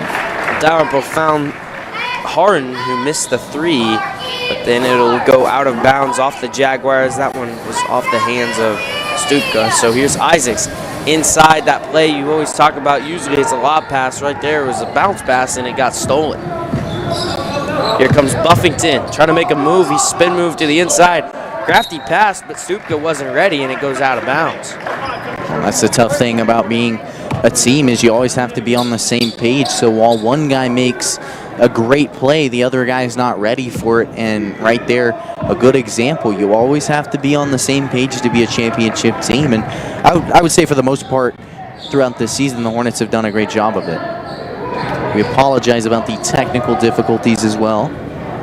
Right there, a shot from Simmons. He gets his own board, goes up with it. Noah Simmons, the tough finish on the inside. And you look at that right there, kind of fell back into his hands, but then he goes up, and he's so strong with the finish, and he gets a pretty good free throw shooter when he gets the chance. Well, that's certainly for sure, and the Hornets have done a great job on the offensive board so far this season, rebounding at 42%, and unfortunately didn't have that great of an offensive rebounding game against Salina Central, but that's what you see right there. The Hornets all rush in, and not to mention the hustle on crashing the boards, but then Noah Simmons, who's 6'7", and outsizes any of these players on this court. That's why they're so great on the offensive boards. Stupka almost got the ball stolen. There he does, as Dalrymple used his length. And here come the Hornets in transition. Wilson, Camden Wilson that is, knocked that away for Andover Central, but then Cade Wilson for the Hornets checks into the game. Well, the plays like that by Camden Wilson or other role players on this Andover Central team has been what's kept them in this game with under a minute here in the first quarter, and we're seeing only a 4-point difference, which is not exactly what I expected, but it's the hustle plays. We saw the block on the first play in the game, and overall it's been the hustle plays that have kept the Jaguars in this game, but they're going to have to start finding their rhythm shooting-wise if they want to come away with a victory here. Here's Isaacs at the high post that the Hornets are trying to find. Here he is. He puts up the shot, and it's off the back iron, so into the hands of Clevenger, who's running the point for Andover Central right now with 33 seconds to go in the first quarter. The Jaguars will likely have the last shot. Buffington drives in, and that'll be a foul right there, as foul will be called on Hornets. Looks like it may have got Gabe Phillips, so it will be Phillips' first. And 25.3, Buffington will be at the line. Valley Center now probably have the last shot if the Hornets choose to take it. Well, certainly not disagreeing with this call whatsoever, but that just shows the aggressiveness of Andover Central. That, I mean, we see the Hornets all the time hold it out and take the last shot, and totally understandable to do so because the Hornets are more of a momentum-based team. But as for Andover Central, they said, I don't care about momentum. I know that come that second quarter, no matter what happens here in the first, I'm going to come out and I'm going to fire on all cylinders. And right there, Buffington drives in. He's very aggressive about that and tries to get the bucket for his team. It's just a difference in play calling, but sometimes that can be the difference in the game. Right there, no free throws for Buffington. He missed both, so 25.3, like you said, Valley Center notorious for taking that last shot of a quarter, trying to get those buzzer beaters. Here they are breaking a press. Harden over to Phillips, back to Isaacs, and they're going to start their play around around 8 seconds is what the Hornets usually do. When I talked about the Hornets being a momentum-based team, if they're able to hit this is big, and we've said this all season. Phillips drives in. It'll be a fadeaway, and he couldn't get it as he was triple-teamed on that shot. 16-12 at the end of the first quarter as your Hornets take on the Andover Central Jaguars here on Saturday high school basketball. We all do things every day to stay healthy and safe for ourselves and for others. The same is true for our hospitals, but right now we are pushed to our limits because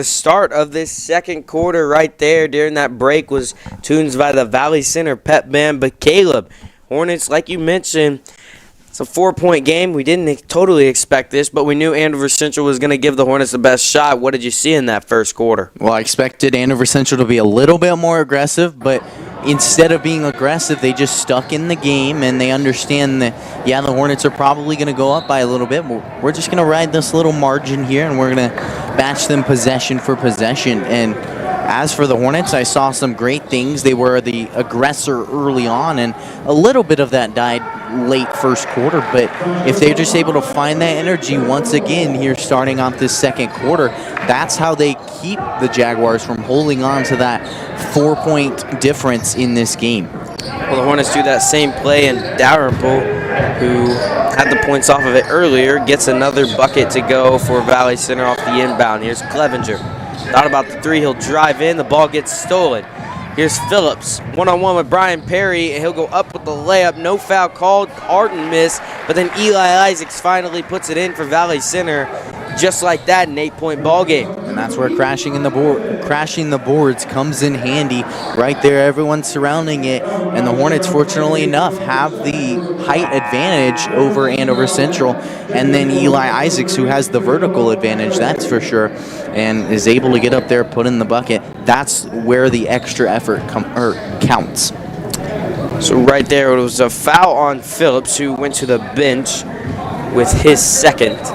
So here's the Jaguars. The ball, Clevenger guarded by Ashley. He lost it, and then the ball's on the ground. Finally went to Matthew Sears, who got the bucket to go. Well, the last two possessions, we've seen rough games, and that's what it's been so far tonight. That's what it's going to continue to be. I feel like it's a broken record saying this, but it's a league matchup, and especially against Andover Central, these two teams have a lot of bad blood between multiple sports, and so you can expect more of that here tonight. Dalrymple gets the points. He has 6 points on the game right there off the beautiful find from Eli Isaacs.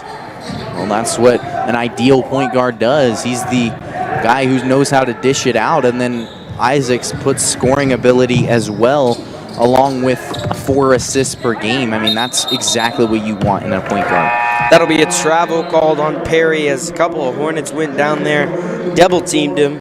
And talk about this Hornets defense with the switching, but also the help defense. I mean, it's really intimidating for a lot of players when they try to take on Noah Simmons and whoever was guarding them. Well, and that's the thing right there. The Hornets don't want to give up the middle, and by being able to help baseline, that means every area is covered, and they've done a great job of that so far this season, and it's due to aggression and communication. Steal right there from Ashley. He'll try to go with it, and the ball gets tipped out of his hands off of his leg. So the Hornets and the Jaguars doing a good job to cause turnovers and get the ball back in their possession. Neither team can find easy 2 points right now. Well, credit where credit is due to the Jaguars. Early on in the season, they were very slow-paced half-court offense, pass and cut type of offense. That was when the Hornets saw them last, and they were 0-2. But right now, I mean, they've done a great job of adapting this season to be a more comfortable team when the pace is quicker. I mean, we saw it in the last matchup, and that's why the game was closer than we expected. But right now, respect to Andover Central for continuing to improve and adapt to the situation. Matthew Sears made a good move on the inside, veteran move that is, to get the shot off. So he was fouled. He's at the free throw line. His first one rolls in and out, and Noah Simmons checks back in for the Hornets. He'll take the place of Dalrymple.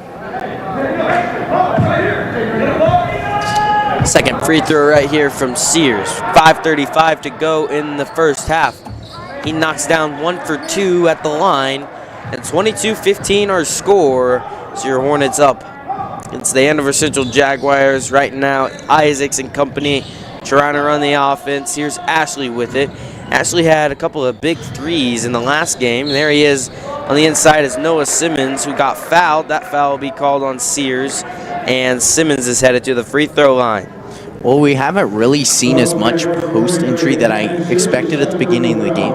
And that's just because the Hornets have been able to convert their shots. The guards have done a great job of driving in, getting jumpers, layups, and it's really been Noah Simmons clearing a path for them with checking out of the way Matt Sears. And that's been big for the Hornets offensively so far tonight. But I'm interested to see if Unruh continues this, because it is working, or if he does end up trying to push the ball back into Noah Simmons, which has worked in the past so far. And Simmons knocks down 2 free throws.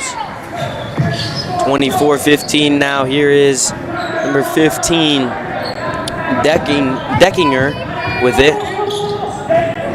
Over to Buffington, inside, Brian Perry, he hit a 3 in the first quarter. That one no good, and then that'll be off the hands of number 5, Stupka, as Noah Ashley did a great job right there to get Stupka out of position. Well, right there, that's what synchronized offense does, and I know it was a missed shot, but respect to both Buffington and Brian Perry right there. Buffington drives in left side, and Perry follows almost parallel to him in that way and stays around the three-point arc and is able to lose his man and find himself a wide-open shot. That is great communication, Austin. Well, Simmons looks like he fell, and finally the ball goes out of bounds. It looked like the ball didn't want to go out of bounds for a couple of bounces there, but it will be Andover Central ball. Clevenger back in, as he's been a big catalyst player for this Andover Central team so far. Here he is bringing the ball up for the Jaguars, and the Hornets running their man-to-man defense. Buffington spins inside. Ball's on the ground. It'll go to Deckinger. He misses the 3, and then a rebound by the Hornets. Here they come on offense. All right, there I talked about the amazing shooting ability of Andover Central, which has always been a presence on their team. And right now, shots aren't falling. That's why their score is staying pretty similar to what it was in that first quarter. And really unfortunate for the Jaguars. Isaacs, another steal right there. Inside, Noah Simmons, and he missed, but then I believe it was Phillips who got the tip-in. Well, right there we talked about Matt Sears' experience, and Noah Simmons showing an experience move right there. Feels the overcommit from Sears and then has the spin move. What a move by Noah Simmons, and is able to get a bucket. And that would be a violation on the Jaguars, so Valley Center ball.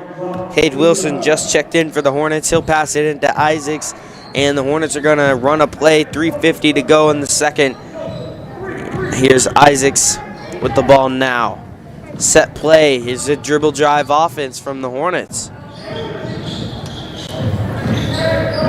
And right there, trying to shut down the dribble drive, Brian Perry attacks. That's where that aggressiveness comes in, trying to stop a smooth offense. What a find from Gabe Phillips as he got the ball into Dalrymple, who has 8 points on the game. Well, and that's where that communication comes in I talked about earlier with the left side drive by Phillips, and then it's Dalrymple who slips underneath and finds himself wide open. Isaac's a steal. He got it to Harden. The ball was on the ground. Harden couldn't come up with it fully, but he just chucked it up, and it's Cade Wilson who was tied up right there with a couple of Jaguars. So it'll be a jump ball. Possession goes to Andover Central.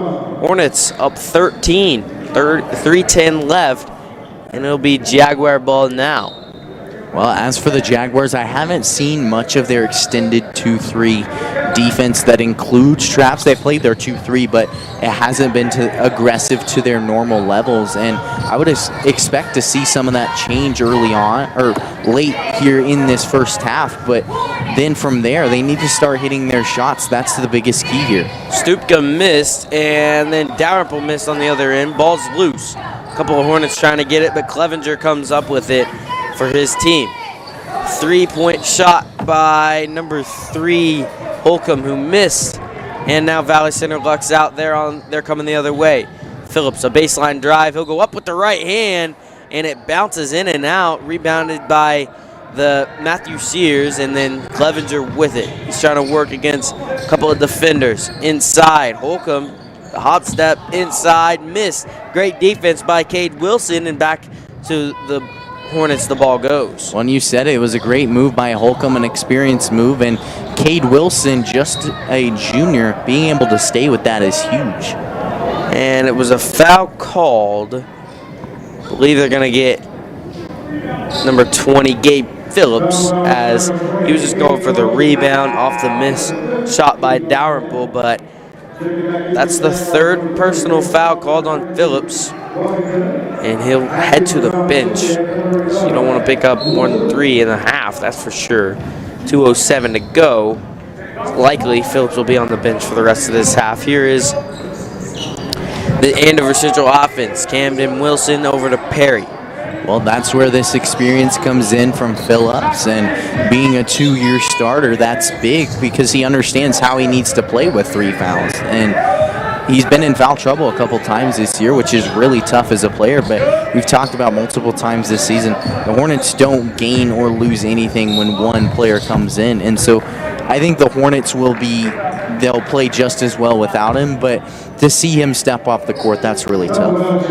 Right there, Buffington tries to drive against Simmons as he stared him down. He liked that mismatch, but Simmons will foul Buffington, and he's at the free throw line. He's 0 for 2 on the night, 0 for 3 now after that one.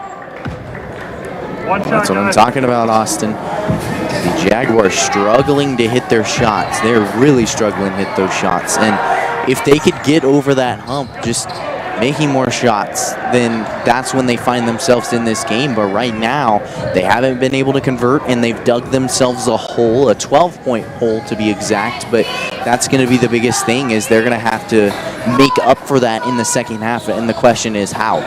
Right there, Noah Simmons, a 17-foot shot, money for the Hornets to go up 30-16. Well, we haven't really seen him do it much this year, but it's big to see Simmons develop a long-range jumper, and that's when you extend your game as a post guy. Buffington, a floater, and that'll be a double dribble is what they're going to call on Buffington, and he's not happy with that call, but Isaacs will head to the bench. Looks like he's limping a little bit. He did fall right there. Ashley will come in for him. Well, obviously sending our hopes down to the bench with Eli Isaacs, but he's had some struggles so far this year with injuries and has been able to push right through them, which is big, and that's what you need from a catalyst. Inside, Schmelzley goes up. Great find right there from Ashley, but it rolls off into the hands of Buffington. He'll take it coast to coast himself. He lost it, and he's in trouble trying to find somebody. Spin move. No call as Wilson tried to draw a charge, and then finally blocked by Noah Simmons, as here is the Hornets on offense. No calls in the last couple of seconds as there's 25 to go in the quarter. Well, Noah Simmons created an opportunity right there. He averages a block and a half per game, and right there coming up clutch. Now the Hornets need to find their last shot, because as I talked about, a momentum-based team is what the Hornets are, and so if they're able to find that big shot, no matter if it's a 2 or 3 right before the half, that is huge. And Ashley goes inside. He puts it up with the right hand. He missed, but then a rebound right there. A foul will be called. And it's like Buffington's slow to get up, but he will be shooting free throws. It'll be a 1-and-1 for Buffington. 2.7 to go. And if Buffington can miss, the Hornets may be able to get one more shot up. Well, free throws are a sour way to possibly end a half. I know there's still odds of getting a shot up, as you just mentioned, Austin, but overall, under 3 seconds, that's going to be tough. Your biggest thing right here for the Hornets, if Buffington were to miss, you got to make sure they don't get the offensive rebound. Right there, a missed shot into the hands of Dalrymple, who can't put up a long-range shot, and so that will be the end of 2, as the Hornets had a pretty good second quarter, and they go up 30-16 at halftime.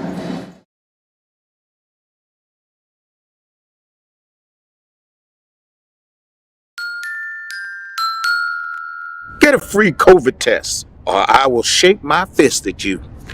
Take that. You've been old schooled. Get a free COVID test. Anyone can get tested.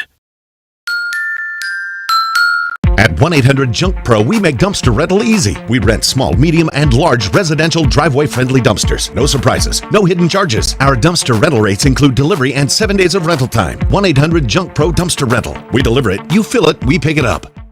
We all do things every day to stay healthy and safe for ourselves and for others. The same is true for our hospitals. But right now, we are pushed to our limits because this isn't a COVID crisis, it's a health crisis. And we need everyone's help. Wear your mask, wash your hands, keep your distance, and avoid large gatherings. This holiday season, doing your part to protect others is the greatest gift you can give. Lives depend on it. Welcome to Valley Center, a beautiful, friendly community just 9 miles north of downtown Wichita. Come discover Valley Center and take a walk through historic downtown. Check out unique restaurants, shop at locally owned businesses, or play around at Valley Point Golf Course. Valley Center is building on its proud heritage while welcoming new ideas, new businesses, and new families. Valley Center will exceed your expectations. Discover Valley Center, an incredible place to call home. One of a parent's biggest worries is letting their teen get behind the wheel of a vehicle. That's why getting professional, personal instruction is so important. The Wichita Driving School is licensed by the state of Kansas and offers the most classes per month of any driving school. With the most students trained in Wichita last year, it's obvious students and parents like Wichita Driving School for the convenience and professional one-on-one instruction. Wichita Driving School, where you're driven to be the best. We all do things every day to stay healthy and safe. We all want Kansas businesses, schools, and other services to safely remain open. So we all need to do our part and encourage others to join us. To keep Kansas open this holiday season, wear your mask, wash your hands, avoid large social gatherings, and keep your distance. Kansas businesses depend on it. We are dedicated to helping families celebrate the lives of their loved ones. Each creation contains a small amount of cremains, capturing the essence in a swirl of color and ashes, sealed forever within beautiful art glass. Ash weights provide a unique and beautiful way to hold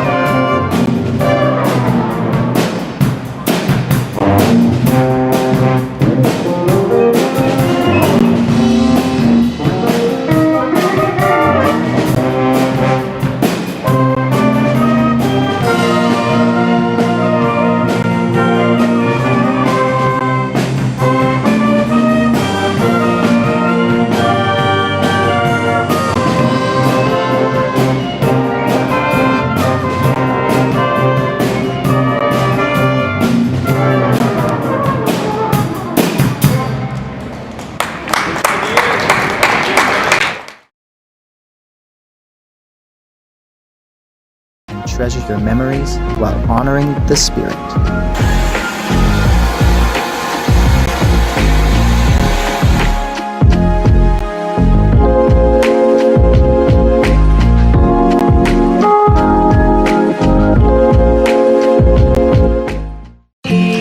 I'm a patriot and a mechanic.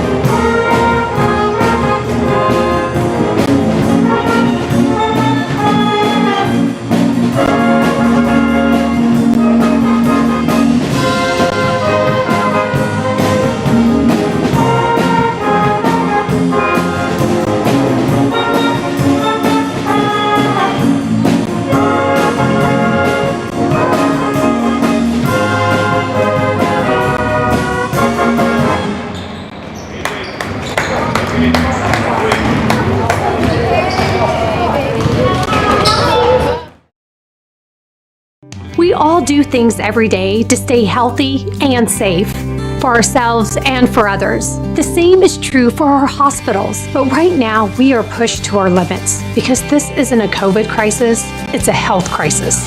And we need everyone's help. Wear your mask, wash your hands, keep your distance, and avoid large gatherings. This holiday season, doing your part to protect others is the greatest gift you can give. Lives depend on it.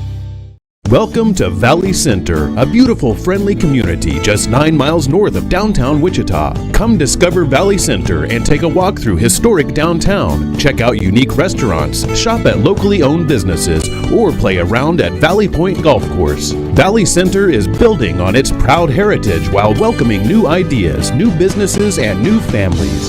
Valley Center will exceed your expectations. Discover Valley Center, an incredible place to call home.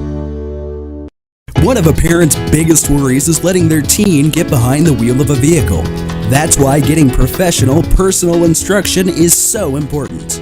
The Wichita Driving School is licensed by the state of Kansas and offers the most classes per month of any driving school. With the most students trained in Wichita last year, it's obvious students and parents like Wichita Driving School for the convenience and professional one-on-one instruction. Wichita Driving School, where you're driven to be the best.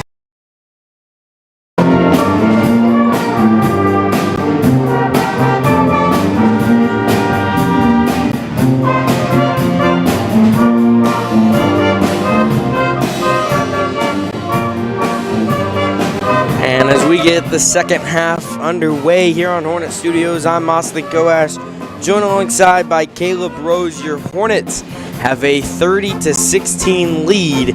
Caleb, what'd you see in that first half?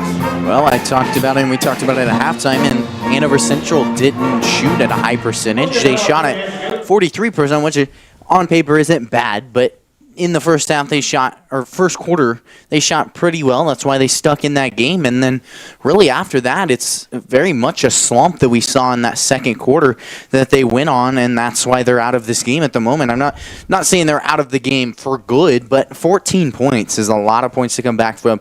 And there's some serious work that needs to be done. But statistically, Hardin had 5, Isaacs with 7, Dalrymple with 8, Phillips with 2, and Simmons with 8. And then for Andover Central, Stupka had 2, Clevenger with only 3. Keep that in mind. He averages 15.5 per game. And then Sears had 7. Brian Perry had 3, and Buffington had 1. And overall, I would say I didn't give enough credit to this Andover Central team for what they've done most of the game. They lost the rebounding margin by 5, and they struggled with turnovers, having 15 in the first half alone. But there's a lot of potential.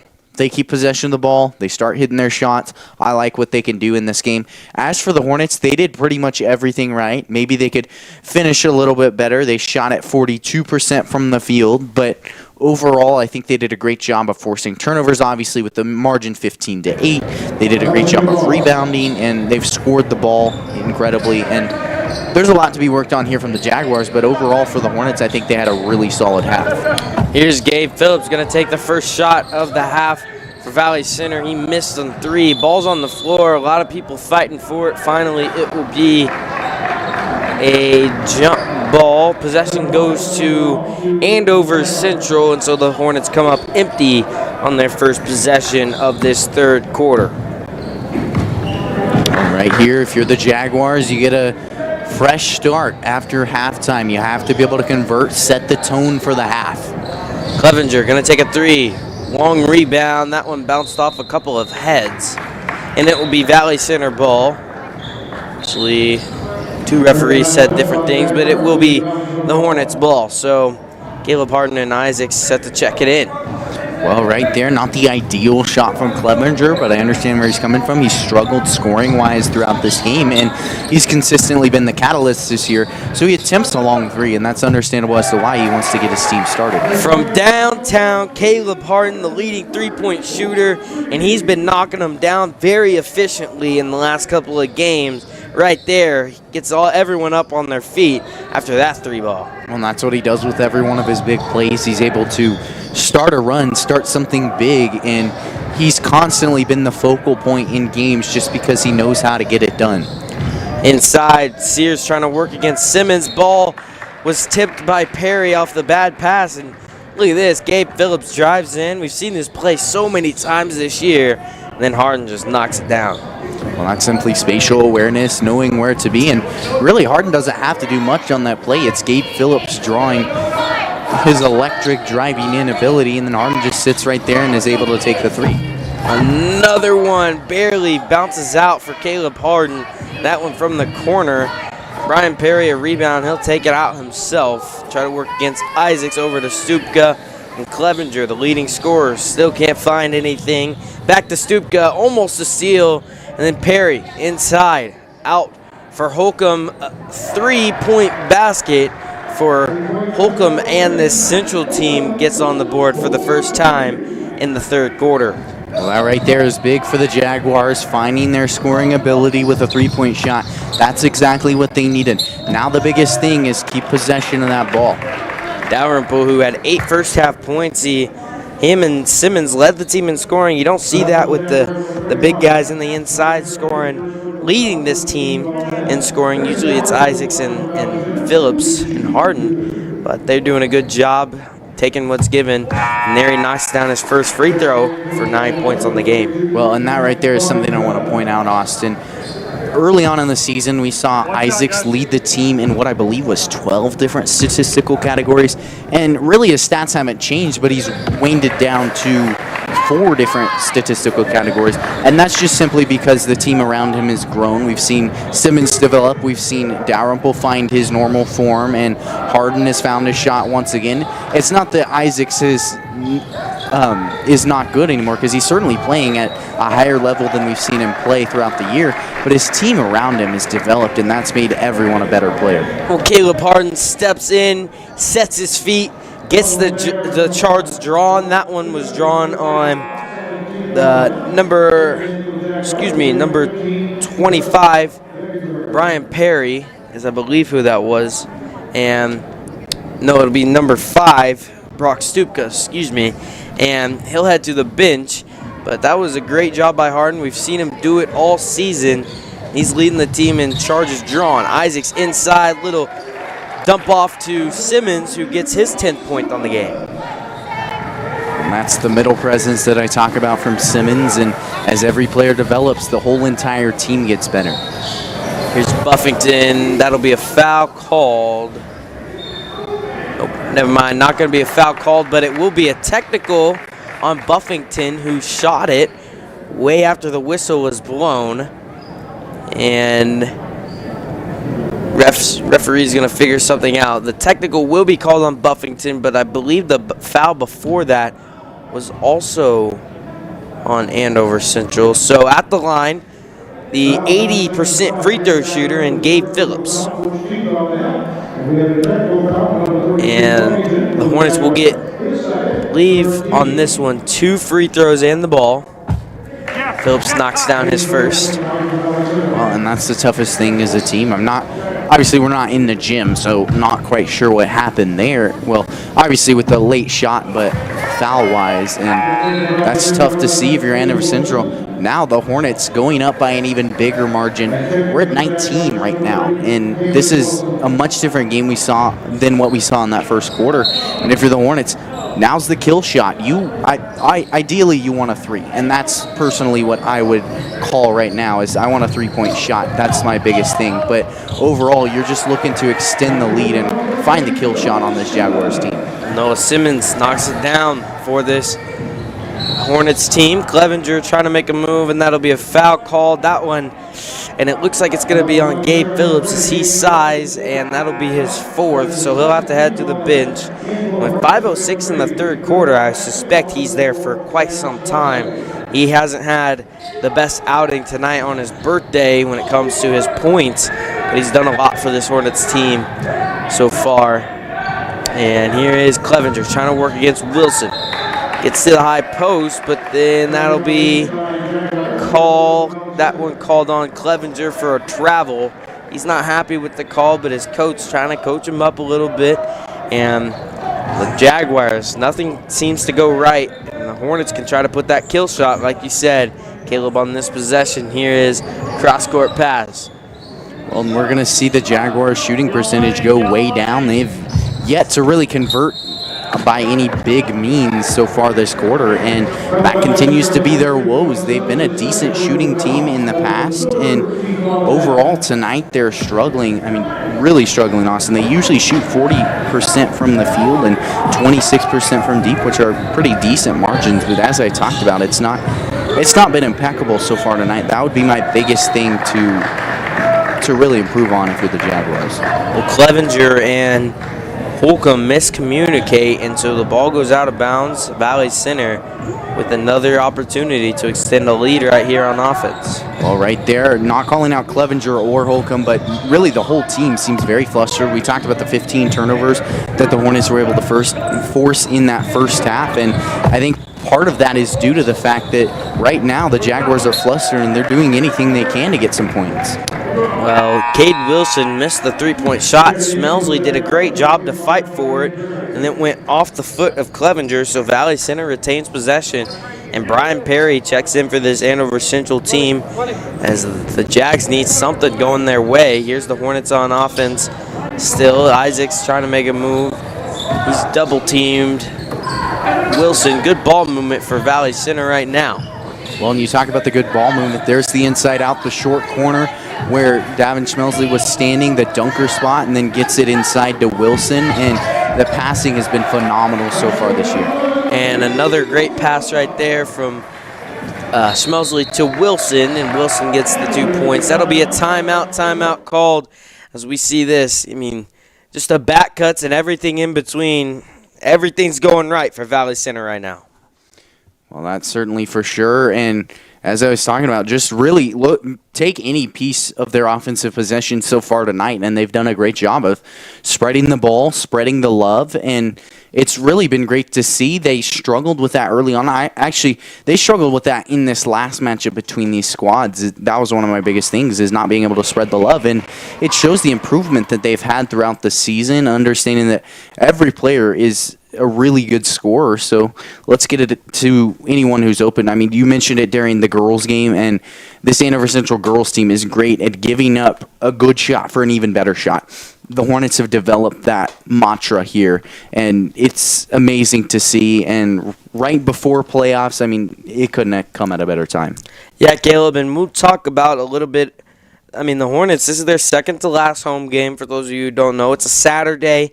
The Hornets had to wake up fairly early, do a walkthrough, and it was at 10 o'clock was the walkthrough. They're not on their normal schedule, but they're playing even better than normal, I would say, because they're playing phenomenal right now.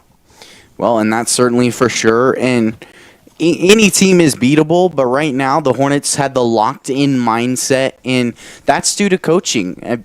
Credit that to coaching. As a coach, you have to be able to make sure your players are locked in and ready to go. They get up early, have a good breakfast, and then they get here at 10 o'clock, get a decent workout in or a walkthrough, and that's big, making sure your players are locked in. Credit to Coach Ty Unrau for getting them locked in an unusual day. Right there, it was Matthew Sears who made it, and then on the other hand, and then Kanoa Ashley knocks down one from deep. You know what's scary about this team, Caleb, is when people are hitting threes, and this team can develop the three-point shot along with what they've done all season defensively. I don't think we realize how good this team can be. And then we want to talk about the thing that's been on the Hornets' mind is one game at a time to get to the league championship. They want to win this league championship, and it all comes down to Tuesday night as your Hornets will take on Andover here at home. And tonight they're proving that they're gonna play this game, and they have to handle business for the rest of this game. But then they want that game against Andover really bad. Last time they lost by 5 in overtime. Well, and you have to be able to handle business every night, Austin. This is not just to be professional and play well against Andover. This is a night in, night out, practice in, practice out. That has to be your whole entire mantra for the entire year.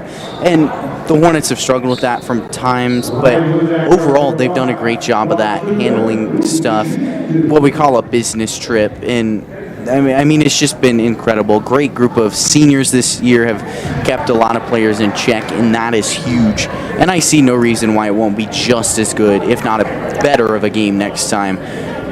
than what we saw last time against Andover. And Andover went on and they beat Salina Central.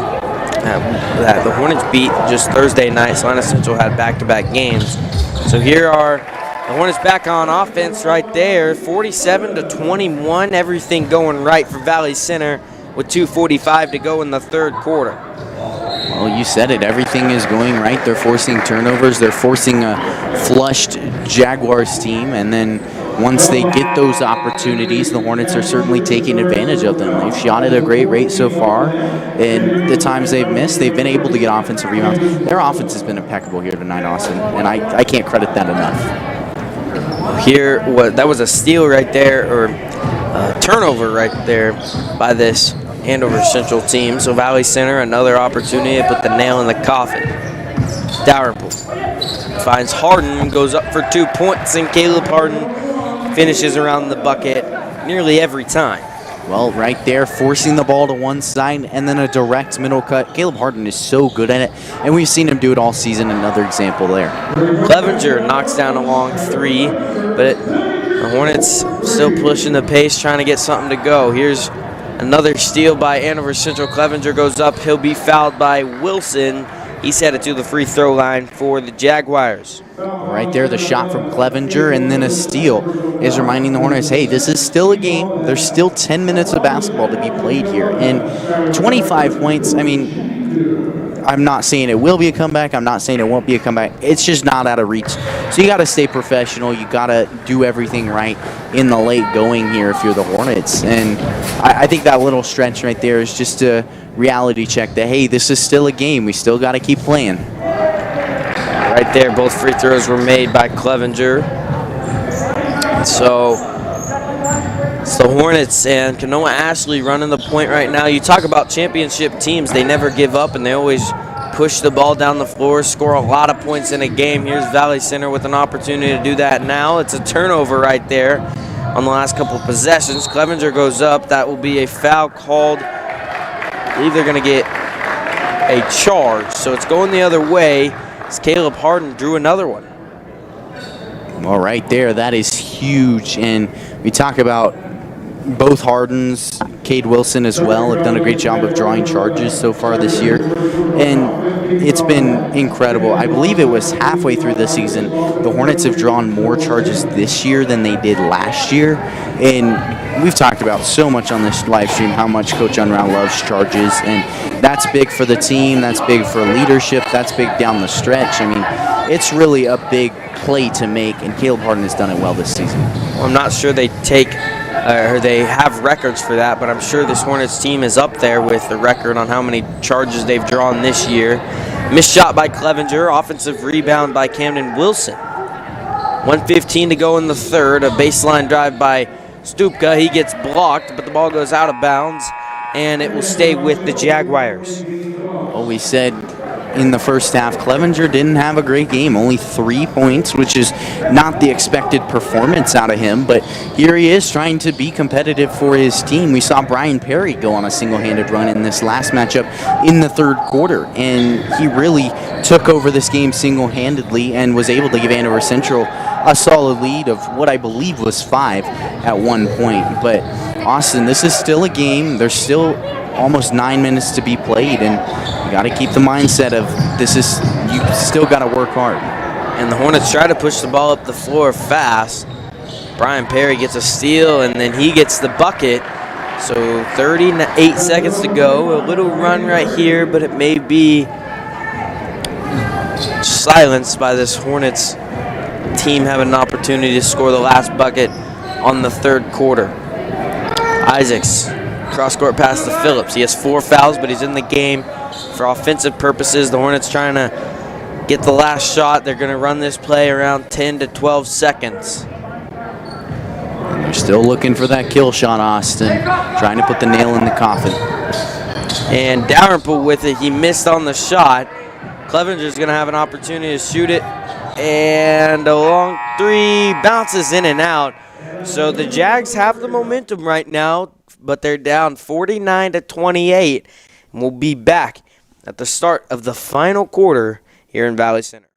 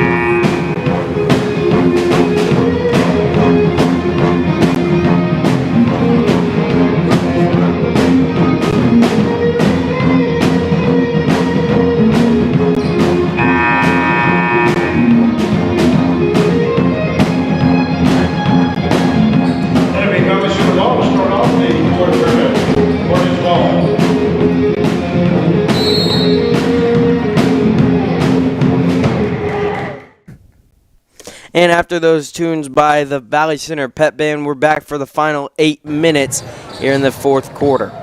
Well, Austin, we saw a great third quarter put on by the Hornets, but as I mentioned late in that third quarter, this is still a good game, and the Jaguars have every potential to try and make a comeback. Overall, I would say the Hornets did a great job forcing turnovers, shooting at a high percentage, and that was the biggest woe that we just saw right now. Andover Central struggled to convert the ball. If they do that at a high percentage here in the fourth, they're going to be a scary team. And they knocked down, it was Holcomb who knocked down that three, and then that'll be a foul. And I believe they're going to get number 5, Stupka, as he tried to block the shot of Phillips, who's got that beautiful jumper, smooth like butter, as you would call it, Caleb. And here he is at the free throw line. He knocked down his first one, Phillips did. It's only the second foul called on Stupka. Phillips in the game. He knows he has 4 fouls. He's been in this situation multiple times. He didn't want to get that 5th foul and have to go out of the game on his birthday. With 7:15 left, here's Clevenger and this Andover Central offense. Well, and he hasn't had his usual performance, and that happens from time to time. Every athlete has an off game, but overall, he's still been a catalyst. He's still played solid defense, and he's been a solid rebounder for this team. And credit to him, he hasn't put up his usual on the scoreboard, but at the end of the day, the intangibles that he's brought to the court have been big. Well, the Hornets and the Jaguars trading buckets right there. A 15-footer from Simmons missed, and here comes Holcomb. He gets fouled, as it looked like a couple of Hornets may have tipped or hit his hand right there. Not sure who they're going to get that on. It'll be 2 free throws for Max Holcomb, and that foul, it's not on the board yet, but Holcomb makes his first. Foul will be called on Dalrymple. Isaacs checks into the game, so he'll take the place of Phillips. And Holcomb's second free throw off the mark, rebounded by Simmons, and the Hornets back on offense. 6:33 to go in the fourth. It'll be a foul called on Clevenger as he tried to get too aggressive on Isaacs, who was going to run the play for the Hornets. Back into the game is Phillips. Well, I really think that was a 50-50 call. The Hornets lucky to have it in their favor, and Isaacs obviously been a decent free throw shooter throughout the year, but Central continuing to grind away, and their shooting percentage going right back up to where it usually is. This will be big for both squads in the course of the game if they're able to convert. Isaacs missed the 1-and-1. Perry goes in, and that will be a block called on Noah Simmons. He's not happy with the call, but Perry did a good job to avoid contact and didn't go straight up with Simmons, who will be called for his 4th foul. So a couple of Hornets in foul trouble. Well, fortunately enough, as a Hornets fan, we haven't seen the full potential of Brian Perry yet so far. I'm going to go ahead and knock on wood so that hopefully doesn't happen. But Brian Perry has been an incredible player throughout the year. He's just overall athletic and knows how to score the basketball. And he's incredible on the defensive side of the ball. That's been big to his game so far this year. And I would put him up there with Clevenger. I would say Clevenger's the biggest guy to watch out if you're playing Andover Central, but Brian Perry's right out behind him. Here he is for his second free throw. He misses that one too, so 53-34, still a 19-point game. Ashley trying to avoid a double team. He'll find Phillips, who goes up left hand, and he missed it. Right there, Hornets continue to try and attack the middle, and perfectly understandable as they have the size difference here. That has been huge so far tonight. A 3-ball by Holcomb missed. Ball is loose, and Ashley tipped it to Clevenger's, off of Clevenger's head, and it will be Valley Center ball.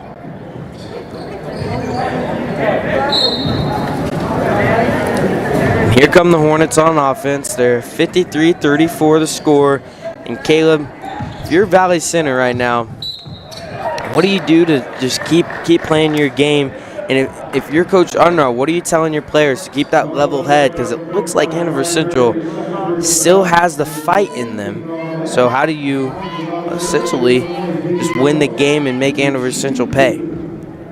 Well, I'm not saying this is necessary. This is my personal opinion, and it's not wrong if you don't do this, but just what I've seen, if you want a team to continue to attack, continue to stay aggressive, go into an aggressive defense. If the Hornets maybe press or something light, it doesn't have to be huge, but you want to have them continue to be in that aggressive mindset, and that's what gives you the competitiveness and the drive to continue playing at your highest level. I would say that's the biggest thing that, in my personal opinion, that they can maybe do to continue playing out this game. Well, that'll be a foul by Kanoa Ashley, but they did that right there, Caleb. As you were talking about that, you noticed a couple of Hornets tried to trap the ball, and then when it didn't happen, they ran and they switched. They did their switching on defense, and some of the players, it was Gabe Phillips actually told me, he was like, we are such a scary team when we are able to communicate and switch, because Coach Wolf, Brandon Wolf, the new coach here at Valley Center, he's done a great job,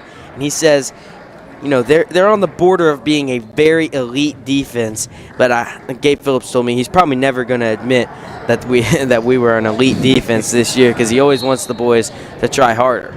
Well, that's certainly for sure. And you talk about the aggressiveness and the communication. Aggressiveness requires communication with the switching, and that's been one of the biggest defensive woes for the Hornets in the past, is not being able to communicate. I mean, I've been a manager here for 3 years, and that's been Coach Unraut's biggest thing, is practices should never be quiet. In fact, they should be way louder than most teams are, because you have to be able to communicate, and you have to communicate more in practice than you do in games. And really, Brandon Wolf, Ty Unraut, Jared Enzi, they've all done a great job of pushing this team outside of their comfort zone, and then also forcing them to communicate, which they've done a great job of this year, and that is a big part of their defensive success. Oh, Caleb, and we talk about the senior leadership, but I want to talk about just the JV and some of those guys on the bench that don't get a ton of playing time. They bring it to this Hornets team, and they actually beat this Hornets team sometimes at some drills, the varsity, because, I mean, there's no one complaining, there's no one, and just the battles in practice are the reason they succeed on Tuesdays and Friday nights. Well, and I would argue the JV team is almost as good as this varsity team. I mean, in drills, the JV team beats the varsity team maybe 40% of the time. I mean, they'll get occasional help from a varsity player on their squad, but overall, they have been a big part of this varsity team, and they've continued to push and try and make this team elite. And credit where credit is due. The JV team has put together quite a practice squad and pushed this team to be their best. Well, Simmons is back at the free throw line, and he gets that one to roll in. 58-34, 24-point game. Camden Wilson back in for the Jaguars. His second free throw by Simmons on his way. And we're starting to see the game slow down just a little bit here, Austin. The Hornets finding a more comfortable lead than what we saw right before the start of this fourth quarter, and right now they're pushing 30. I think it'll be interesting if they're able to reach that margin, because this is a team that they only beat by 7 last time, and I think Coach Unraut knew that they could do better in this game, and right now they're certainly showing it. Wilson at the top, trying to find something. We'll get it to Sears, to Perry, and that will be a foul called on, I believe it's going to be on Cade Wilson. It will be, and so Brian Perry gets the and one. He's headed to the free throw line. Well, and there's that beautiful cut. I mean, I talk about this all the time while announcing soccer, the change of speed. There was no setup play there. It was just Brian Perry. I talked about his athleticism, and the change of speed is what got him open. Great play there by Brian Perry. It'll be a timeout called by Andover Central, and we'll be back at the at the end of this timeout here in a moment.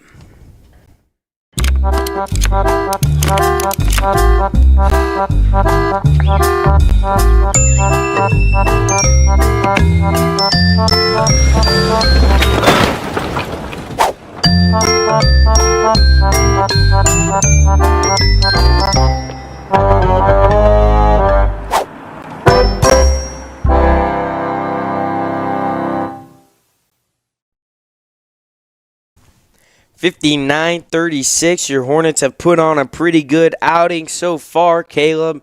4:28 to go. What have you seen? Well, obviously, we've seen a fourth quarter dominated by the Hornets. I saw some flashes of brilliance from the Jaguars, but the Hornets have really put it to the Jaguars and playing aggressive, playing just as well as they did in that second and third quarter, and they've shot at just a high enough percentage to really take over this game. I talked about the shooting percentage that we saw against Salina Central, and tonight's isn't as high as that, but this is what Coach Unruh has been wanting. This is what we've all been wanting, because this is the full potential Valley Center Hornets team right now. They're doing everything right, and the one struggle they've had, in my opinion, has been shooting percentage, and really they've done a great job of it so far here tonight. They did against Salina Central, and that's what can make this team elite if they hit their shots at a high percentage. Ashley missed, and that'll be a foul called on Schmelsley. Number 4 for the Hornets. The 10th foul, I believe that's actually the 11th foul called this half, but it will be in double bonus the rest of the game. 4:12 to go. No running clock, as it's only a 22-point game, now 21-point game. Well, Austin, it's not officially senior night here in Valley Center, but it feels like senior night. I mean, second to last home game, and it's getting close here. The snow's melting, winter's starting to come to an end, and Hornets only have one more game left. The Jaguars have 2. We'll talk about the Jaguars schedule. We talked about Monday. They have to travel to Arc City and then to Eisenhower. Both teams that will give them competitive games, and that's tough for Arc City. But as far as their seniors go, they have Matt Sears, who we talked about, provided a lot of experience and a lot of rebounds on this floor, and then Matt Buffington, another guy. He's a pretty strong wing player, and he's been an impeccable passer so far this year. 5.5 rebounds per game, along with 2 assists and a steal and a half in his senior season. But this has been a young Andover Central team, and there's a lot of potential. I mean, we talk enough about Brian Perry and then Skylar Clevenger. Clevenger, a junior, and Perry, just a sophomore, and this team has a bright future. We'll see how they end out this season. Now, after that free throw by Schmelsley, and then here comes Matthew Sears, who knocks down a shot of his own on the other end. Well, and then for the Hornets, obviously we have all marked our calendars for that, and that's next Tuesday's game at home right here live on Hornet Studios versus Andover, and that is going to be a huge one. Final score 70-64 after last outing. It went into overtime, and that one felt like every play your heart stopped because it was just so intense, and every player had prepared for it all season. That's going to be the biggest one, and if the Hornets are able to beat Andover, I see no reason why they can't go into sub-state and compete just as well with Mays. I think that will be very interesting. But as far as the seniors go, I mean, we've talked about this has been an impeccable class of 2021. Caleb Harden, Eli Isaacs, Kanoa Ashley, Braden Dalrymple, and Gabe Phillips. I mean, they've all done great things for this team and really sent it to another level. Yeah, Caleb, and that'll be a timeout called by the Andover Central Jaguars with 3:12 to go. We'll be back when play resumes here on Hornet Studios.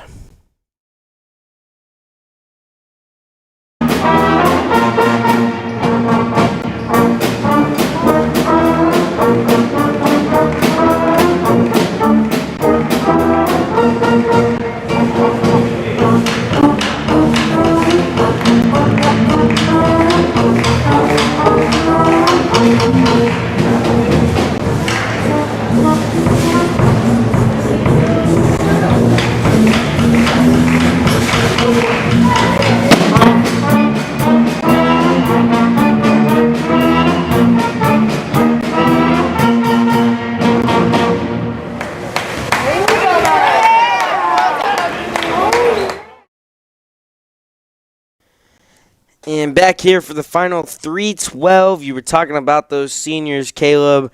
They've done a great job for this Hornets team. They've all been playing together for such a long time.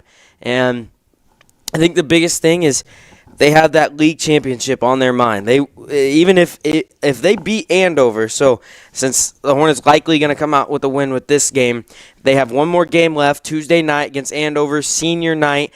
And if they can beat Andover, then no matter what, the Hornets will have an opportunity. They'll just share it with Andover from what Unruh has told us. They'll share a league championship. But Andover still has a chance to lose to Eisenhower next Friday after that game.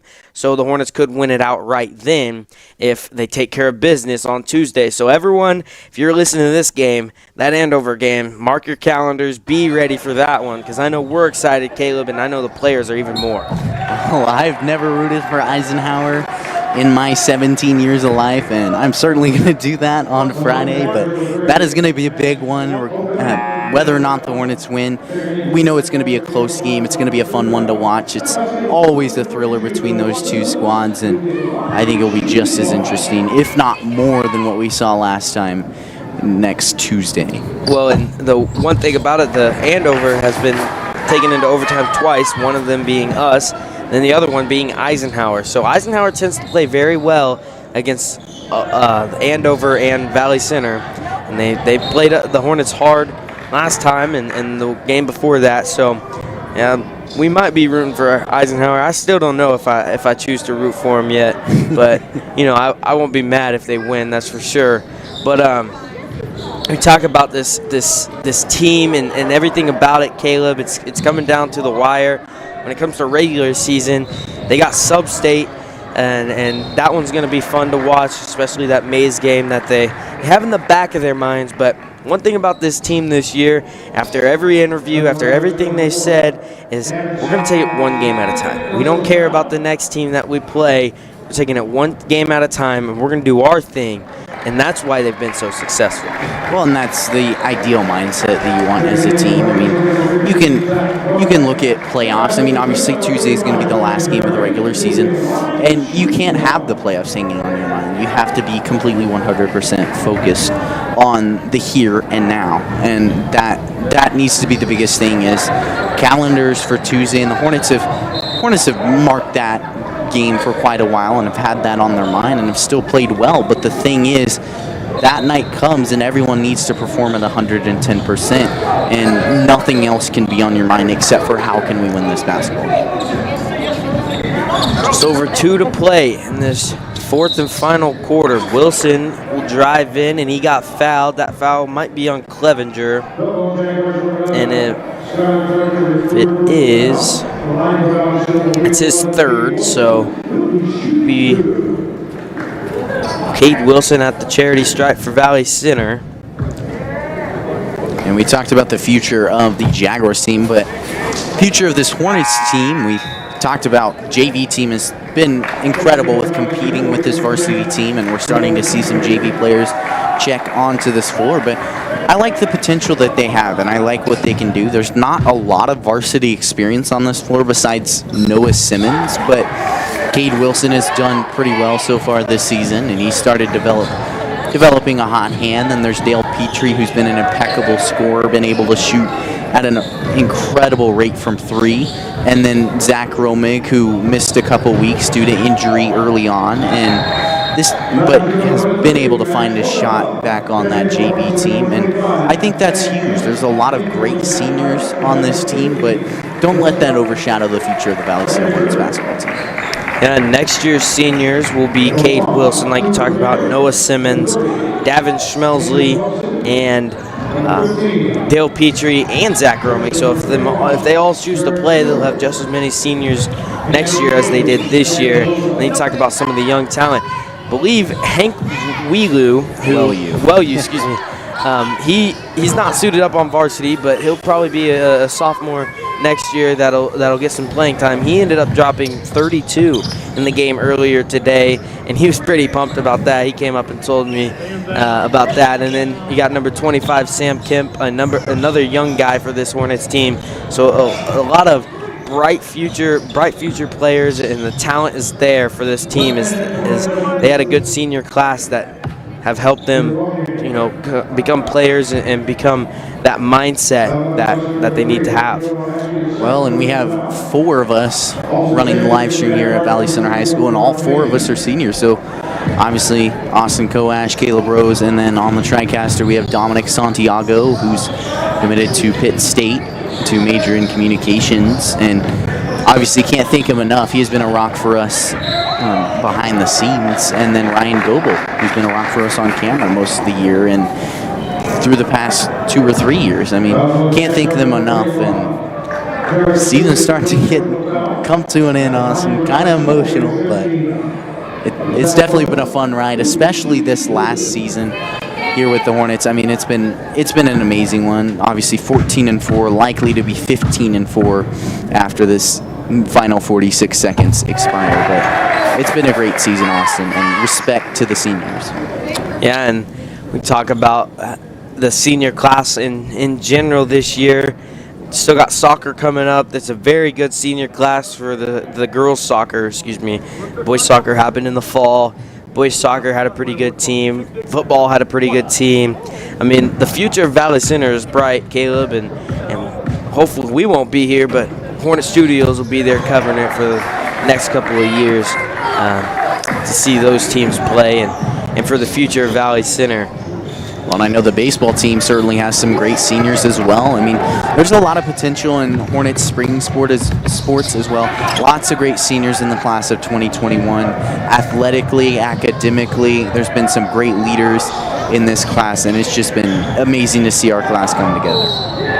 Be a charge. Good job right there by Zach Romick. He might be the guy that takes the place of Caleb Harden when it comes to drawing charges. Right there, maybe a little bit of acting, but it worked out great. And so the Valley Center Hornets will have the ball. They probably will elect to just waste the rest of the clock as they're up 20, 68-48 right now.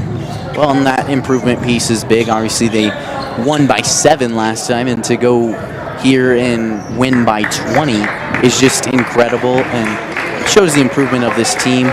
We'll see how they fare against Andover, but I like their odds. 68-48 as we hit double zeros here in Valley Center. So your Hornets move on to 15-4. Next game is against Andover, the game that everyone's marked their calendars for this year, especially after that overtime loss last time. That'll be it from us here at Hornet Studios. I'm Austin Koash, joined alongside by my partner Caleb Rose. We'll see you Tuesday night.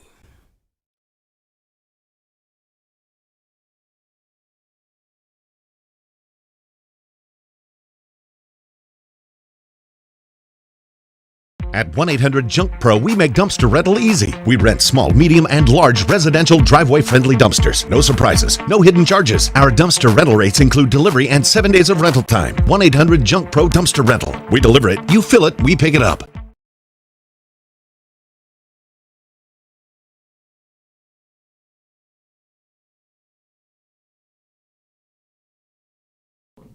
Whenever we go to a local event here in Valley, we all want good food for reasonable prices with a friendly face behind it.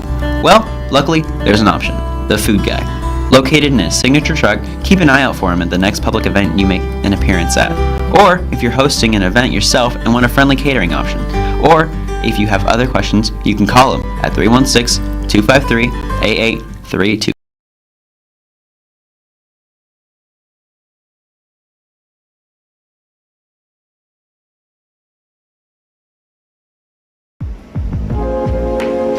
We are dedicated to helping families celebrate the lives of their loved ones. Each creation contains a small amount of cremains, capturing the essence in a swirl of color and ashes, sealed forever within beautiful art glass. Ash weights provide a unique and beautiful way to hold and treasure your memories while honoring the spirit.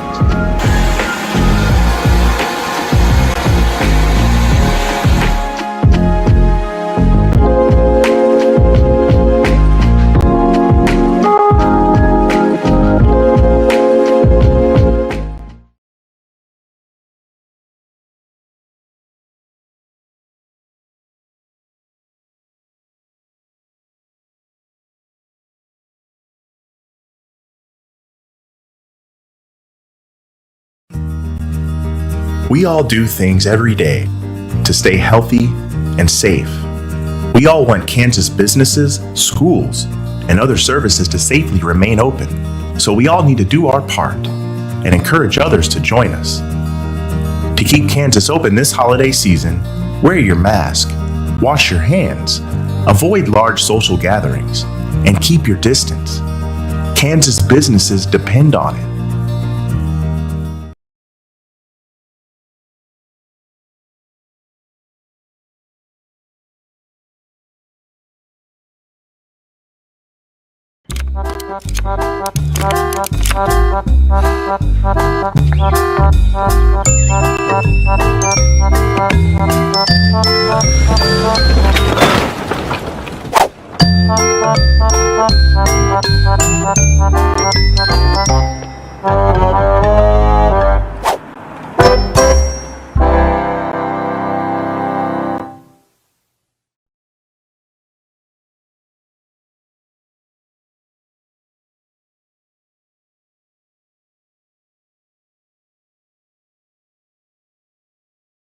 One of a parent's biggest worries is letting their teen get behind the wheel of a vehicle.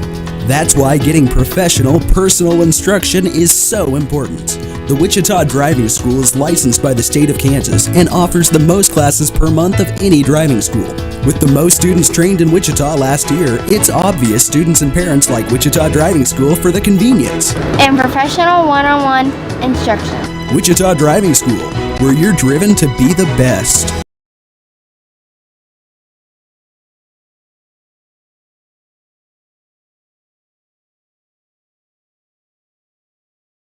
Welcome to Valley Center, a beautiful, friendly community just 9 miles north of downtown Wichita. Come discover Valley Center and take a walk through historic downtown. Check out unique restaurants, shop at locally owned businesses, or play around at Valley Point Golf Course. Valley Center is building on its proud heritage while welcoming new ideas, new businesses, and new families. Valley Center will exceed your expectations. Discover Valley Center, an incredible place to call home.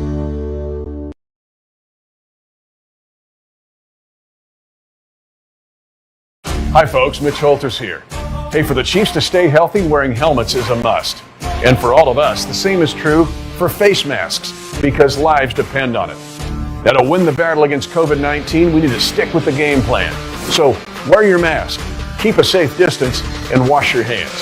The Chiefs come together when it matters the most, and so can we. Let's work as a team to beat COVID-19.